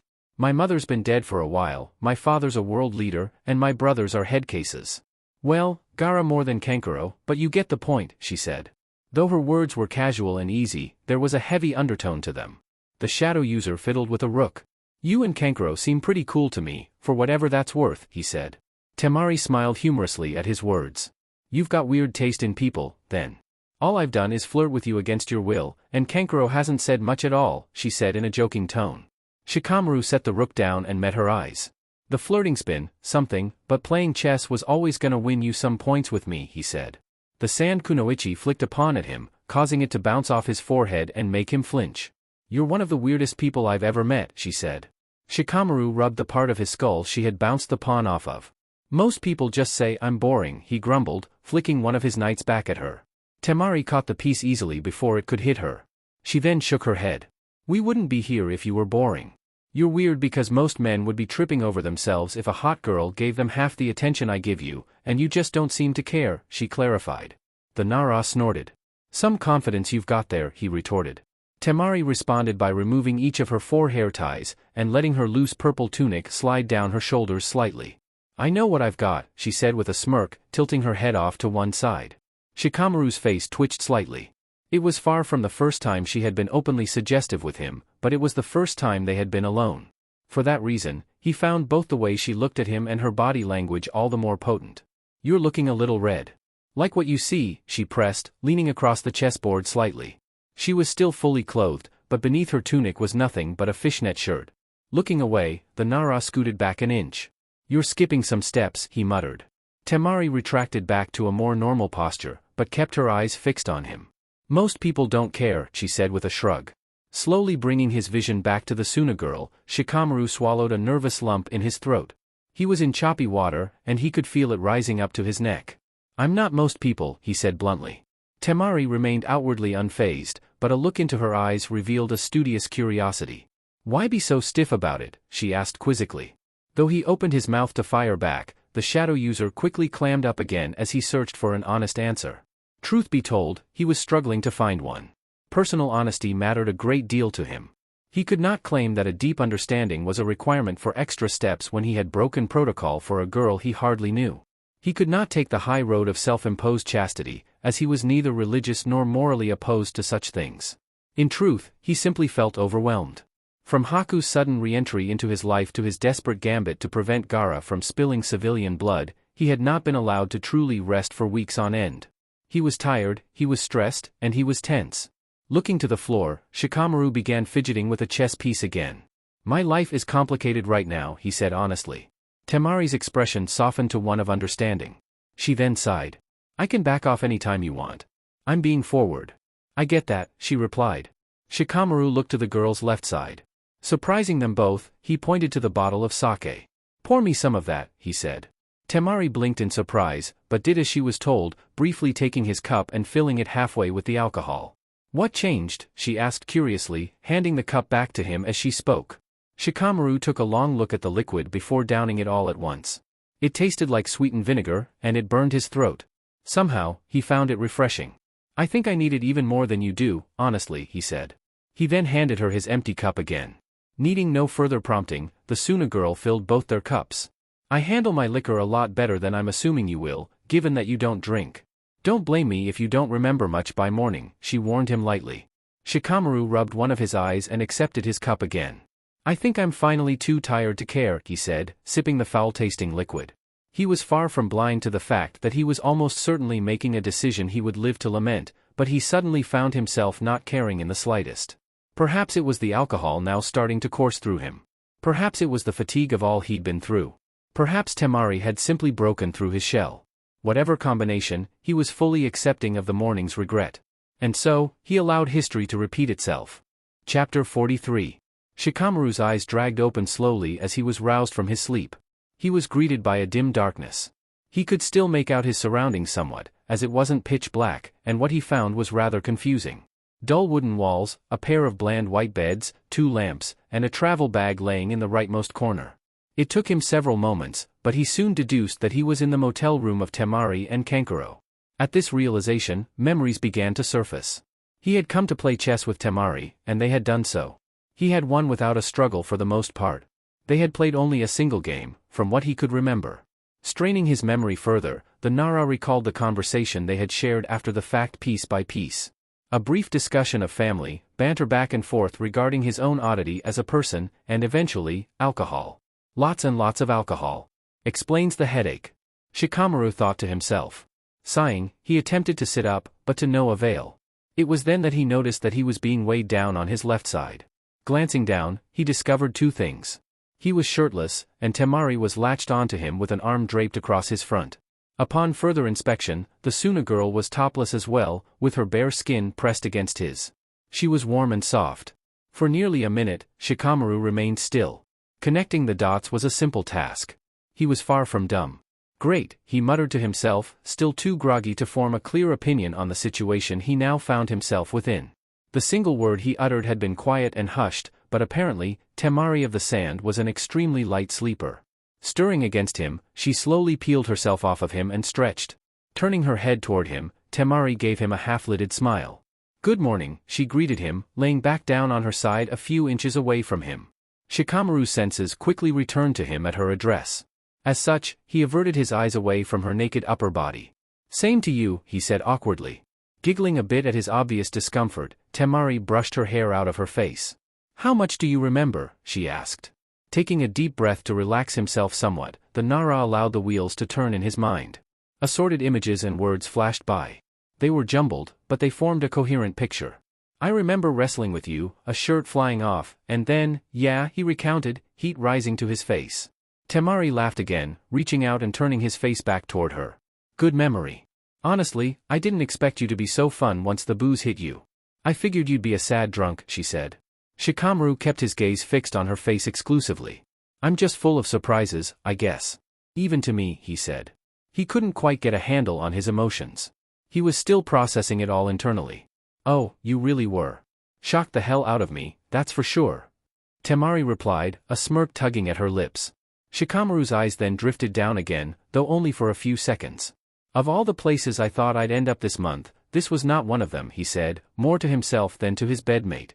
Temari stretched again, causing the sheets covering them to tug down. As it turned out, she was entirely without clothes, and from what Shikamaru could feel, he was as well. "I can't really disagree. When I first got here, I didn't think I'd end up popping my opponent's cherry," she said casually, seeming to have no issue at all with being fully naked in front of him. Shikamaru groaned and rolled over onto his stomach. "Did you have to say it that way?" he complained, his face buried in his pillow. The Sand Kunoichi responded by reaching out and latching onto his back. She then pulled him back onto his side, with him now facing away from her. Slipping her arms under his and hooking one of her legs through his own, she rested her chin on his shoulder. "Hey, you did a good job. Be proud of that." "I had a great time," she purred in his ear. Shikamaru shuddered slightly. He remembered the tone. She had used it with him countless times the previous night. Even now, unsure of himself and feeling somewhat out of place, it had an effect on him. "Why do I feel sore all over?" he asked. Temari squeezed his abdomen and lightly bit down on his ear. "We played rough," she said. Shikamaru shifted in place, but made no concerted effort to separate from her. As strange and somewhat wrong as it all felt, he was both too tired and too begrudgingly receptive to be stubborn. "What's on your mind?" the Suna girl asked once he had been quiet for a touch too long. Shikamaru reached down and covered her hands with his, separating them to roll over and face her. "I've made a lot of mistakes," he said. Their legs were still wrapped up at Temari's behest, and the girl still had a grip on the side of his arm. "I think you're too hard on yourself," she said gently. Shikamaru tentatively laid his hand down in the small space between them. "In what way?" he inquired. Temari slid her hand up from his arm to his cheek and let it rest there. "You got a little talkative last night. You didn't tell me everything, but I know a bit about that Haku girl. Who she is, how she happened. I'm missing some details, so maybe I have this wrong, but the history there hurts you," she said. Shikamaru turned his gaze to the dull sheets. "Saving an enemy isn't something I can justify for you. It wasn't right, but you act like you're the only person who's used their heart instead of their head. You talk like you have so much to atone for, when all you've done is be human," the fan wielder continued. Shikamaru exhaled through his nose. "There's a time and a place for that, and that mission was neither," he said dejectedly. Temari nodded in agreement, but remained steadfast. "You're right, and you shouldn't let it happen again, but don't act like you're some horrible sinner. I've done far worse. Trust me," she said reassuringly. Finally, the Nara met her eyes again. "And I just slept with you," he said, a bare sliver of humor returning to his voice. Temari grinned and gave him a light slap on the side of his face. "Hey, it's an accomplishment." "I'm not easy," she laughed. Shikamaru remained silent. No matter how naturally and easily they could speak to one another, the fact remained that they were from opposing sides. And something deep in his gut told him that their allegiances would soon be at the forefront. Appearing to detect his internal conflict, Temari slowly began to inch toward him. "Think of it this way, when this is all over, I'll be hundreds of miles away, and you can forget all about this. One and done," she said, pausing after the words had left her mouth. "That came out wrong," she muttered, tucking down under his chin. Shikamaru laid inert for a time, but eventually draped an arm over her. "It's all right. You're not exactly wrong," he said quietly. He was given no response. Nudging her, the Nara found that she had fallen asleep again. Glancing up at the clock, which he could just barely make out the hands of, he saw that it was hardly past 5 in the morning. They had awoken early. Choosing to cut his losses while he could rather than possibly face Kankuro, Shikamaru carefully removed himself from the bed without waking the sleeping girl. After a few minutes of quiet searching, he found his clothes and threw them on. He then opened the door to the room, taking one final look back at Temari. The sheets were messy and strewn about. She wasn't lying. Rough sounds about right, he thought to himself. He was red-blooded enough to find some pride in what he had done, but at his core, he felt nothing but hollowness. Tired, confused, and frustrated at having allowed a second mistake, Shikamaru left the room and walked home. Satsuki held out her hands toward the fire for warmth as a cold wind blew through the trees. The sun was just beginning to set, and as had been the trend over the past several days, the temperature was dropping along with it. She had opted to take a day out of the house and away from traditional drilling, and her aimless journey had taken her into the woods. Only 4 days remained until the final round counting the present one, and there was little she could do to sharpen up further. Mental preparation was all that held merit. The Uchiha girl was currently seated on a fallen tree, with a loose pile of dead logs stacked up in front of her with stones surrounding them. She had created a makeshift fire pit. She had never much cared for the outdoors in general, but the crude innovation brought her a certain amount of pride. Practicality was a valuable trait. It might not even be legal to burn stuff out here without permission. Satsuki thought to herself. The thought brought a smile to her lips. Despite her image as a model student, she had always enjoyed the odd thrill of breaking rules. Throughout her years in the academy, she had found a number of creative ways to cheat on exams. On one occasion, she had even stolen an answer key right from under Irika's nose. They never suspect the pretty girl. Always the loudmouth. Satsuki muttered as she tossed another dead log on the fire. Indeed, a number of her own misdeeds had been placed at the feet of Naruto, and occasionally Kiba. She felt minimal guilt, as the repercussions had been harmless in the end. The additional fuel caused the fire to flare up to life again, sending a wave of heat over her body. Maybe he had a decent enough reason to not like me back then. Satsuki pondered, Naruto's face flashing across her mind. He had always been more intelligent than he was given credit for. It was entirely possible that he had known of her dishonest methods at the time. The Jinchuriki was far from eloquent, and he had a tendency to be thick-skulled, but he was quietly perceptive. A frown then tugged at the corners of her mouth. He never cared about his grades, she mentally corrected herself. Why she suddenly found herself dwelling on a conflict that no longer existed, she could not quite deduce. As the sun dipped below the horizon, Satsuki replayed memories from her schooling in her mind. In truth, she had interacted little with the blonde meaningfully in their 6 years as classmates. They had exchanged insults, competed, and awkwardly attempted small talk, but not much beyond those things. It had been clear the entire time, regardless of their limited exposure, that Naruto had a distaste for her. His expression had always soured when she entered the classroom, and he was never more fierce a competitor than when matched up against her. Deliberating with herself briefly, Satsuki quickly ruled out petty jealousy. It wasn't in his nature. He had the capacity for bitterness, she had sensed it in him more than once, but even then, he hardly showed it. Why does it even matter to me now, she questioned aloud, garnering no response but the crackle of her fire. Digging deeper, Satsuki searched for answers within the broader context of her teammate's character. She knew him well by this point.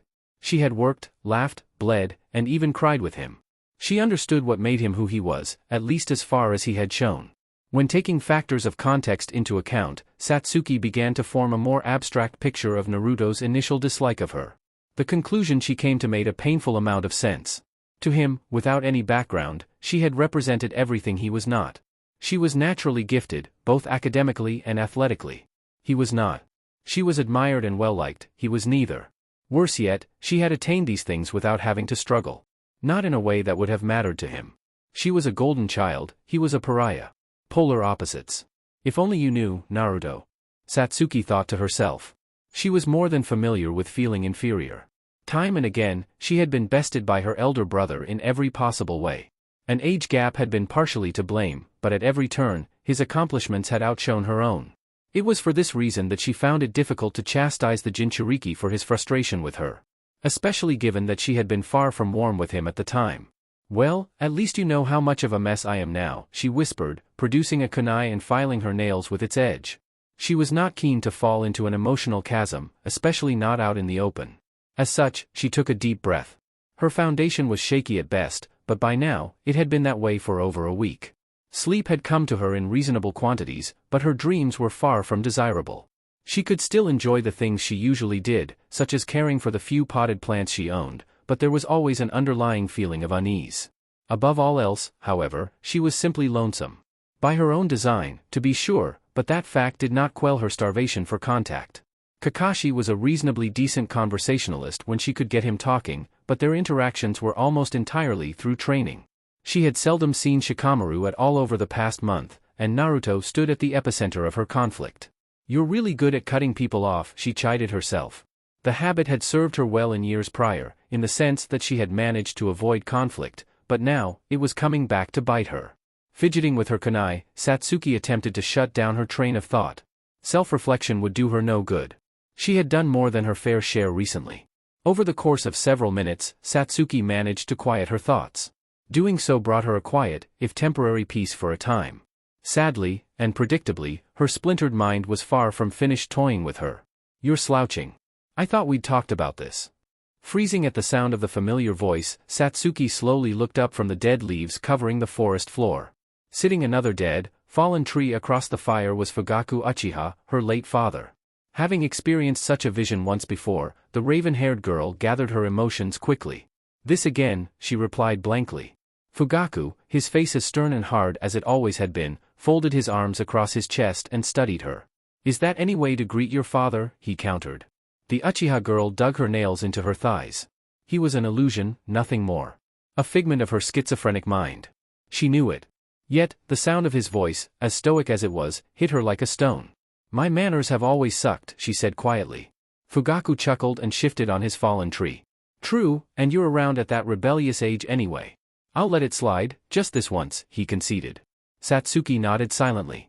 Saying too much would bring her greater pain than she was already experiencing simply by seeing her father's face. When her lack of a response stretched from seconds to nearly a minute, Fugaku frowned. "Bottling up won't help you. If you have something on your mind, let it out," he half suggested, half ordered. He had always been harsher than her mother. Caring in his own way, but significantly colder. Pale imitation though she knew him to be, Satsuki could not deny the authority in his tone, even now.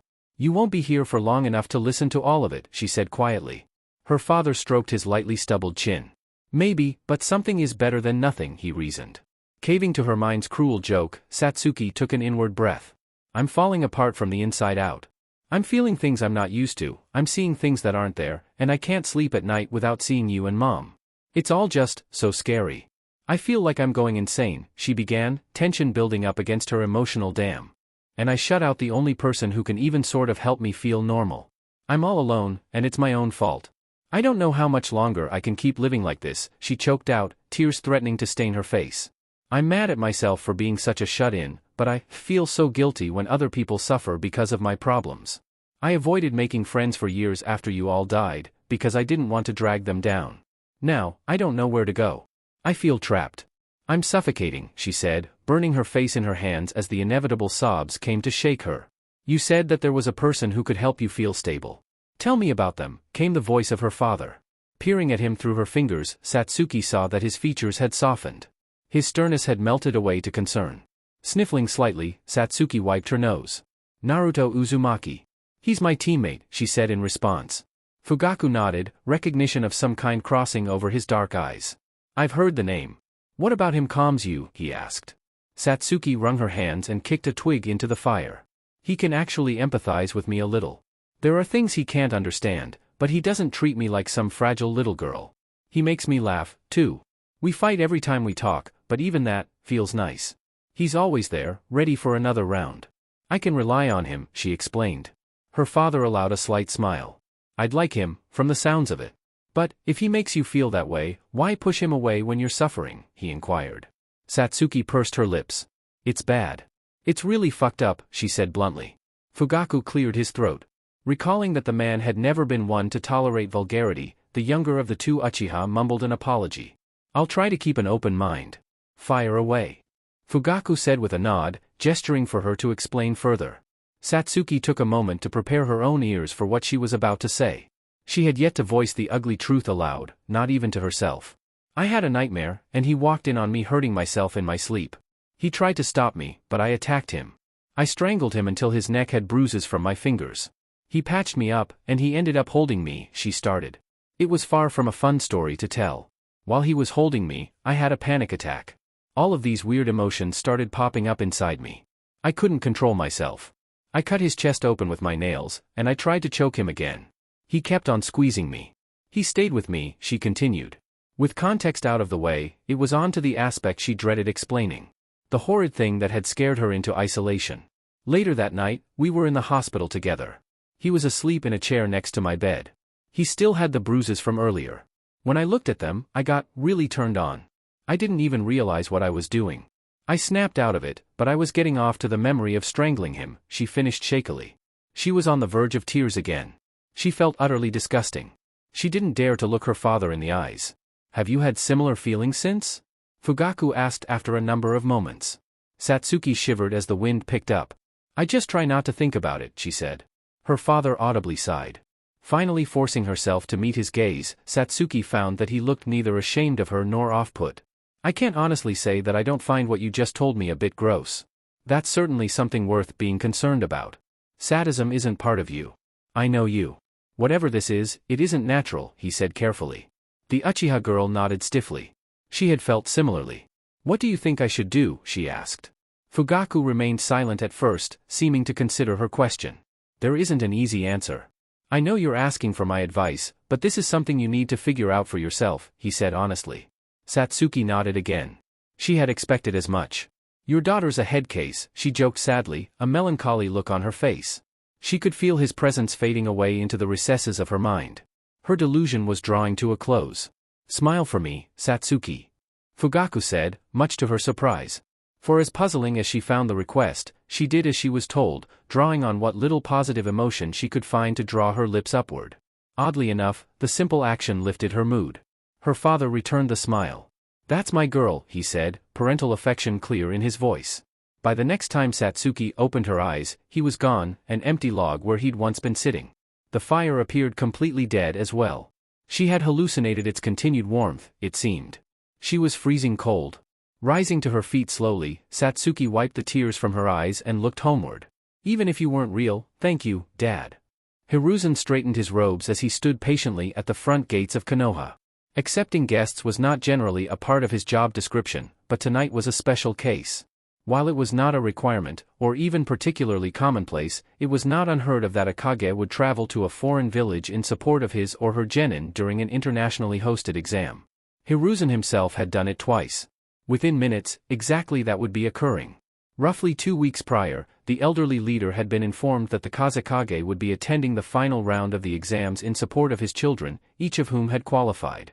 With his guard stationed at his back, Hiruzen smoked his pipe patiently as a set of figures emerged from the dense forest. There were 5 in total, with 2 shinobi flanking a central figure on either side. Wearing robes that matched his own save for their color and insignia, the Kazekage calmly strolled toward the front gate. Hiruzen furrowed his brow slightly. Traveling in such a small group was certainly an odd choice for an incumbent Kage. Rather risky, in most scenarios. Shelving his nitpicks, Hiruzen slowly walked out to meet his fellow leader. Intercepting him roughly 15 feet from the gate, the Hokage extended a hand to the robe-clad Kage. Accepting the gesture, the Kazekage shook the hand firmly. His skin was cold. I apologize for the unfortunate hour. Weather hampered us a bit at the halfway point, the Kazekage explained apologetically. Hiruzen nodded, keeping a tight grip on his hand. Immediately, the old man's intuition was firing off. He had never had a particularly close relationship with Raza of the Sand, but punctuation and planning had been 2 of the man's primary tenets. It's quite all right.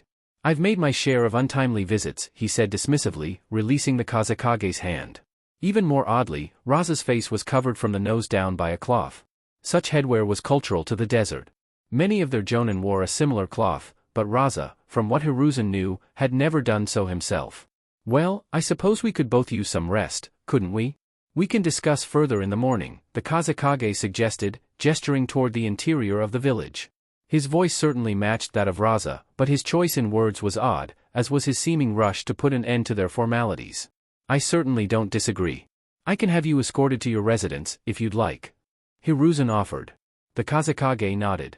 The elderly leader then cleared his throat, prompting 2 of his guards to begin leading Raza away toward the well-kept housing in which he would be staying. All at once, the conversation was over. Hardly 100 words exchanged, all at the behest of the Kazekage.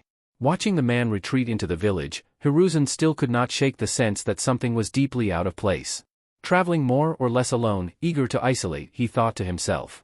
No matter what way he twisted it all, it hardly added up to a satisfying conclusion. Shaking his head and pocketing his pipe, Hiruzen looked to one of his remaining guards. I want him under surveillance. Chapter 44. Naruto despised crowds. They were inconvenient, nearly always ill-placed, and popped up at the most inopportune times. Beyond that, they were disorienting. Loud noise coming from all directions, a blur of colors and faces, and immensely irritating foot traffic made navigating through the clusters of people a royal pain. Unfortunately, the Jinchuriki found himself neck-deep in a rather large crowd at present. As it turned out, the final matches of the Chunin exams were considered something of a national holiday. They were set to take place the next afternoon, and people were coming out in droves a day early. I just wanted some groceries. Naruto grumbled mentally. On the positive ends of things, there had been no jeers or sideways looks of displeasure at his public appearance. They were all simply too distracted by the festivities to care. The streets were packed, and they were loud, but at least they were peaceful. Pushing his way through a seemingly endless sea of people, Naruto kept his eyes fixed on the sign of the convenience store from which he bought his food each week. The entrance was less than 50 feet away, but the journey was poised to be a long one. As he rushed to reach his destination, he lost focus, and disregarded his surroundings for a moment. His concentration returned to him too late, as when he turned his focus back to what was directly in front of him, he was already within centimeters of another person's skull. Knocking heads, both Naruto and his unfortunate victim fell to their rear ends. Sorry, that was on me, the blonde muttered, rubbing his forehead as the stars cleared from his vision. When he had his wits about him again, he took a more measured look at who he had crashed into. Staring at him with slightly wide eyes was his very own teammate, Satsuki Uchiha. He had not seen even a shadow of her in nearly 2 weeks. Her outfit was as it always was. A blue shirt bearing the crest of her family, and a matching skirt that stopped just above her knees. Her hair appeared a bit shorter, though it still dropped well past her shoulders. Long time no see. Naruto greeted her, grinning at the development. Satsuki visibly flinched, as though she had been snapped from a stupor. Blinking several times, the Uchiha girl rose up to her feet and offered him a hand. Taking it after a moment, Naruto was pulled to his feet. Oddly, her grip on his palm lingered for a few seconds after he was fully upright. Anybody home? Naruto joked, snapping his fingers in front of her face. She had still yet to speak. Lightly swatting his hand away from her face, Satsuki knelt down and picked up a bag she had dropped during their fall. Sorry. It's a little loud out here, she replied, her eyes drifting up and down his frame as she spoke. Naruto nodded in agreement and made a wide motion with his hands. It's kinda wild to me that people care so much about a few fights, but hey, maybe we'll get a cut of the ticket sales, he said humorously. Satsuki momentarily showed a small smile, but it quickly faded away. She appeared rather unsure. Of what, Naruto could not tell. What are you out and about for? Kind of a bad time either way. Satsuki asked. The Jinchuriki pointed over the heads of the mob toward the convenience store. I'm out of bread and everything with protein in it. Honestly, though, the place looks packed, he explained. The Uchiha glanced down at her own bag. It's like a can of sardines in there. It took me almost 40 minutes to grab this stuff and pay for it, she said. They had come with similar goals, it seemed. She had simply beaten him to it. Naruto scratched the back of his head awkwardly. Well, wish me luck, then. Sounds like I'm gonna need it, he said with a laugh. He then began to step past her, determined to run his errand before the store ran completely out of stock. He was stopped by Satsuki's hand taking a grip on the back of his sleeve. Hey, wait, she said, tugging him back slightly. Naruto halted and turned back around again. The raven-haired girl's expression was one of slight apprehension, but her grip was firm. I bought supplies to make myself dinner back at home, but I think I went overboard, she said, leaving her aim in stopping him somewhat ambiguous. In his density, Naruto failed to catch on. Why were you telling me that? He pressed skeptically. Satsuki let out a long sigh, holding up her bag and presenting it to him. Do you want to help me eat this stuff? We fight tomorrow, so I don't want to get stuffed and have stomach issues during my match, she offered. Naruto perked up at the proposal. It would certainly save him the trouble of shopping in a crowd, and it would be an ample chance to catch up after her long absence. Sure, I'm down, he said with a nod. Satsuki appeared to relax somewhat at his words. She then began to walk off down the leftmost street, the direction of the Uchiha sector. Jogging to catch up with her, Naruto weaved around several people before finally falling into step with her again. Her pace was brisk. "It's not a race, you know," the blonde complained as they walked along. He then knocked shoulders with somebody by accident, stumbling a bit from the unexpected impact. Satsuki promptly took him by the wrist and pulled him shoulder to shoulder with her. "The faster we move, the sooner we get home. You're gonna get yourself hurt with your attention span," she said curtly, not bothering to let go of him. Naruto began to retort, but decided against it. He was being offered food and a place to eat. He had no room to argue.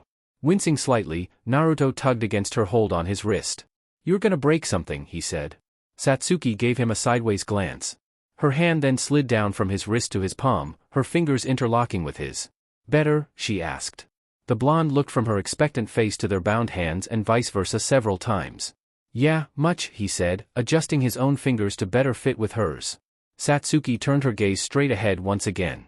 Why she was insisting on keeping him on a near-literal leash was lost on the Jinchuriki, but he had little desire to complain. As he had acknowledged to himself days prior, he had missed her. Nothing was said over the following 5 minutes as they trekked to her empty neighborhood. Despite the silence, Naruto could have sworn that he caught her smiling inwardly several times. Eventually, they reached her front gate, which was locked as per usual. Finally letting go of him, Satsuki reached down and pulled a key from her sandal. It was an odd place to keep such an important item, but if nothing else, it was less likely to be stolen that way. To each their own, I guess. Naruto thought to himself as she opened the gate. Once the entrance was fully open, she beckoned him inside, to which he quickly obliged. Closing the gate again, Satsuki led him along down the empty street. Taking cursory looks around, Naruto recalled the first time he had been within her domain. Quiet, solemn, but in the end, shockingly warm. Studying the pale girl walking just in front of him, Naruto smiled at the memory. It was a positive one, if just for its ending. He had seldom few, so he cherished what little he had. Soon enough, they were at the steps of her home. "It's kind of a mess. Try not to judge," Satsuki muttered, opening the front door for him. Stepping inside, Naruto kicked off his sandals and stretched his legs. From what he could see, the entryway was no more disheveled than it had been during his last visit, and what little he could see of the kitchen through the hallway appeared mostly in order. Satsuki joined him soon after his own entrance, nudging him along toward the kitchen. "Take a seat. I'll make dinner," the Uchiha girl said, pointing to the dining table as they entered the kitchen. Naruto did as he was told and sat himself down. Without another word, Satsuki made her way over to the counter and began to unpack the bag she had been carrying. Of all the things Naruto had ever expected to occur upon the formation of Team 7, Satsuki Uchiha willingly cooking for him was most certainly not on that short list. She made the offer, too. Naruto thought to himself. It was a surprise, to be sure. A pleasant one, but a surprise all the same. As he watched the girl fiddle with the dials on her stove and sift through the ingredients she had at her disposal, Naruto's mind applied a label to his present situation. Satsuki had coaxed him into a date. It was short notice, which challenged the notion, but reviewing the conversation that had led them to the kitchen, Naruto found very little logic in what she had told him. Not wishing to overeat the night before a competition was fair enough, but he was hardly needed to avoid such a result. She could have simply stored away the extra for later use. The more carefully he considered the details, the clearer it became that she had simply wanted an excuse to bring him home. "You could have just asked." Naruto silently projected to his teammate, a humorous smirk forming on his face. Satsuki was many things, but as it appeared currently, subtle was not one of them. The Jinchuriki could feel no ulterior motives or intentions from his teammate. As far as he could tell, she wanted company, and had been too hesitant to request it directly. "It sort of fits, I guess. She usually just takes what she wants instead of asking for it." Naruto mused. She hadn't forced him to join her for dinner, per se, but she had hurried him along the moment he'd agreed to do so. Her intrinsic hastiness spoke to an underlying anxiety that Naruto found quite relatable. Leaning back in his chair, the blonde looked on humorously as Satsuki prepared their food. "Never thought I'd say this about you, but you're cute." Satsuki stared at the chicken sizzling in the pan impatiently. She had considered burning it with her chakra to speed up the process, but she dared not risk ruining the meal. In most cases, she would not have minded waiting 15 minutes, especially not for fairly expensive meat. Unfortunately, she was very much not operating under normal circumstances. She was being observed. She could practically feel Naruto's eyes following each move she made. She could hardly blame him. The dining room was bland. There wasn't even a picture on the wall to study. She had made her own bed, and now she was sleeping with it. She had not planned on seeking the Jinchuriki out before their cell's scheduled reunion the next day, but but as fate would have it, the choice had never been hers to begin with. Her initial instinct upon quite literally knocking heads with him had been to scurry along and maintain her distance for the final day of their preparation, but the moment he'd spoken, she was unable to do so. He had looked and sounded genuinely pleased to see her again. Relieved, almost. I never gave him any warning. I just disappeared, she thought to herself. With context, his enthusiasm made a fair degree of sense. He was as solitary as she was, if not more so. Separation without explanation was almost certainly an unpleasant experience from his perspective. There was no point in fretting now. As awkward and poorly thought out as her offer had been, Naruto was now in her kitchen. In reality, her sudden hospitality had not been planned in advance whatsoever. The moment it had become clear that the Jinchuriki was poised to go about his day and leave her in the crowd, she panicked.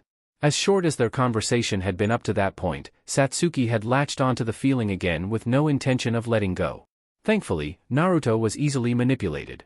As her mother had always told her, the quickest way to a man's heart was through their stomach. She had never expected the advice to matter much, given how little attention she had paid to the opposite gender throughout much of her life. Even her initiative to hold him by the hand on their walk back to the Uchiha sector had not been intended as a gesture of forwardness. In part, she had taken hold of him to prevent herself from subconsciously retreating. She had locked them together. Her nerves had required it. Shelving the thoughts for the time being, Satsuki refocused her attention on the chicken. It appeared to be sufficiently cooked. Carefully removing both pieces and depositing the meat onto both plates, the Uchiha went about preparing the dishes. Her perfectionism largely only pertained to things of greater importance than a meal, but currently, she would accept nothing less than absolute symmetry. In a process that somehow took her 3 entire minutes, Satsuki arranged, reset, and rearranged both plates several times. When she was finally satisfied, the raven-haired girl carefully picked up both plates and turned around to deliver them to the table. Upon pivoting to face in the opposite direction, she was met with Naruto, who looked rather amused. "What?" she asked, suddenly feeling rather awkward. The answer to her own question hit her in the back of the head rather quickly when she took a quick glance down. She had put on an apron to prevent any potential burns or stains on her clothing.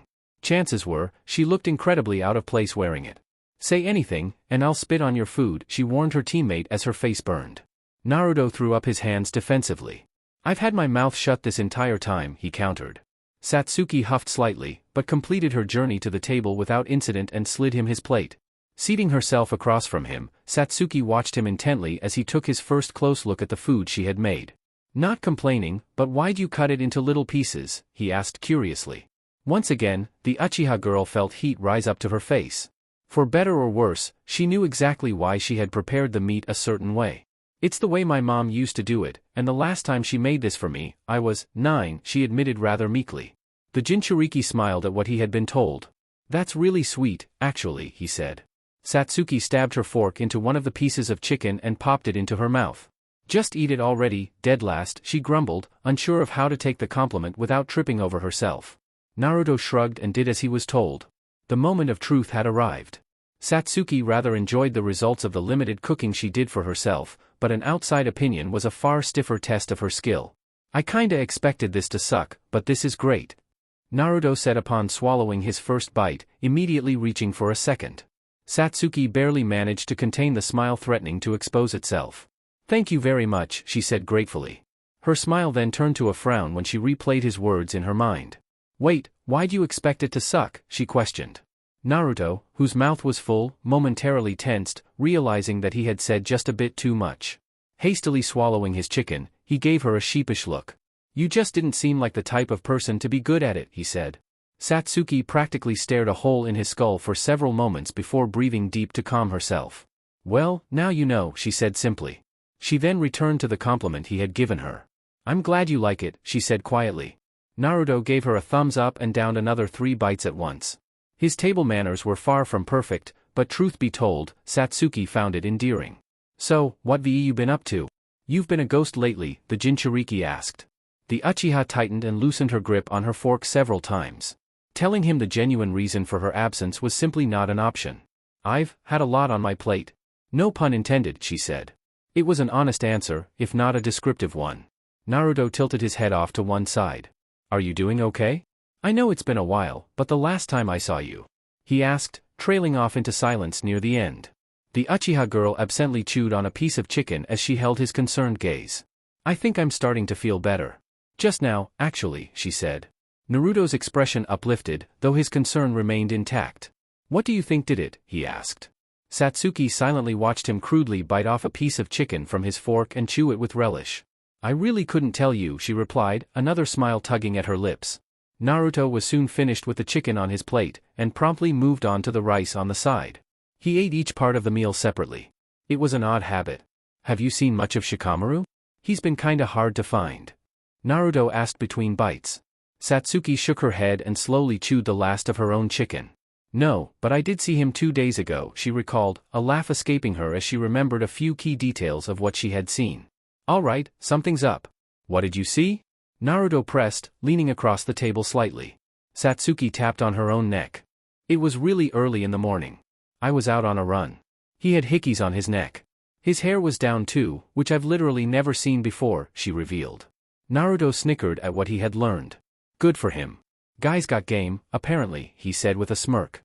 His face then quickly soured, appearing to have had some sort of epiphany. You know that the hunter we fought is on the Umbu now, right? He asked in an odd change of trajectory. Satsuki frowned. She had heard of no such development. That's news to me. How'd you find that out? She asked. Naruto gathered up the last of his rice on his fork, balancing the clump in front of his face.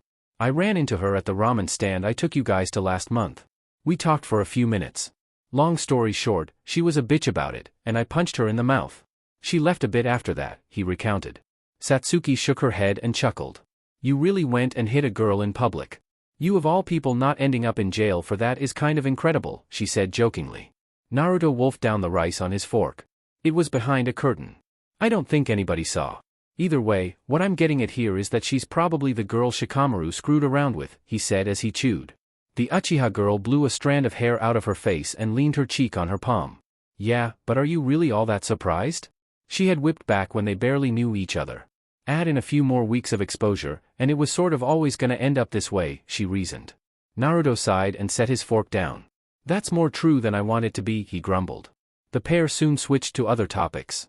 They discussed their preparation, though in largely vague terms.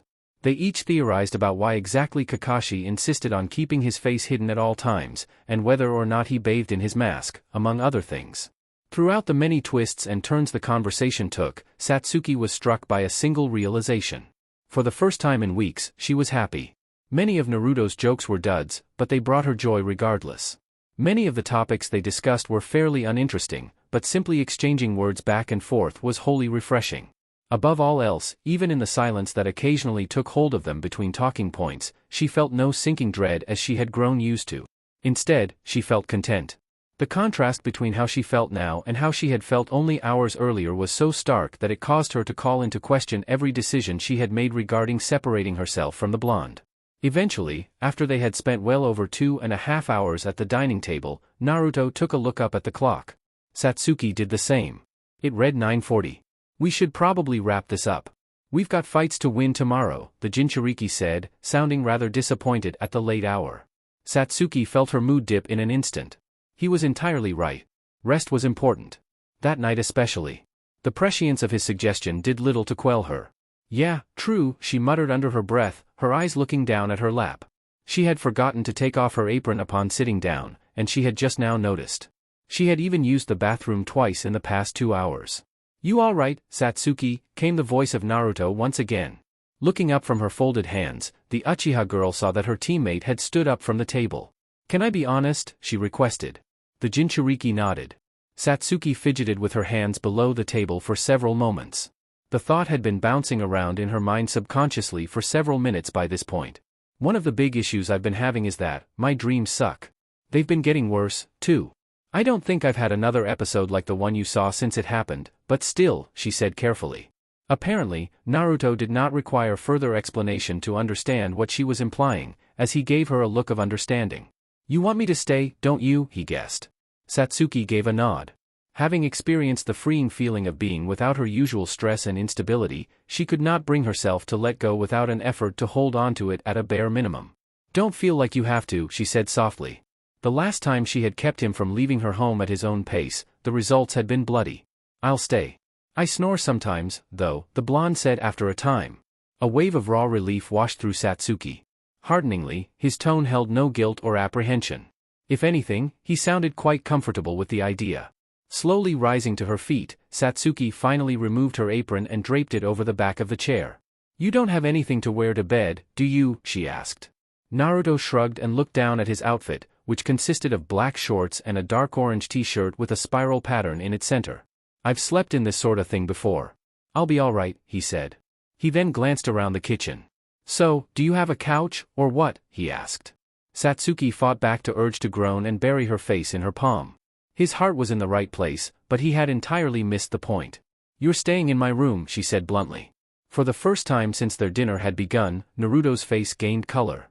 "Wait, the only thing in there is," he began. Before he could state the obvious, Satsuki cut him off halfway. "Is my bed? Yes. Please don't make this any more awkward than it already is." "It was embarrassing to ask you in the first place," she interrupted, her face shaded a similar hue of red to his.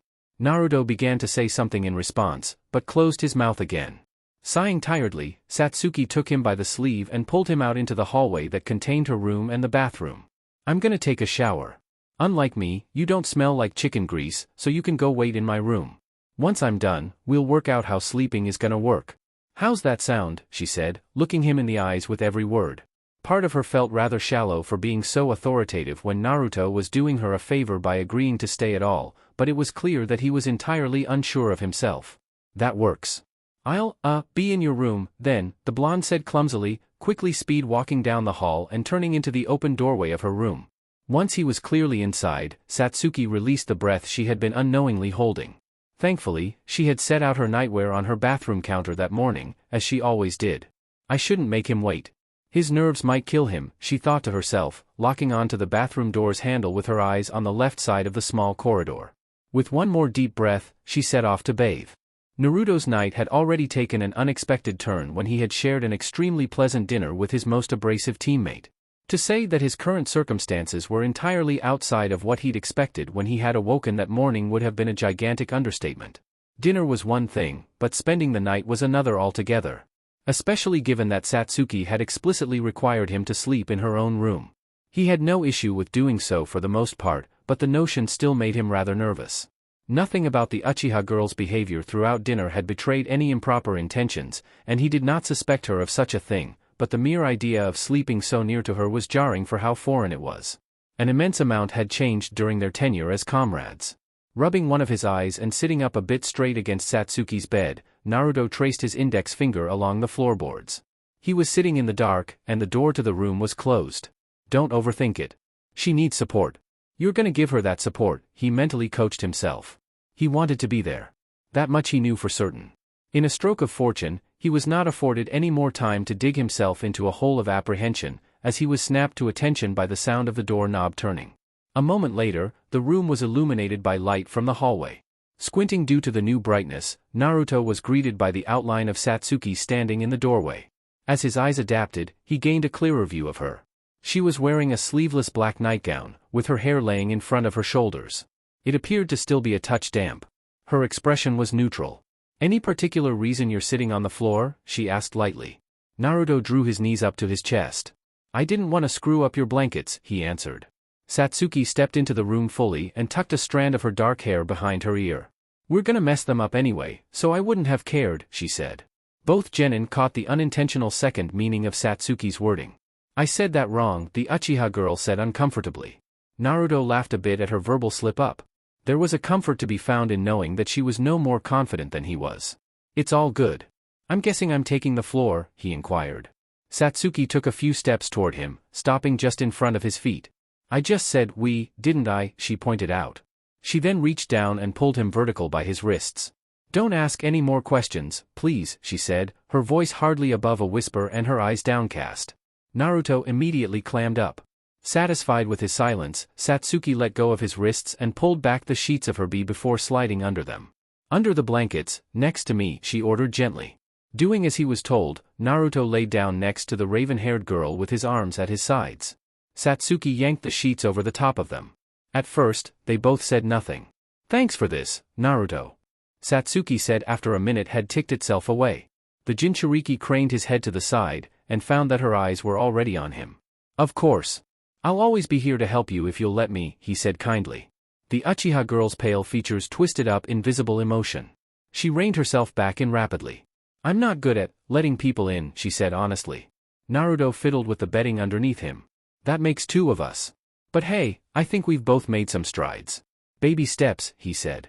Satsuki turned onto her side and faced him fully. I really missed you, she said out of the blue.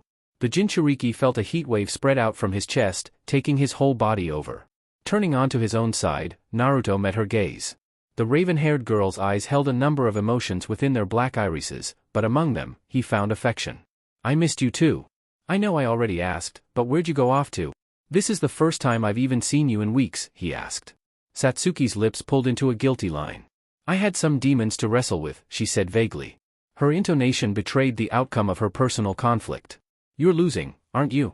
Naruto asked. The Uchiha girl turned her head partway into her pillow. Her hair fell over her eyes. I always lose. Every single time, she said, her tone dejected and tired. Naruto reached out and brushed the hair from her face. Only one of her eyes was visible. You pulled it together last time. You won that fight? I don't care what you say, he said strongly. Satsuki turned her head again to reveal her entire face once more. She then covered the hand he had placed on her temple with her own. You're a real sap, you know that, she said. Her words were teasing, but her tone was not. The Jinchuriki cracked a smile. If I am, then oh well. I'll just keep on being me, he replied. The Uchiha took his left hand that remained on her face into both of her own. She then tugged on his arm. Taking the cue, Naruto scooted closer. Satsuki then pulled herself into him with a grip on his shoulders. You'd better. I'll make you regret it if you don't, she threatened only half-jokingly. Then, before he could say a single word in response, she tilted her head to the side, leaned in, and gave him a soft kiss on the lips. As he struggled to process what had just occurred, Satsuki tucked her head under his chin and nuzzled her face into the crook of his neck. For what felt like an eternity, the Jinchuriki stared off into the dark open space of her room wordlessly. When he finally regained his faculties, Naruto slowly wrapped his arms around the Uchiha girl to return the hug she was already giving him. She was breathing evenly, with only small sounds escaping her. She was fast asleep. Resting his head atop hers, Naruto closed his own eyes. What would come of the shared affection, if anything at all, he could not predict. Satsuki Uchiha was nothing if not inconsistent. He cared little. Good night, Satsuki. You're late. Punctuality is important, child. Gaara paid the reprimand no heed as he stepped into the quarters of the Kazekage. His freedom had been interrupted by being summoned in the first place. His compliance was service enough. Shutting the door behind him, the Jinchuriki swept his pale blue eyes across the space. It was certainly much larger than the motel room he had been sharing with his siblings since their arrival, and it appeared to be far more accommodating. The air was less stale, the humidity more neutral, and the furniture was far nicer. It was far from surprising. No matter how little they knew, Konoha was hosting a Kage. In their own minds, at least. It's a bit late, don't you think? In more ways than one. Gaara pointed out, settling several steps from the chair his so-called leader occupied. His face was still covered by a cloth, and he still donned the blue and white robes of the position he had stolen. He was reveling in it. Nothing has changed. Nothing important, that is. I've called you here to remind you of a few things, the Kazekage said smoothly. His voice was, and had been for several weeks, a poor man's imitation of that of Gaara's father. The Jinchuriki had never had much love for the man who had neglected to raise him, but to hear his likeness so badly butchered grated on his nerves. Use your own voice, then. I'm not one of the people you need to fool, he said, folding his arms across his chest. The Kazekage's eyes darted around the room briefly, as though searching for something unseen. Once his silent suspicions were seemingly put to rest, a slight shift in atmosphere occurred. The thin veil of professionalism that had surrounded the man melted away, leaving only a conniving tension in its wake. I know you're a fan of putting a stamp on your work, but you aren't permitted to kill Satsuki Uchiha. No matter how decisively you defeat her, the man said, his true octave and dialect revealing itself. Orochimaru, Sannin of the Snake. His voice coiled and hissed, very much like the serpent he so embodied. Gaara gripped the sleeve on his biceps. I can't promise you anything. I tend to lose myself in the fun, he said calmly. Orochimaru narrowed his false black eyes. Let me reiterate, then. If you value your life, or the lives of your siblings, you'll spare her, he said, menace seeping into his voice. The Jinchuriki raised an eyebrow at the open threat.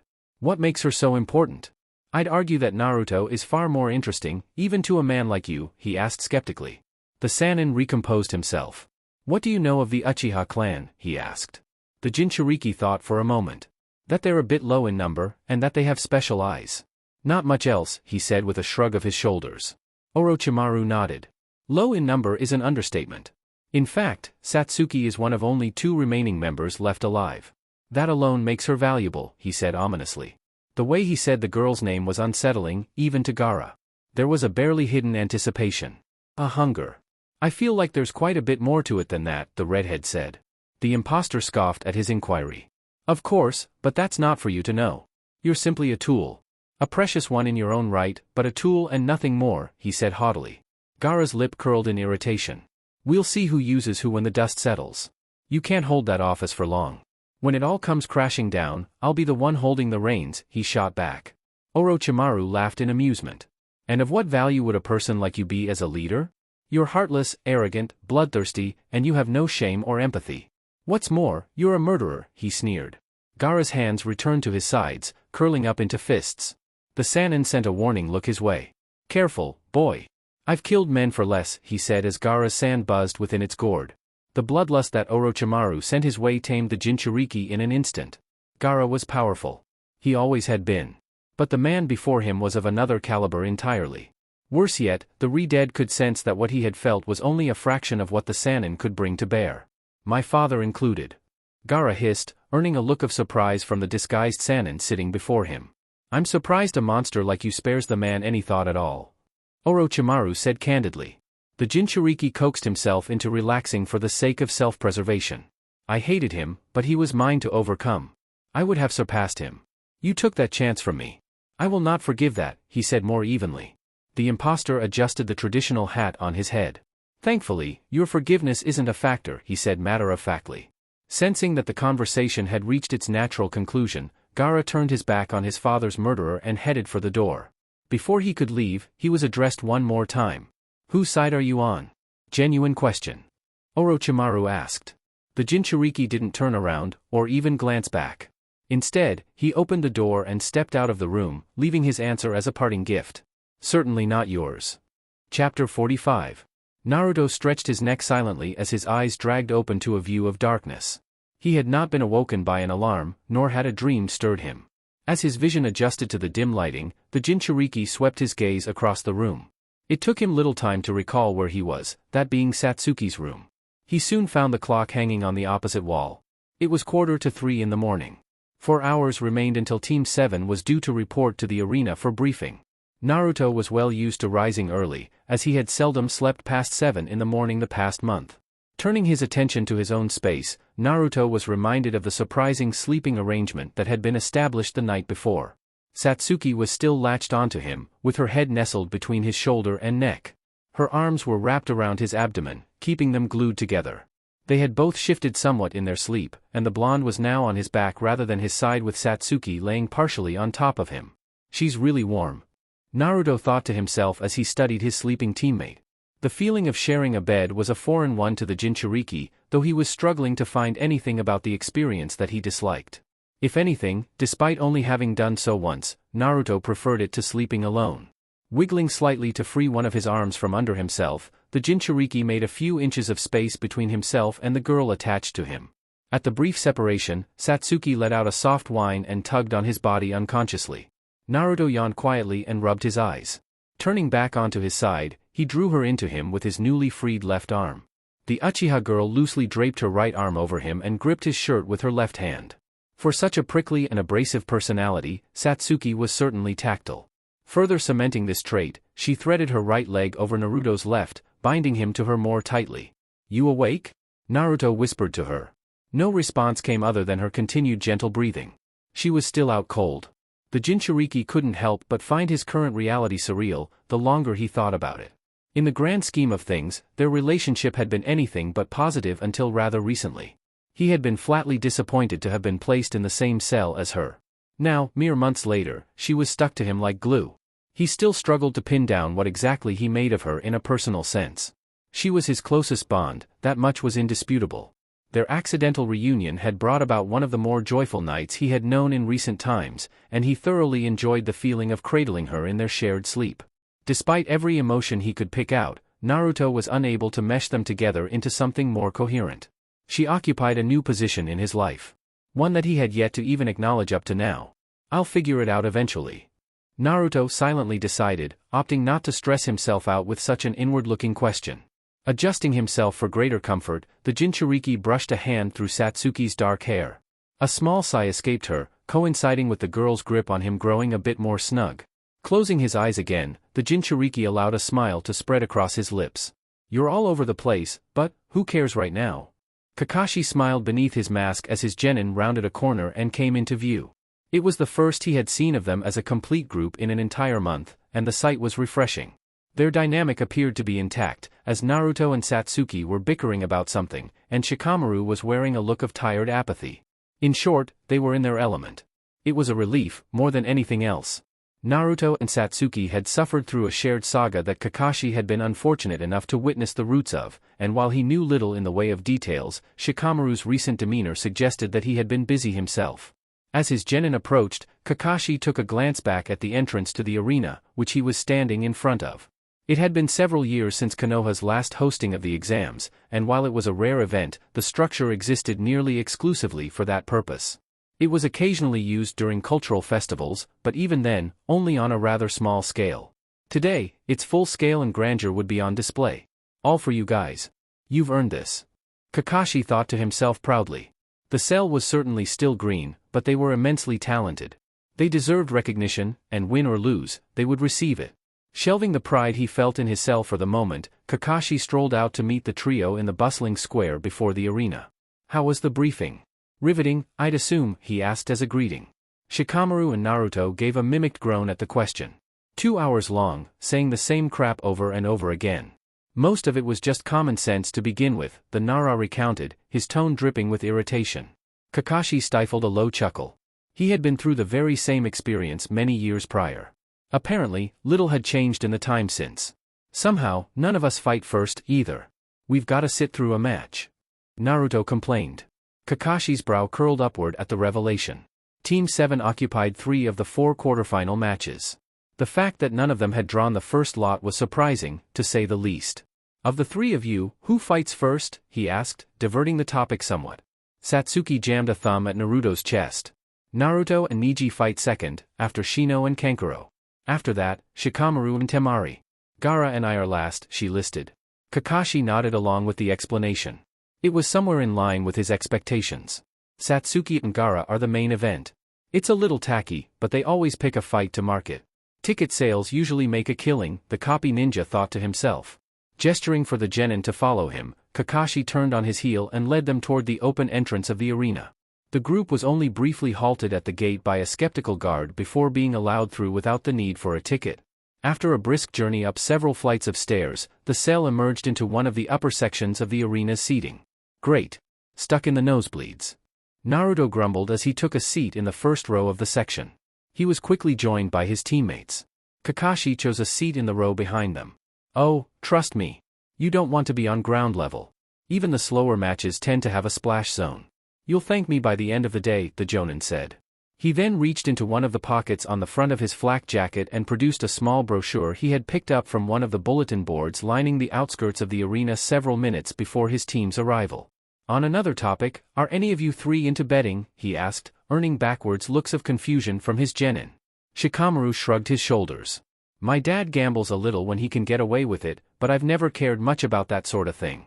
What about it? He asked. Naruto and Satsuki nodded in agreement with his sentiment. Kakashi opened up the brochure. Well, they've got odds on every quarterfinal match. Interested in knowing them, he revealed. In an instant, the trio's confusion turned to thinly veiled intrigue and curiosity. Let's hear mine first. Naruto pressed eagerly. Kakashi dragged his eyes across the brochure in search of the numbers he had found so very amusing earlier that day. You're a 16-1 underdog to Neji, the copy ninja read off from the brochure humorously. Satsuki barked a short laugh and gave the blonde a patronizing slap on the shoulder. You'd better be high on confidence, because literally nobody else believes in you, dead last, she joked. Naruto shot a glare her way, met by the Uchiha girl's smirk. I've got money on him, actually, so that's not quite true. Kakashi interjected in defense of his blonde pupil. Satsuki brushed back a strand of her hair. That's just a bad investment if you ask me, she countered, earning another harsh look from the Jinchuriki. Clearing his throat, Kakashi snapped all three genin to attention before a full-scale argument could brew. I bet on all three of you out of fairness, actually. As a group, you're my parley, he clarified. Shikamaru scratched his cheek absently. Niji's got a name, and Naruto doesn't. The odds make some sense. What about mine, he asked. Kakashi glanced down at the brochure again. You're at even money, actually. No favorite either way, he replied. Shikamaru mumbled something under his breath that the Jonin couldn't quite catch. And before you ask, you're favored 3-1 over Gaara. Kakashi added, looking to Satsuki as he spoke. The raven-haired girl nodded approvingly and turned back around to face the arena. Sounds about right, she said haughtily. Naruto began to retort, but pulled back before the words could leave his mouth and joined her in looking out over the ground below. Shikamaru did the same. Kakashi scanned his surroundings in search of a clock, finding one a moment later. It read noon. The first match was set to begin in 15 minutes. Within reason, that gave Naruto anywhere from 25 to 45 minutes to mentally prepare for his own match. I cut it a little close with the scheduling, the Jonin mentally noted.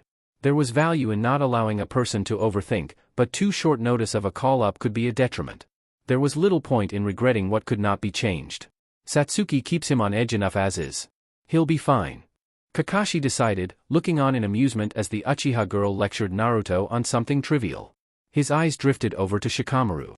The Nara appeared quite relaxed, with a look of classic boredom on his face. At least he isn't sulking like he has been. Kakashi thought optimistically. In all, his genin seemed to be in good spirits. The brutal regimen of their training had not broken them of their enthusiasm. I'll buy you all something nice if I go 3 for 3 on my bets. Satsuki Uchiha had never considered herself to be much of a patriot. Nationalistic fervor had always struck her as artificial and forced. Those who were swept up in it tended to be blindly loyal to their leadership without consideration or patience for any of their flaws. In general, she viewed such leanings as undesirable. At present, however, she was discovering that she herself was not immune to feeling pride in her own country. Or, at the very least, a desire for it to succeed. Shino was far behind. Kankuro had dominated him thoroughly from the very beginning of their match. The Aburame Air's bugs had been rendered utterly useless by the Suna boy's command of distance and his ability to strike Shino from well beyond his effective distance. The art of puppeteering was one Satsuki knew seldom little about, but its perks were on full display. Kankuro himself had taken absolutely no damage. The contraptions he skillfully manipulated kept him safely out of the line of fire. And yet, despite the overwhelming deficit before him, Shino refused to quit trying. His tactics were growing sloppier by the minute as his options were stripped away piece by piece, but his determination could not be denied. Satsuki had never taken the time to speak with Shino beyond basic courtesy, but she very much respected his grit. Alongside her admiration for his will, the fact that he was effectively defending home soil against a foreign opponent brought an unexpected new intensity to the affair. This might get ugly soon. Naruto said with a wince as one of Kankuro's puppets spitefully knocked Shino to his back and cracked his sunglasses. Satsuki nodded in grim agreement. The crowd roared each time Shino accomplished anything remotely positive, but those cheers were being given less and less occasion to be heard as the match progressed. Thankfully, the section Team 7 was confined within was among the least crowded in the arena. Only 10 or so others were present. Turning her attention away from the match below for a moment, Satsuki took a look around the arena to study the postures and faces of those in attendance. What she found was predictable. Most of the audience wore looks of dejection, with hope brewing just beneath the surface. They were ready to pop for their native son, but they hardly saw victory in the cards. The raven-haired girl began to turn her eyes away from the crowd, but stopped as something caught her attention. Red hair, lifeless blue eyes. Directly across the arena, sitting among a group of unsuspecting civilians, was Gaara of the Sand. His posture was relaxed, with his arms folded across his chest and his back leaned against his seat. Even from such a great distance, Satsuki could feel the fabricated nature of his outward facade. Over nearly 2 minutes of observation, she witnessed him greet several strangers, even bothering to make small talk with one or two. He was blending himself into his environment. A shudder worked through the Leaf Genin's frame. His disposition was genial, his manners polite. Even his smile was rather convincing from far enough away.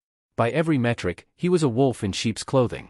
It was no surprise that he could so easily dodge blame for the horrific murders he had committed. Even under suspicion, one would be hard-pressed to find a damning narrative surrounding him. As she watched him, Satsuki noticed something else. Despite every effort Gaara made to appear unassuming, he had not looked a single person around him in the eyes. It wasn't as though he was actively avoiding doing so. Rather, his vision had been firmly focused in one direction since Satsuki had begun her eavesdropping. Tracing the redhead's line of sight carefully, Satsuki found its focus, and when she did, she tensed. Her initial guess had been that his eyes were fixed on her own, but as it turned out, she was off by just a few feet. He was looking directly at Naruto. It was rather difficult to discern the emotions swirling about in Gaara's eyes from hundreds of feet away, but Satsuki could feel traces of his bloodlust from across the arena. He was suppressing himself, but to a set of trained senses, he was so inherently repugnant that no amount of fronting could fully conceal his darkness. You won't even get to touch him. You're gonna leave on a stretcher after I'm done with you. Satsuki silently swore to the unsavory Jinchuriki. The girl suddenly found herself feeling both incredibly uneasy and intensely territorial. Naruto could fend for himself, he hardly needed to be protected, but in spite of that fact, Satsuki had to actively deny the urge to stand up and block him from Gaara's view. Don't fucking look at him that way, you freak, she thought vulgarly. The redhead's eyes had become more clear to Satsuki the longer she'd looked at them. He wanted nothing more than to rip Naruto apart. She couldn't quite see it, but the Uchiha girl was entirely sure that he was shaking in anticipation. He was utterly depraved. Satsuki? What's up? Satsuki snapped from her unhappy haze and jerked her head left. Naruto was gazing at her with curious eyes. Glancing down, the Uchiha girl found that she had subconsciously taken a tight hold on the blonde's right wrist with her left hand. Letting go of him quickly, Satsuki folded her hands in her lap. Sorry, she mumbled. Naruto tilted his head to one side, but did not press her further, instead choosing to focus on the match, which appeared to be nearing its conclusion. Once he was occupied again, Satsuki looked at him directly. He ran into Gaara alone. He had to face that monster all by his lonesome, she thought to herself, now having gained a new understanding of her teammate's brittle reaction to the redhead. Before she could follow the train of thought any further down its tracks, the crowd fell nearly silent. Looking down into the arena below, Satsuki saw that Shino was unconscious on the ground. He didn't appear to be critically wounded, but he was certainly unable to fight on. He gave it a solid shot. That's worth something. Shikamaru said. Naruto, who looked rather disappointed, nodded solemnly. Quickly, Gunma Shiranui, who had briefed the genin earlier that morning, rushed to the Aburame heir's side. After a cursory glance over him, he waved his arms over his unconscious form. The signal that the match had been called off. You should go warm up, Naruto. You don't have long, came the voice of Kakashi from behind the genin.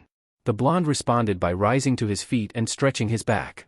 Indeed, the intermission between the quarter-final matches was only 10 minutes, the countdown of which began immediately after the conclusion of the previous match. I'm heading down to the stairs. Naruto called, waving a short farewell to his team as he jogged off. The genin had all been shown the route to the stairwell that led to the entrance into the arena's center early that morning. Within seconds, Naruto was gone. Upon his exit, Satsuki looked back across the arena to locate Gaara. She found him without much trouble. This time, they locked eyes. Taking the opportunity with both hands, she sent a single silent message through her expression. The road to Naruto Uzumaki went directly through Satsuki Uchiha. Naruto took an anxious look at the clock for the fourth time in 3 minutes as he jogged up and down the lowest flight of stairs. He was fully prepared to fight, and he had faith in the plan of attack Kakashi had ruthlessly drilled into him, but he could not entirely free himself of his apprehension. The discovery of just how badly he was being counted out by the masses had hardly been a surprise, but it had still managed to intensify a feeling that had been eating away at him for weeks. He was not meant to defeat Niji Hyuga. The blonde was guilty of slowness from time to time, but he was perceptive. He was, in the minds of both the public and the administration that had matched the final round, being offered up as a sacrificial lamb. He was a warm body, so to speak. He knew all too well how his chances were perceived, and while he had not allowed it to bother him during his preparation, now that he was only minutes away from facing his foe, doubts were creeping in. It's on you now. Nobody else can make this happen. You've got to show up, he coached himself silently, stepping off of the stairway and taking a few deep breaths. His blood was now flowing. He was ready. The only thing left to do was wait. 5 minutes separated him from the task at hand. Pacing around the small concrete room, Naruto fought to gather himself and smooth out his nerves. His concentration was broken only moments later, as the sound of footsteps echoed down the stairwell. Turning his attention to the metal stairs, Naruto was surprised to find that he had been joined by Satsuki, who halted on the platform just above ground level. You're already sweating. Might want to slow down the warm-up, she commented. The Jinchuriki scratched the back of his head and chuckled awkwardly. I just don't know when to quit. You know me, he said dishonestly. Unfortunately, his attempt to appear composed fell flat, as Satsuki read him like an open book. Descending the first step, the girl gave him a knowing look. The moment's getting to you, isn't it? She inquired perceptively. Naruto pursed his lips and nodded reluctantly. There was no point in putting on airs. Especially not in private. I'm just feeling the pressure, you know? I've put so much work into this. I want to win. I want to make this my day. I want to make you guys proud, he admitted, saying a bit more than he would have liked. Satsuki turned out one of her palms. Think of it this way, then. Nobody is expecting you to even compete with him. In a way, there's no pressure on you at all. Just go out there and make Sensei rich, she offered. It was a worthwhile suggestion. The psychology behind the mindset made sense, in a backward sort of way. It still didn't quite stick. I wish people took me seriously, I guess. Naruto muttered, looking to the floor. He then heard Satsuki sigh and walked down a few more steps. Her hands were soon on his shoulders. Newsflash, dumbass. We all take you seriously. Me, Shikamaru, Kakashi, all of us. Maybe that's not what you're looking for, but the people who know you think you're pretty neat, the Uchiha girl said bluntly. The Jinchuriki turned his head up and looked at her fully. She was smiling. You're real inconsistent about showing it. Naruto shot back. Satsuki rolled her eyes and inched into his personal space just a touch. I spilled my guts and cuddled you last night. Take the hint. I like you a whole lot. Doesn't mean I won't push your buttons every chance I get, though, she said. Naruto blinked at her sudden closeness. You're really weird, he said. It was a weak retort, and he knew it. The Uchiha girl reached out and poked him on the forehead with her index and middle fingers. If you didn't like it, you'd avoid me. Now go out there and break his nose. If you win, I might let you be my body pillow again, she said, tacking on an incentive to her encouragement. Naruto took a quick look at the clock. Only a minute remained. Turning back to Satsuki, he nodded. Deal, he said, turning around and taking a deep breath as he faced the exit door. Hesitating only once, Naruto strode out into the arena, leaving Satsuki alone in the concrete room. Watching his back as he walked away, the raven-haired girl slid her hands into her pockets. I'm gonna check the betting stand. Chapter 46. The first detail that struck Naruto as he walked toward the center of the arena was the silence of the crowd. There was still idle chatter echoing throughout the stands, but no clapping, no cheers, no commotion. He had not known what exactly to expect upon his entrance, but apathy was certainly superior to outright negativity for the most part. Reaching Genma within a few moments, Naruto stared across the arena at the doorway on the opposite side. Niji had yet to join him. Thankfully, he was not made to wait for long, as the Hyuga soon emerged into the battlefield. Much unlike Naruto, Niji received a rousing reception. The audience cheered, clapped, and voiced their approval loudly. They had spared the Jinchuriki their ire, but it was clear who the crowd favorite was. Once Niji had joined Naruto and Genma in the center, the proctor cleared his throat and folded his arms across his chest.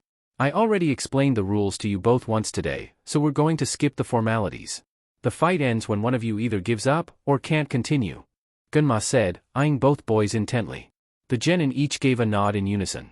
Take 5 steps back, the proctor ordered, to which Naruto and Niji both obliged.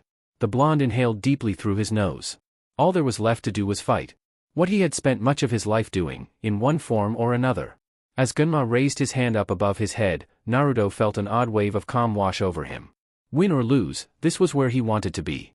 You may begin, the proctor announced, chopping his hand down toward the ground.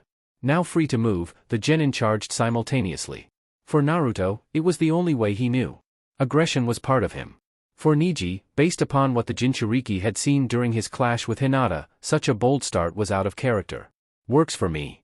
Naruto thought to himself, honing in on the first task Kakashi had laid out for him in their preparation. The boys met one another halfway, planting their feet to begin the first engagement of the match. As he was wont to do, Naruto led the dance, spearing out his left hand in an attempt to catch his adversary cold. Niji easily leaned his head off to his right, allowing Naruto's closed fist to whiz past his face by mere inches. In retaliation, the Hyuga attempted to strike the blonde in the gut with an open palm. The Jinchuriki raised up his knee and blocked Niji's strike at his upper shin. As the Hyuga attempted to pull back out of range, Naruto grinned and slashed his right hand down across his fellow genin's face. A clean incision immediately opened up above Niji's right eye. They then both leapt backwards to recreate distance. Blinking plasma out of his eye, Niji scowled in the blonde's direction. First blood belonged to Naruto, and aside from the numbness in his left leg, he had taken no damage in the first exchange. That went well. Naruto thought to himself. The match had barely even begun, but the initial success was heartening. Neji was certainly a fair margin quicker than he had expected, but he was still able to react to him mid-skirmish. Any nerves he had carried into the beginning of the battle had lessened somewhat. The pair then began to circle one another, eyes narrowed and bodies tensed. After a few seconds of silent measurement, they engaged for a second time. When they collided, Neji made the first move. Stabbing his right foot past Naruto's leading left, he slammed the heel of his palm into the blonde's nose and snapped his head back. Before he could regain his wits, Naruto was struck twice more, once in the stomach and once in the sternum. Clenching his jaw and ignoring the internal pain suddenly assaulting him, Naruto jammed out his right hand straight, grazing over the top of Neji's shoulder and cutting straight through his pale vest. The Hyuga winced in pain and hesitated for a moment. Taking full advantage of the small window he had created for himself, Naruto kicked out one of Neji's legs and scampered back out of close quarters. He was given little time to rest, as the moment the Hyuga had regained his footing, he chased him down again. Widening his stance, Naruto ducked under Neji's attempt to drive his palm into his face for a second time and pivoted off to the side. As the older boy turned to face him, Naruto cracked him across the left side of his jaw with a short punch. The blow connected cleanly, but did little to buckle him. Absorbing the impact admirably, Neji paid him back with a harsh kick across the right side of his ribs. Naruto caught his leg, pulled him forward a few inches, and then swung his free hand down in a chopping motion across Neji's chest. Completing his counter, Naruto spun him around once and tossed him away. Neji landed on his feet with ease, but wore a pained look on his face as he looked down at the red stain seeping through his vest on his abdomen. Though he would have liked to enjoy his handiwork, Naruto was interrupted by a harsh cough that sent his own blood splattering into his palm. He felt like throwing up, and it hurt to breathe. Only my uncle has ever made me bleed. Be proud of that. You won't have much else by the end of this. Neji called out to him. Naruto forced a smile despite the ache, but said nothing. Focus was paramount. Taking a deep breath, he stepped forward. Neji did the same. The encounter was still young, but one thing was clear. It was going to be bloody. Satsuki watched with pursed lips as her teammate dueled down below. It was difficult to draw concrete impressions of what could be expected from the little she had seen, but if nothing else, Naruto was certainly not being dominated. He had enjoyed a fair amount of success in, of all things, direct taijutsu. He had spun Neji's head around several times, doubled him over once with a knee to the gut, and most interestingly of all, cut him wide open in several places. Each and every time they came together to trade blows, one or both of Naruto's hands laced themselves with a rapidly vibrating chakra. It was likely that Satsuki herself was among the only spectators capable of viewing the tactic for what it was, as she had been blind to it until applying her dojutsu. I haven't seen either of them use a kunai yet. How is Naruto opening him up like this? He's hitting him, but punches don't cut a person that way. Shikamaru asked Kakashi, voicing the very same question Satsuki had intended to ask herself. The Jonin, who had moved down a row to sit in between his students, smirked beneath his mask. It's a little something we threw together around 2 weeks ago. He was never going to be able to handle Neji up close for long, no matter how much he improved. So, I gave him a weapon, he began, earning the undivided attention of both genin. I tested his chakra nature, and as it turns out, Naruto's a bit of an anomaly around these parts. He has a natural affinity for wind. His chakra is inherently sharp and fluid. With some basic control and shaping, you can turn anything you run it through into a makeshift blade, he explained. Satsuki nodded along, narrowing her Sharingan to better observe the clashes taking place.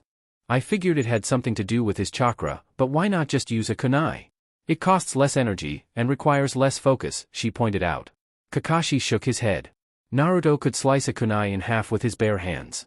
He doesn't have to aim or adjust much to split Neji wide open. It's basic, but it serves a purpose. He still won't win a taijutsu match. I'd say he's already losing it, he said. Shikamaru observed nervously as his teammate was briefly staggered by an elbow to the temple as he stepped in. Shouldn't you be more worried, he asked. Satsuki couldn't help but agree with the idea. Naruto was competing well, but he was a long way off from winning. Just wait and see. You'll see it soon, the Jonin said vaguely, his tone perfectly calm. Satsuki gripped the bottom of her shirt tightly. She was far more stressed than she had expected to be. Taking a deep breath, she calmed herself. You'd better be right, sensei. Naruto gritted his teeth and dug his heels in as he cracked Neji behind the ear with an angled punch over his left shoulder. The Hyuga remained sturdy, but leaned forward ever so slightly. In the midst of his stagger, Naruto dug his opposite hand up into Neji's liver with a forceful punch. While the strike landed solidly, Neji took it well, and quickly retaliated by seizing both of Naruto's wrists, pulling them out to his sides, and driving a knee up into the bottom of his chin through the new opening. Momentarily stunned, Naruto was forced to swing blind as Neji closed in to follow up on his success. It did him no favors, as the Hyuga easily evaded his wild counter and sent him flying backwards with a double-handed palm strike to his chest. Shrieking out in pain, Naruto managed to land upright, but immediately dropped to his knees and hacked up an unsavory sum of blood. Unsteadily rising, the Jinchuriki didn't bother to whip the red from his chin. His reactions to the damage he was taking were certainly worse optically than Neji's were, but one look at the Hyuga restored his confidence to a degree. He was masking it well, but he was feeling the effects of the numerous wounds Naruto had inflicted upon him. His breath was slightly choppy, and he flinched each time he moved. The blood loss almost certainly did him no favors as well. Naruto himself was certainly damaged, but if he could trust anything about himself, it was that he was capable of winning wars of attrition. He had done so countless times. If all went to plan, he wouldn't even need to. Not for long, at least. He was awaiting a single cue. A lone shift. Only one way to find out, the blonde thought to himself with an inward nod. Ignoring the fact that he was likely bleeding internally, Naruto blitzed forward. Unlike every other occasion thus far, Neji did not charge to meet him. He held his ground, but his aggression was visibly quelled. They broke even in the subsequent exchange, with Naruto managing to slam his fist square into his nose, while also absorbing a harsh knee to the solar plexus. Opting to press the small sign of weakness he had seen moments ago, Naruto pressed on. For the first time since their encounter had begun, Neji retreated. Knowing precisely what to do as a result of the endless drilling Kakashi had subjected him to, the blonde weaved a sequence of hand signs. "Wind style, vacuum bullet," he yelled out. He then launched a volley of heavily compressed airwaves from his mouth. Neji ducked and dove his way around 4 of the 5 blasts of oxygen sent his way, but the 5th nailed him straight on the thigh as he attempted to leap over the top of it. Crashing to the ground and rolling twice, the Hyuga grunted in pain as he gripped his wounded leg. Wasting little time, Naruto readied his jutsu for a second time, and sent a second assault Neji's way. The Hyuga made a dash to his left, which Naruto cut off with a continuous barrage of focused air. Once again, Neji was unable to fully avoid the danger in his path. He was struck 3 times. Once on either shoulder, and once right in the center of his forehead protector. The impacts put a dent in the metal and punctured his skin. Neji staggered, but stayed on his feet. Naruto smirked to himself. The tide had turned, all in one fell swoop. Throwing together a different sequence of seals, he reared his head back. "Wind style, great breach," he bellowed, sending forth a far more potent, much larger single blast of wind directly at Neji. If it were to connect at full force, the match was likely to be over. Initially, the enormous mass of torrid air appeared to do exactly that, as it slammed into the area around Neji and threw up a blinding cloud of dust. As the obstruction cleared away, however, it soon became apparent that Naruto's effort to end the fight early had failed. A rapidly spinning dome of blue chakra was surrounding Neji, who was rotating in a tight circle. A few moments after rocks and dust had ceased falling, the dome dissipated, leaving Neji standing in a small crater. Climbing out of the hole, the Hyuga spat blood out of his mouth and assumed his stance once again. He was far from finished, despite the damage he had absorbed. Though he still disliked him in general, Naruto couldn't help but respect the dogged grit on display. "You know what? You're all right, golden boy," Naruto called out. Neji's eyes narrowed slightly, likely at the name the blonde had assigned to him, but he said nothing in response. Instead, he let his actions speak and charged forward. The Jinchuriki hopped backwards to lengthen the distance between them, and afford himself enough time to form hand seals. Within seconds, he had launched a swarm of vacuum bullets in Neji's direction once again. The Hyuga was finally able to avoid being hit directly by any of the focused airwaves, but the maneuvers he was forced to take to ensure his own safety badly compromised the soundness of his entry into range. As such, he was off balance and unthreatening by the time he was within striking distance of Naruto, who clattered him on the temple with a sharp, right-handed punch to his temple. Neji's knees buckled, causing him to nearly sit himself down in front of his fellow genin. Before he could fully escape the perilous space he had found himself within, Naruto made him pay for his blunder with another violent cutting motion, this time across his cheek. Neji scampered back away from the Jinchuriki as blood seeped out of his face. Naruto took a deep breath to stabilize himself as his right hand glowed with vibrating blue chakra. Sensei was right. This is a really neat trick, he thought to himself, taking a glance up toward his team's section of the seating. He couldn't quite make out their faces from the current distance, but he could spot their outlines. Turning his eyes back to Niji, he steeled his focus. Let's wrap this up. The sight of Naruto Uzumaki, village pariah, taking apart a member of the Hyuga clan piece by piece was headline-worthy news. For a boy who had nearly dropped out of the academy numerous times due to poor attendance and poor performance, to be well in control of a pitched fight with easily the most talented member of the country's most prestigious family was an absolute shock, and it showed on the faces of all those in attendance. Even Shikamaru and Satsuki wore looks of quiet surprise. Of them all, only Kakashi was unsurprised. It was fairly common for those uninformed and inexperienced to lose the forest for the trees when it came to combat. A prominent last name and a widespread reputation could often project a level of infallibility onto a person that simply did not fit. Niji Hyuga was certainly powerful. Much more so than many Chunin, but he was still a young, relatively green teenager. He was highly skilled within his own parameters, but he was exploitable. It was certainly easier said than done, but Kakashi's task had been a fairly simple one fundamentally. Equip Naruto to survive, neutralize, and punish a taijutsu specialist.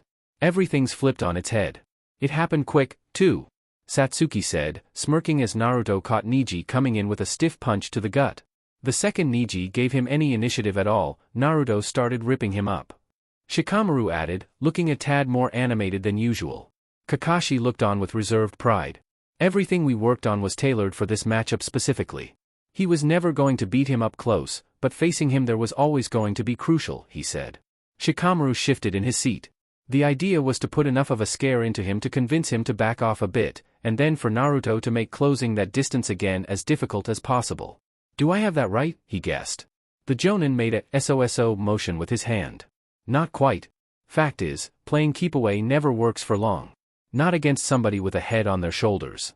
The point of it is to force Niji to cross the distance over and over again. Every time he does so, he'll take damage on the way in, and on the way out, he corrected. Naruto then unleashed another massive blast of wind, stemming from his great breach.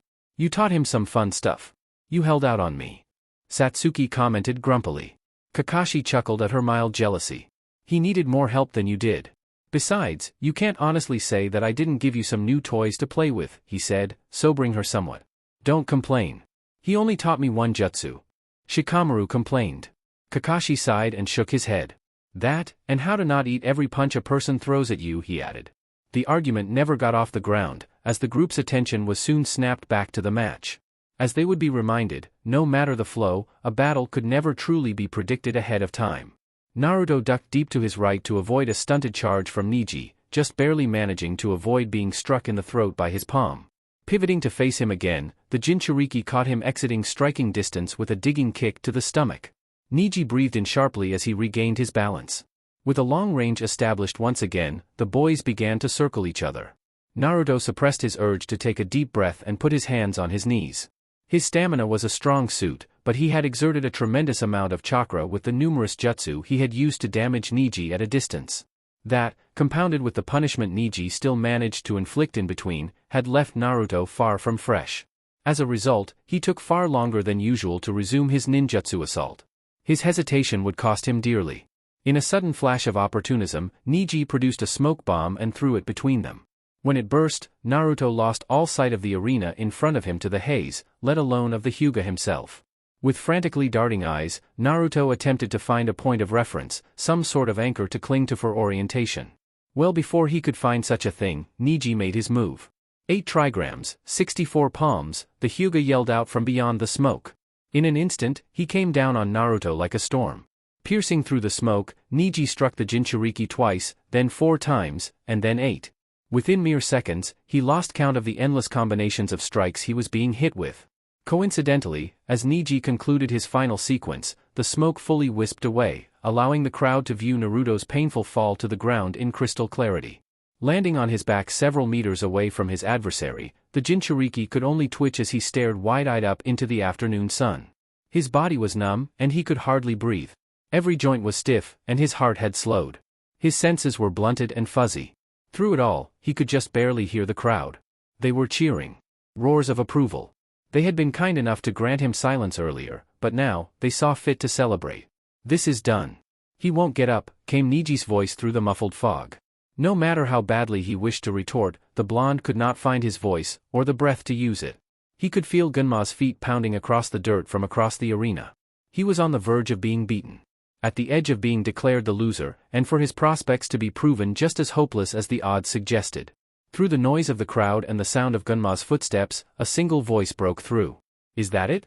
Are you finished?" Though it took him a moment, Naruto recognized the owner of the voice to be Satsuki. She sounded somewhere between angry and disappointed, with a trace of something else mixed in. "Were they right about you? Answer me, Naruto Uzumaki," she screamed out from the crowd. Her voice had broken the tiniest bit.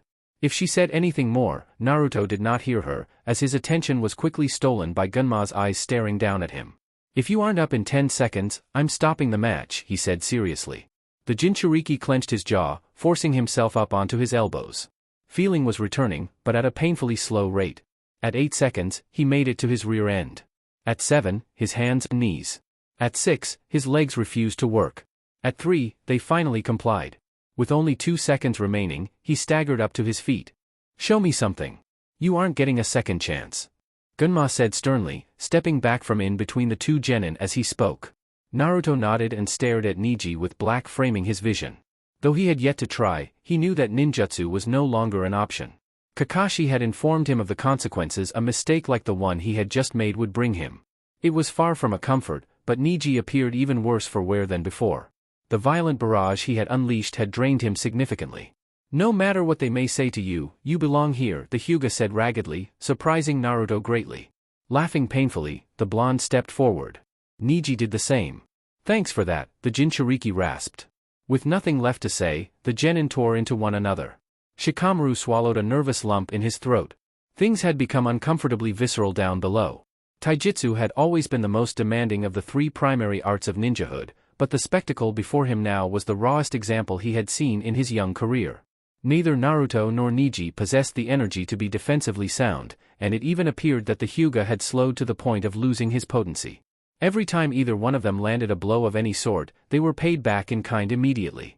Niji's strikes were tighter and more compact. He tended to get to the target first, but when stripped of their ancillary abilities, it was clear that Naruto hit a fair bit harder. Each punch he landed moved the Hyuga around, while Niji could only stun him momentarily. "This is a dogfight," he said aloud. Kakashi nodded solemnly. Whatever plan the Jonin had laid out for Naruto, it clearly had not featured engaging in a drawn-out slugfest. Unfortunately, no other options remained. It was do or die, and Naruto had recognized that fact. He won't be able to fight again today. "No way in hell," Satsuki said. The Uchiha's voice was calm, but her hands were gripping her armrests tightly, and her knuckles were white. Her desperate call for her teammate Rise had been a dead giveaway of how she was truly feeling. Kakashi drummed his fingers on his thigh. "The medical staff are always top-notch for the final round. On top of that, he heals faster than most. Don't get ahead of yourself," he said with as much assurance as he could muster. Shikamaru flinched as Naruto leaned directly into Niji's shin bone, which caught him square on the forehead. The Hyuga then grabbed him by the back of the head, drove a knee into his ribs, pushed him away, and punched him clean across the jaw as he stumbled away. "He doesn't even have the energy to fight like a Hyuga anymore," the Nara said with hollow humor. "Most of the time, the amount of chakra that style of taijutsu requires is small enough to not matter a ton, but in a fight like this, endurance is everything," Kakashi said. Naruto then came roaring back, catching Niji on one leg during an attempted kick with a forceful counter that sent him reeling. "God, there's so much blood," Satsuki said, her face twisted up in discomfort. Shikamaru had long ago noticed that Satsuki was far from a fan of gore, which was certainly understandable given her history, but in this case, her squeamishness was relatable. Niji was bleeding from a litany of gashes all over his body, and Naruto's mouth, nose, and even one of his eyes were spilling red. "A little too much, I'd say," Shikamaru agreed. The group said little else over the following several minutes. They simply watched in tense silence as their comrade valiantly, brutally, pushed on. After a time, Satsuki spoke once again. "I think this is gonna be over soon," she said vaguely. Shikamaru frowned. While both Naruto and Niji were being pushed to the brink, neither appeared ready to drop just yet. More confusingly, Kakashi echoed her. "Good eyes," he said curtly. The shadow user took a closer look at both of them, and came upon a rather obvious answer. Both were utilizing their Sharingan. There were things they could see that he simply could not. Taking a deep breath inward, Shikamaru leaned forward in his seat. "Finish him off, Naruto. You've earned this. Go and take it." Red saliva flew from both genin's mouths as they cracked one another with simultaneous hooking punches. They both staggered back a step, but kept their footing. While the exchange was outwardly even, Naruto knew he had won it. The punch had stung him to be sure, but he felt no ill aftereffects. Neji, on the other hand, was forced to open and close his mouth several times to ensure that his jaw had not been broken. If the Hyuga took the apparent injury seriously, he did not show it, as he re-engaged quickly. Shooting out a straight palm toward Naruto's face, Neji was made to miss by a minuscule margin as Naruto jerked his head offline and seized his wrist. Pulling the Hyuga in, the Jinchuriki stepped off to his right, released his grip, and nailed Neji upside the bottom of his chin with an uppercut that snapped his head upward. Somehow, someway, the Hyuga did not fall. He wobbled, and staggered back, but remained on his feet. Naruto did not pursue him immediately. He simply watched in burning exhaustion as his foe regained his senses. He had no sympathy for him. He simply did not have the energy to take advantage. He had been attempting to force what little reserves of chakra he had left to the surface for several minutes, but he had yet to break through the damage Neji had done to his pathways. He was close, but there was still work to be done. Finally finding the strength to press on, Naruto walked him down and raised an arm to absorb the impact of a kick aimed for his head. Following the strike back to its source, Naruto swept Neji's supporting leg out from under him. The Hyuga caught himself on his hands and knees before he could fully drop. As Naruto stepped in further to attack his compromised foe, he was caught unaware by Neji whipping his head upward and slamming the back of his head into his chin. Naruto backed up a step, wincing in pain. As spent as he was, Neji still dredged up enough energy to hit him twice more across the face before allowing him to retreat. The Jinchuriki wiped blood out of his eyes. He had never experienced exhaustion quite to this extent. His entire body burned, and nothing sounded more appealing than dropping flat and passing out. Deep down, winning still mattered more to him. He had come too far, and suffered too much to let victory slip away. Reaching deep into the furthest reaches of his body, Naruto grabbed hold of the burning, unsavory chakra he had worked to suppress since the beginning of the match. He would do what was necessary, even if it meant exposing himself to an already unsupportive crowd. Ripping the dark power up to the wall Neji had built up inside of him, Naruto forced the gates open with every ounce of will he had left. Beginning a slow advance toward Neji, Naruto's eyes flashed red. The Hyuga moved to meet him. The boys clashed for the 1000th time, with the blonde being struck clean on the cheek by the heel of Neji's palm. It mattered not. Crossing his arms in front of himself, Naruto poured the absolute last of his chakra into recreating the serrated blades he had used to cut the Hyuga time and again. Naruto slashed his arms down across Neji's chest, creating intersecting wounds that formed an X. He had cut him deeper than ever before. The Hyuga lurched over, his weight falling onto his opponent. The Jinchuriki was the only thing holding him up. Pushing him back by his shoulders, Naruto watched him slowly fall to the ground. Within moments, Gunma was present, standing over the fallen genin. Naruto stepped away and allowed the proctor to do his job. After 20 seconds or so, Gunma waved his hands over Neji. Whether he was fully unconscious or not, Naruto did not know, or particularly care. He was too tired to think clearly. He hardly registered his wrist being grabbed and raised up into the air symbolically, or Gunma announcing him as the winner. His body gave out the moment the proctor released him. With nothing left, Naruto fell forward, and joined Neji in the dirt. Chapter 47. Hiruzen briskly made his way through the twisting halls of the arena's interior. A nervous sweat dripped down his brow with each hasty step. A leader was not meant to play favorites. It was a conflict of interest. And yet, he had abandoned his post of honored observer for his own personal feelings. He had seldom been as reliable as he should have been in recent years, and he was determined to break that trend. Naruto and Neji had waged perhaps the most brutal war of attrition Konoha had ever hosted during the exams, and while the blonde had emerged the victor, all immediate impressions suggested that he was the worse for wear of the two. Containing his bias in favor of the young Jinchuriki had been difficult during the battle itself, but utterly impossible immediately following the aftermath. Rounding the final corner, Hiruzen's ears picked up on the hustle and bustle of the primary infirmary. With his eyes darting back and forth to each door he passed by, he quickly found what he was looking for. Through a slight crack in the doorway, he spotted Naruto within the fourth door on the left side of the hall. Pushing the door open and stepping inside, the Hokage ignored the customary bows of respect the medical staff within took. Instead, he immediately focused his attention on the bed in the middle of the room, where Naruto's battered form lay. "How is he doing? Be detailed," he ordered the lead medical ninja, a man of middle age with salt and pepper hair. The medic's expression took on a grim character. He just arrived, but from what we've been able to discern, he's in far worse shape than we initially thought. His liver is badly damaged, his stomach is ruptured in 2 places, and his heart is working overtime to keep him alive. That's not even mentioning the internal hemorrhaging, he said. Hiruzen shuddered. The gentle fist was a grave misnomer for the style of taijutsu the Hyuga clan practiced. It was far more brutal than any traditional form. Can you heal him? The elderly leader asked urgently. The lead medic made his way around to the opposite side of the bed, signaling several others to join him. His body is already starting to mend the more minor wounds on its own, so that makes things a bit easier, but the rest is going to be tricky. He's lucky to still be alive. We can heal him, but we'll need at least an hour, he explained. Hiruzen relaxed somewhat. A total of 3 matches remained until Naruto's task in the semi-final round. The final 2 quarter-final matches, as well as the first semi-final. There was ample time.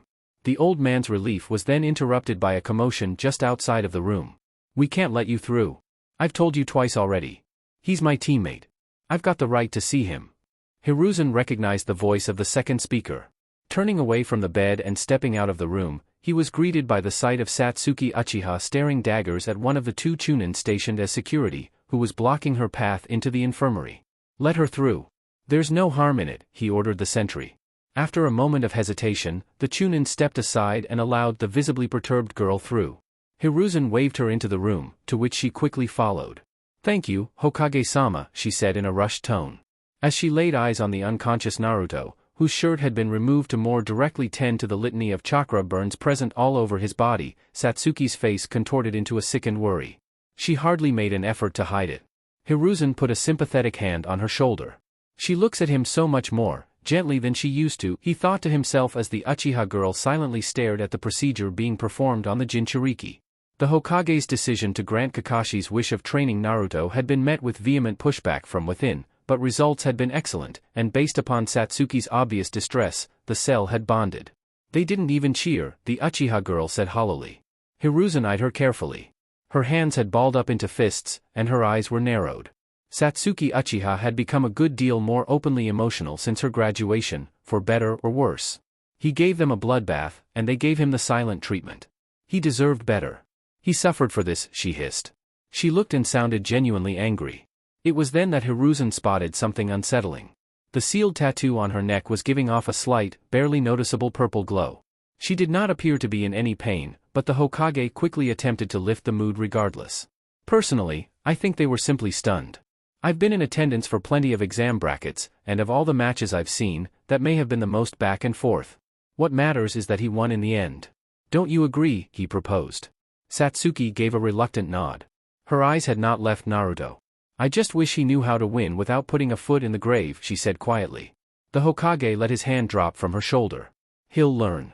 Someday, at least. For now, I'd appreciate it if you kept him in one piece, he replied.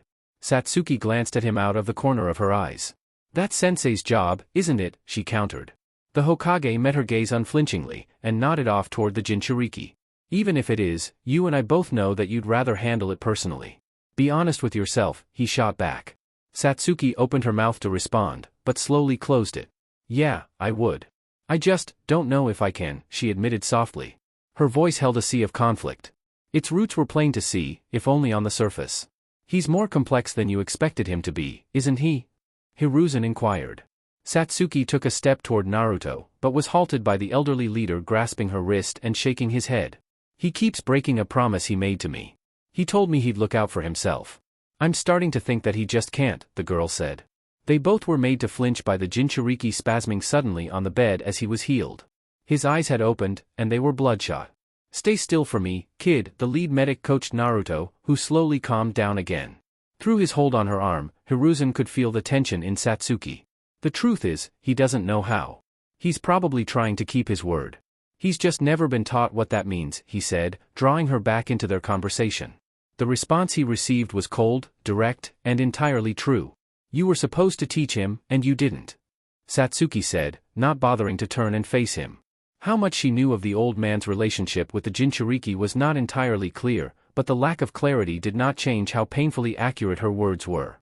Finally conceding, Hiruzen released her and allowed her to slot herself into a gap between two of the medics. She did not cry. She did not berate Naruto for his recklessness.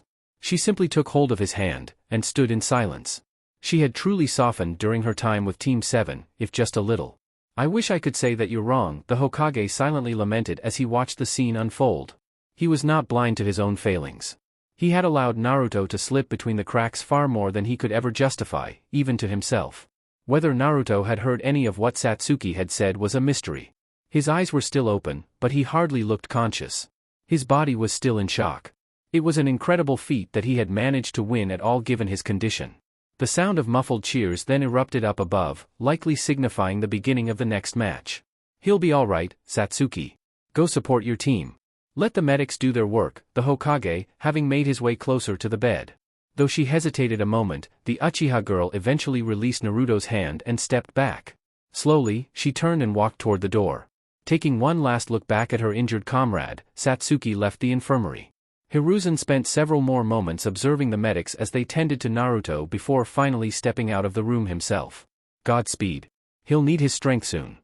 Shikamaru let out a long sigh as he strode toward the center of the arena, where Temari and Genma already awaited him. He was well over 2 minutes late, and the crowd was letting him know exactly how they felt about it. Boos and jeers were raining down, and they didn't seem poised to stop. Shoving his hands into his pockets, the Nara picked up speed and briskly shuffled to his designated position across from his foreign foe. "Took you long enough. We can start off slow if you're feeling nervous." Temari joked with a smirk across her lips. Shikamaru gave her no outward reaction. "I got lost on the way," he replied, drawing a raised eyebrow from the proctor. Unfortunately, he was being entirely honest. He had been half asleep during the briefing early that same morning, and had forgotten the route to the arena's interior. "Kind of a habit of yours, seems like," Temari said. Genma then cleared his throat to silence the conversation, snapping both genin to attention. "We're already behind schedule, so let's make this quick.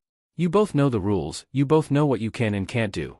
The match is over when one of you is dead or incapacitated.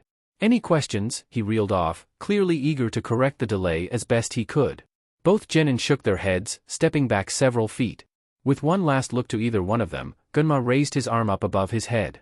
"If you're both ready," he began, pausing momentarily for effect. Even in a rush, it appeared that theatrics were still a staple of the Chunin exams. "You may begin," the proctor announced, chopping the arm down toward the ground. Temari immediately leapt backwards, a motion Shikamaru mimicked. Once both had settled at their preferred range, immediate conflict ensued. Wasting no time at all, the Suna genin unfurled her fan and whipped it at a sharp angle in front of herself. "Ninja art, wind scythe," she yelled, sending forth a violent torrent of serrated wind in Shikamaru's direction. The Nara's eyes flicked over to a nearby tree, his form flickering a moment later. Narrowly avoiding bisection, the leaf genin made a hard dash for the shelter he had spotted. Though he managed to evade the worst of the hurricane sent his way, he was still jerked off balance by the outer winds, forcing him to awkwardly catch a branch and dangle from it. "She starts hot. Same as with chess," he thought to himself, dropping back down to the ground with his eyes keenly fixed on Temari. The fan wielder was still wearing a smile. She looked quite pleased with herself. "Never took you for a runner," she called out from across the battlefield. Shikamaru ignored her and swept his vision across the vast space. The environment they were competing in did not favor him in the slightest. It was early afternoon, which meant the sun was still high, and the overwhelming majority of the arena was devoid of structures. Shadows were scarce, and his foe could easily chip away at him from a distance. There were ways to work around each individual problem rather easily, but in tandem, his situation was unenviable. Planning would be needed, and with immediacy.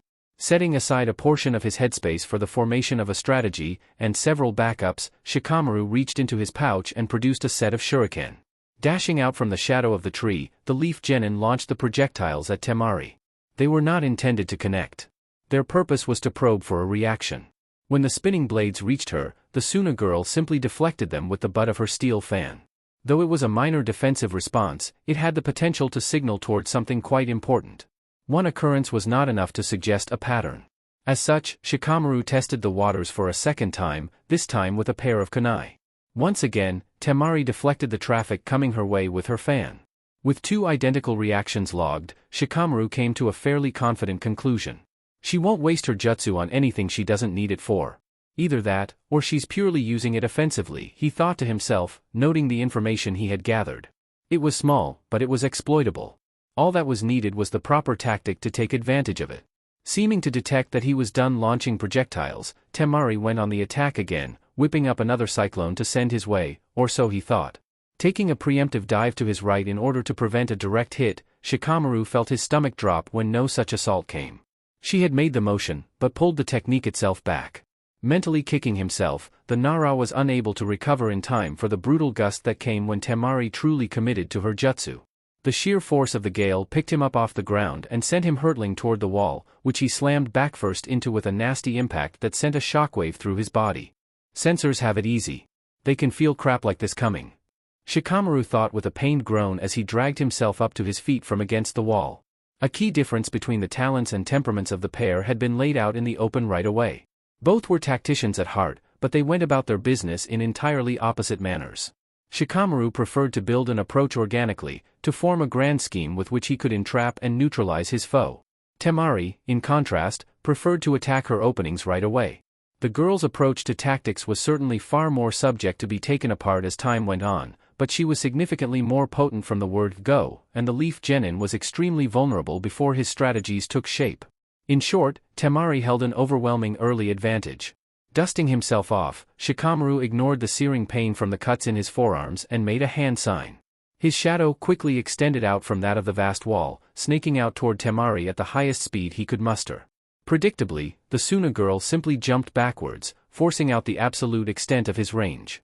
Settling once more mere inches from his control, Temari shot a look of triumph his way. She said nothing, but the message was clear. She had him cornered. Distance was far less of an issue for her than it was for him, and she knew it. Shikamaru cracked a smile of his own. He then altered the flow of his chakra. With a suddenness that shocked Temari from her gloating calm, tendrils of solid black shot out from the shadow she had evaded only moments ago. The new threat caught her by surprise, and froze her with shock just long enough for one of the shadowing limbs to spear out and stab into her left shoulder. Crying out in pain, Temari deflected a second tendril with her fan, causing a shower of sparks to rain down as she retracted once again. Once she was beyond his effective range again, she bared her teeth and gripped her injured shoulder. "That's a new one I've been playing around with. Shadow sewing," Shikamaru said, offering up a vague explanation. Temari ignored him and whipped a gale straight at his position. Retracting his shadow and weaving a sequence of hand seals, the Nara held his ground. Slamming his palms down into the dirt, he unveiled another newly acquired jutsu. "Earth style, mud wall," he yelled out as an earthen slab rose up from the ground just in time to insulate him from the cutting wind. The result of the impact provided a second key insight, as the shield held up under the battering Temari's fan dished out. Heartening as the revelation was for the sake of what he now had in mind, he knew all too well that sitting still would cost him. Sprinting out from behind his barrier, Shikamaru threw another volley of shuriken Temari's way. As she had before, the fan wielder deflected them with ease. Once the shelling was over, she unleashed another blast from her fan, to which Shikamaru offered up the same earthen defense as before. This sequence repeated itself numerous times until the Nara had run a full circle around the arena. "Sit still," Temari yelled after her seventh failed attempt to crush him with her fan. Shikamaru's heart was pounding out of his chest, both from the exhaustion of sprinting full throttle for nearly 2 minutes straight, and from the awareness that Temari would almost certainly catch on to his scheme fairly soon. He hadn't been as subtle as he could have been. With no preparation left to be done, Shikamaru dropped to a knee and made the seal for his shadow possession. In line with her prior reaction to his shadow, Temari retreated, but this time, rather than unleashing his physically damaging variant of the jutsu, Shikamaru retracted his shadow the moment she had backed up a serviceable amount beyond his reach. He then set his plan into motion. Though Temari had evaded his frontal assault with ease, she barely managed to avoid the shadow that crept up on her from behind. Soon enough, she was dodging alternating tendrils from all directions, though always one at a time. Due to the northward leaning of the shadows as a result of the sun's southern position, the mud walls that Shikamaru had erected on his current side of the arena poked out from the wall of the shadow, extending his range significantly on one side. Additionally, the wall's shadow was one single entity, allowing the Nara to dictate the exit point of his shadow from the arena's entire circumference. With the extension of his range from the front, he was able to push Temari in numerous directions before cutting her off with his shadow when she attempted to move. He was not capable of wielding multiple shadows at once, which limited his ability to trap her, but she could only evade for so long before making a mistake. At present, she was doing an admirable job of keeping herself out of his reach, but it was only a matter of time. For nearly 30 seconds, Temari weaved her way around the danger at her feet. Little changed in this time, but once another half-minute had passed, she altered her tactics. Waving her unfurled weapon in a circle around herself, she whipped up a cloud of dust around herself. Eagerly attacking her momentary status as a stationary target, Shikamaru stabbed his shadow into the obstruction, connecting it to hers immediately. That was easier than I thought it'd be, he thought to himself triumphantly. His elation was short-lived. It became clear quickly that things were not as they seemed, as a figure emerged from the cloud of dust. Tamari herself. It took Shikamaru no time at all to recognize his mistake. I caught a clone. Shit, he hissed under his breath. Though he disconnected his shadow from the doppelganger as quickly as he could, it was too late. Jumping straight up, Temari slammed her open fan down onto the ground with a grunt of effort. An omnidirectional wave of wind flew out from the point of impact. Apparently, she had put a significantly larger amount of force into the jutsu, as the wave completely shattered each and every mud wall. In an instant, she had rendered his painstaking work for naught. For a brief moment after the skirmish, they both simply stood still, breathing heavily. Both had expended a significant amount of physical stamina and chakra. "You're a real piece of work, Shikamaru," the fan wielder said between deep breaths. Her clone had been destroyed alongside the walls. Shikamaru forced a smile to cover his frustration. "And you're a pain in the neck," he retorted, standing up from his knees as he spoke. Temari tilted her head to one side coyly. "Come on, I didn't bite you that hard," she laughed suggestively. Though he was usually opposed to her constant need to make an innuendo of every word he said, Shikamaru found that he was too tired to care. And so, he said nothing, and resumed thinking. Gaara impatiently drummed his fingers on his bicep as his sister participated in a slow, tactical dance with Shikamaru. Beyond his personal distaste of the Nara in general, he found the spectacle down below to be intensely uninteresting. Shikamaru was limited in what he could and could not do, and while Temari's skill set was no less narrow, she likely could have overwhelmed him minutes ago by simply enforcing a faster pace. Giving him time and space is a death sentence. He's smarter than you are. You can think on your feet, but you can't outfox him. Not even I could. Gaara silently projected to his sister. Acknowledging his own psychological defeat to the Leaf Genin was some distance from pleasant, but the fact remained that Shikamaru Nara was a daunting opponent within a specific context. A context Temari was willingly giving him. It was frustrating to watch. He's managed to freeze her up with the mere suggestion of offense. Gaara pondered. Shikamaru certainly had the capability to be much more imposing than he seemed. While his arsenal was lacking in variety, any success at all on his part likely spelled disaster. He had also proven himself capable of damaging Temari. He did manage to injure one of her shoulders. She's usually more difficult to dissuade than this, but that last scare tied her hands, it seems, the redhead thought to himself. While he did indeed find the match to be tedious, in truth, he was also well and truly sick of waiting for his own to begin. Satsuki Uchiha was not his primary target, but she was undeniably fascinating, and thanks in large part to Shikamaru's meddling, Gaara had been deprived of an outlet for weeks. He was starving, and he was eager to feed. "I'll pay him back for it if I have the time," the Jinchuriki thought to himself with relish, knowing full well what was to come. Shelving the thought for the moment, Gaara turned his attention back to the festivities in the arena. His timing was well chosen, as it appeared that the match was reaching a turning point. Temari had launched Shikamaru a significant distance into the air with one of her cyclones, and the Nara was falling. Quite a fall. That might be the end of this. Gaara said aloud, glancing at Kankuro, who stood silently at his right side. The puppeteer nodded in agreement. "Could be. I hope it is. This has been tense," he said. The redhead held back a laugh at just how seriously his brother was taking the ordeal. The matches were a mere front. A buffer for the true objective. Although Gaara was hardly invested, what came next surprised even him. Shikamaru pulled himself up from the dirt as his ears rang. His impact with the ground had been harsh. All of him hurt, and he was fairly sure he was concussed, but he was still conscious, and he could still think. That much was worth celebrating. Seeing double, the Nara narrowed his eyes and held his ground as Temari prepared to attack him with her wind once again. He was out of options. He had no time to build up an elaborate plan. He needed to act, and quickly. Forcing his mental cogs to spin into overdrive, Shikamaru threw together a bare-bones plan of attack. It had a reasonable chance of featuring his grave injury, but given the time frame he was working with, it was far better than nothing. Forming hand signs, he pressed his hands into the dirt again. Just as a mud wall rose up from the ground, Temari launched her umpteenth gale.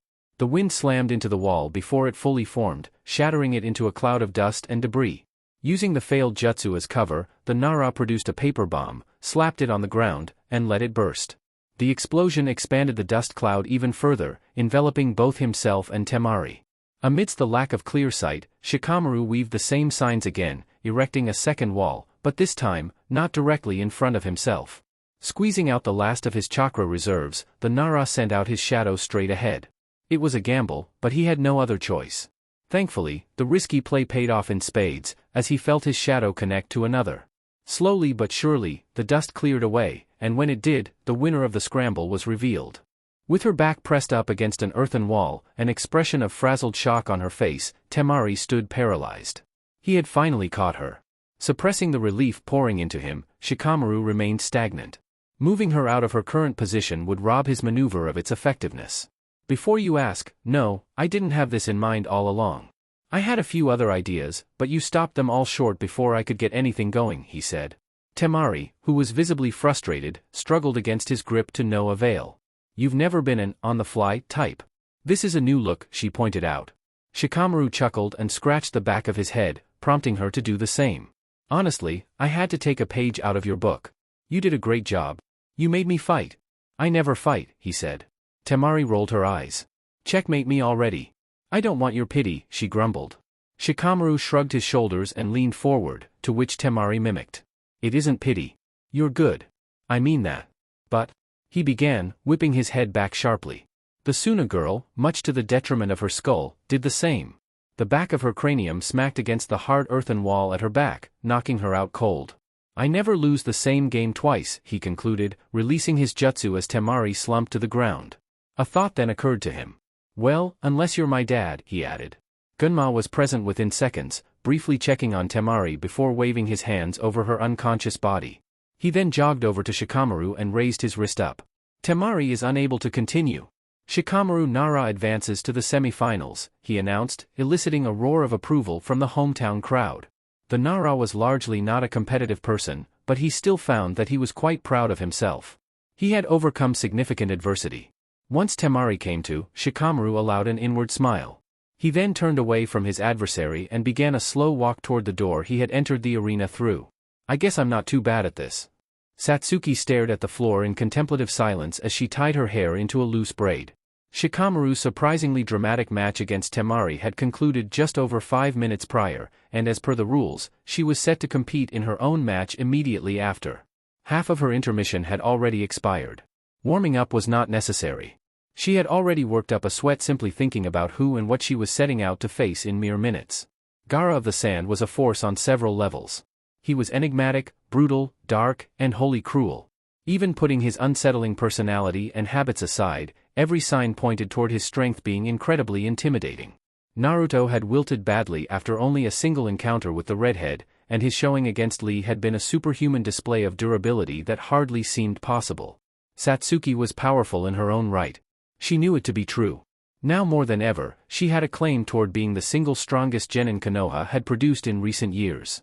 And yet, she could not fully escape the feeling that she was not ready. It was not a lack of confidence or drive. She had both in spades. It was simply a gut feeling that dictated that Gaara was far beyond what she was expecting. That she was unprepared to deal with the Jinchuriki's full wrath. He's in my head, and I've never even had a conversation with him, she mused, kicking herself mentally for allowing doubts to creep with her task to close at hand. The match had taken on an entirely different character in her mind compared to how she had felt during the preliminary round. Back then, she had viewed the competition as exactly that. A contest. Something that could be won or lost with little long-term consequence. Now, she was defending something. Blue eyes and blonde hair flashed across her mind. I'm not letting it happen. No way in hell, she thought firmly. Perhaps it was because she knew of Gaara's fascination with Naruto. Perhaps it was simply a byproduct of the layered emotional attachment to her teammate that she had finally acknowledged. Perhaps there was no good reason at all.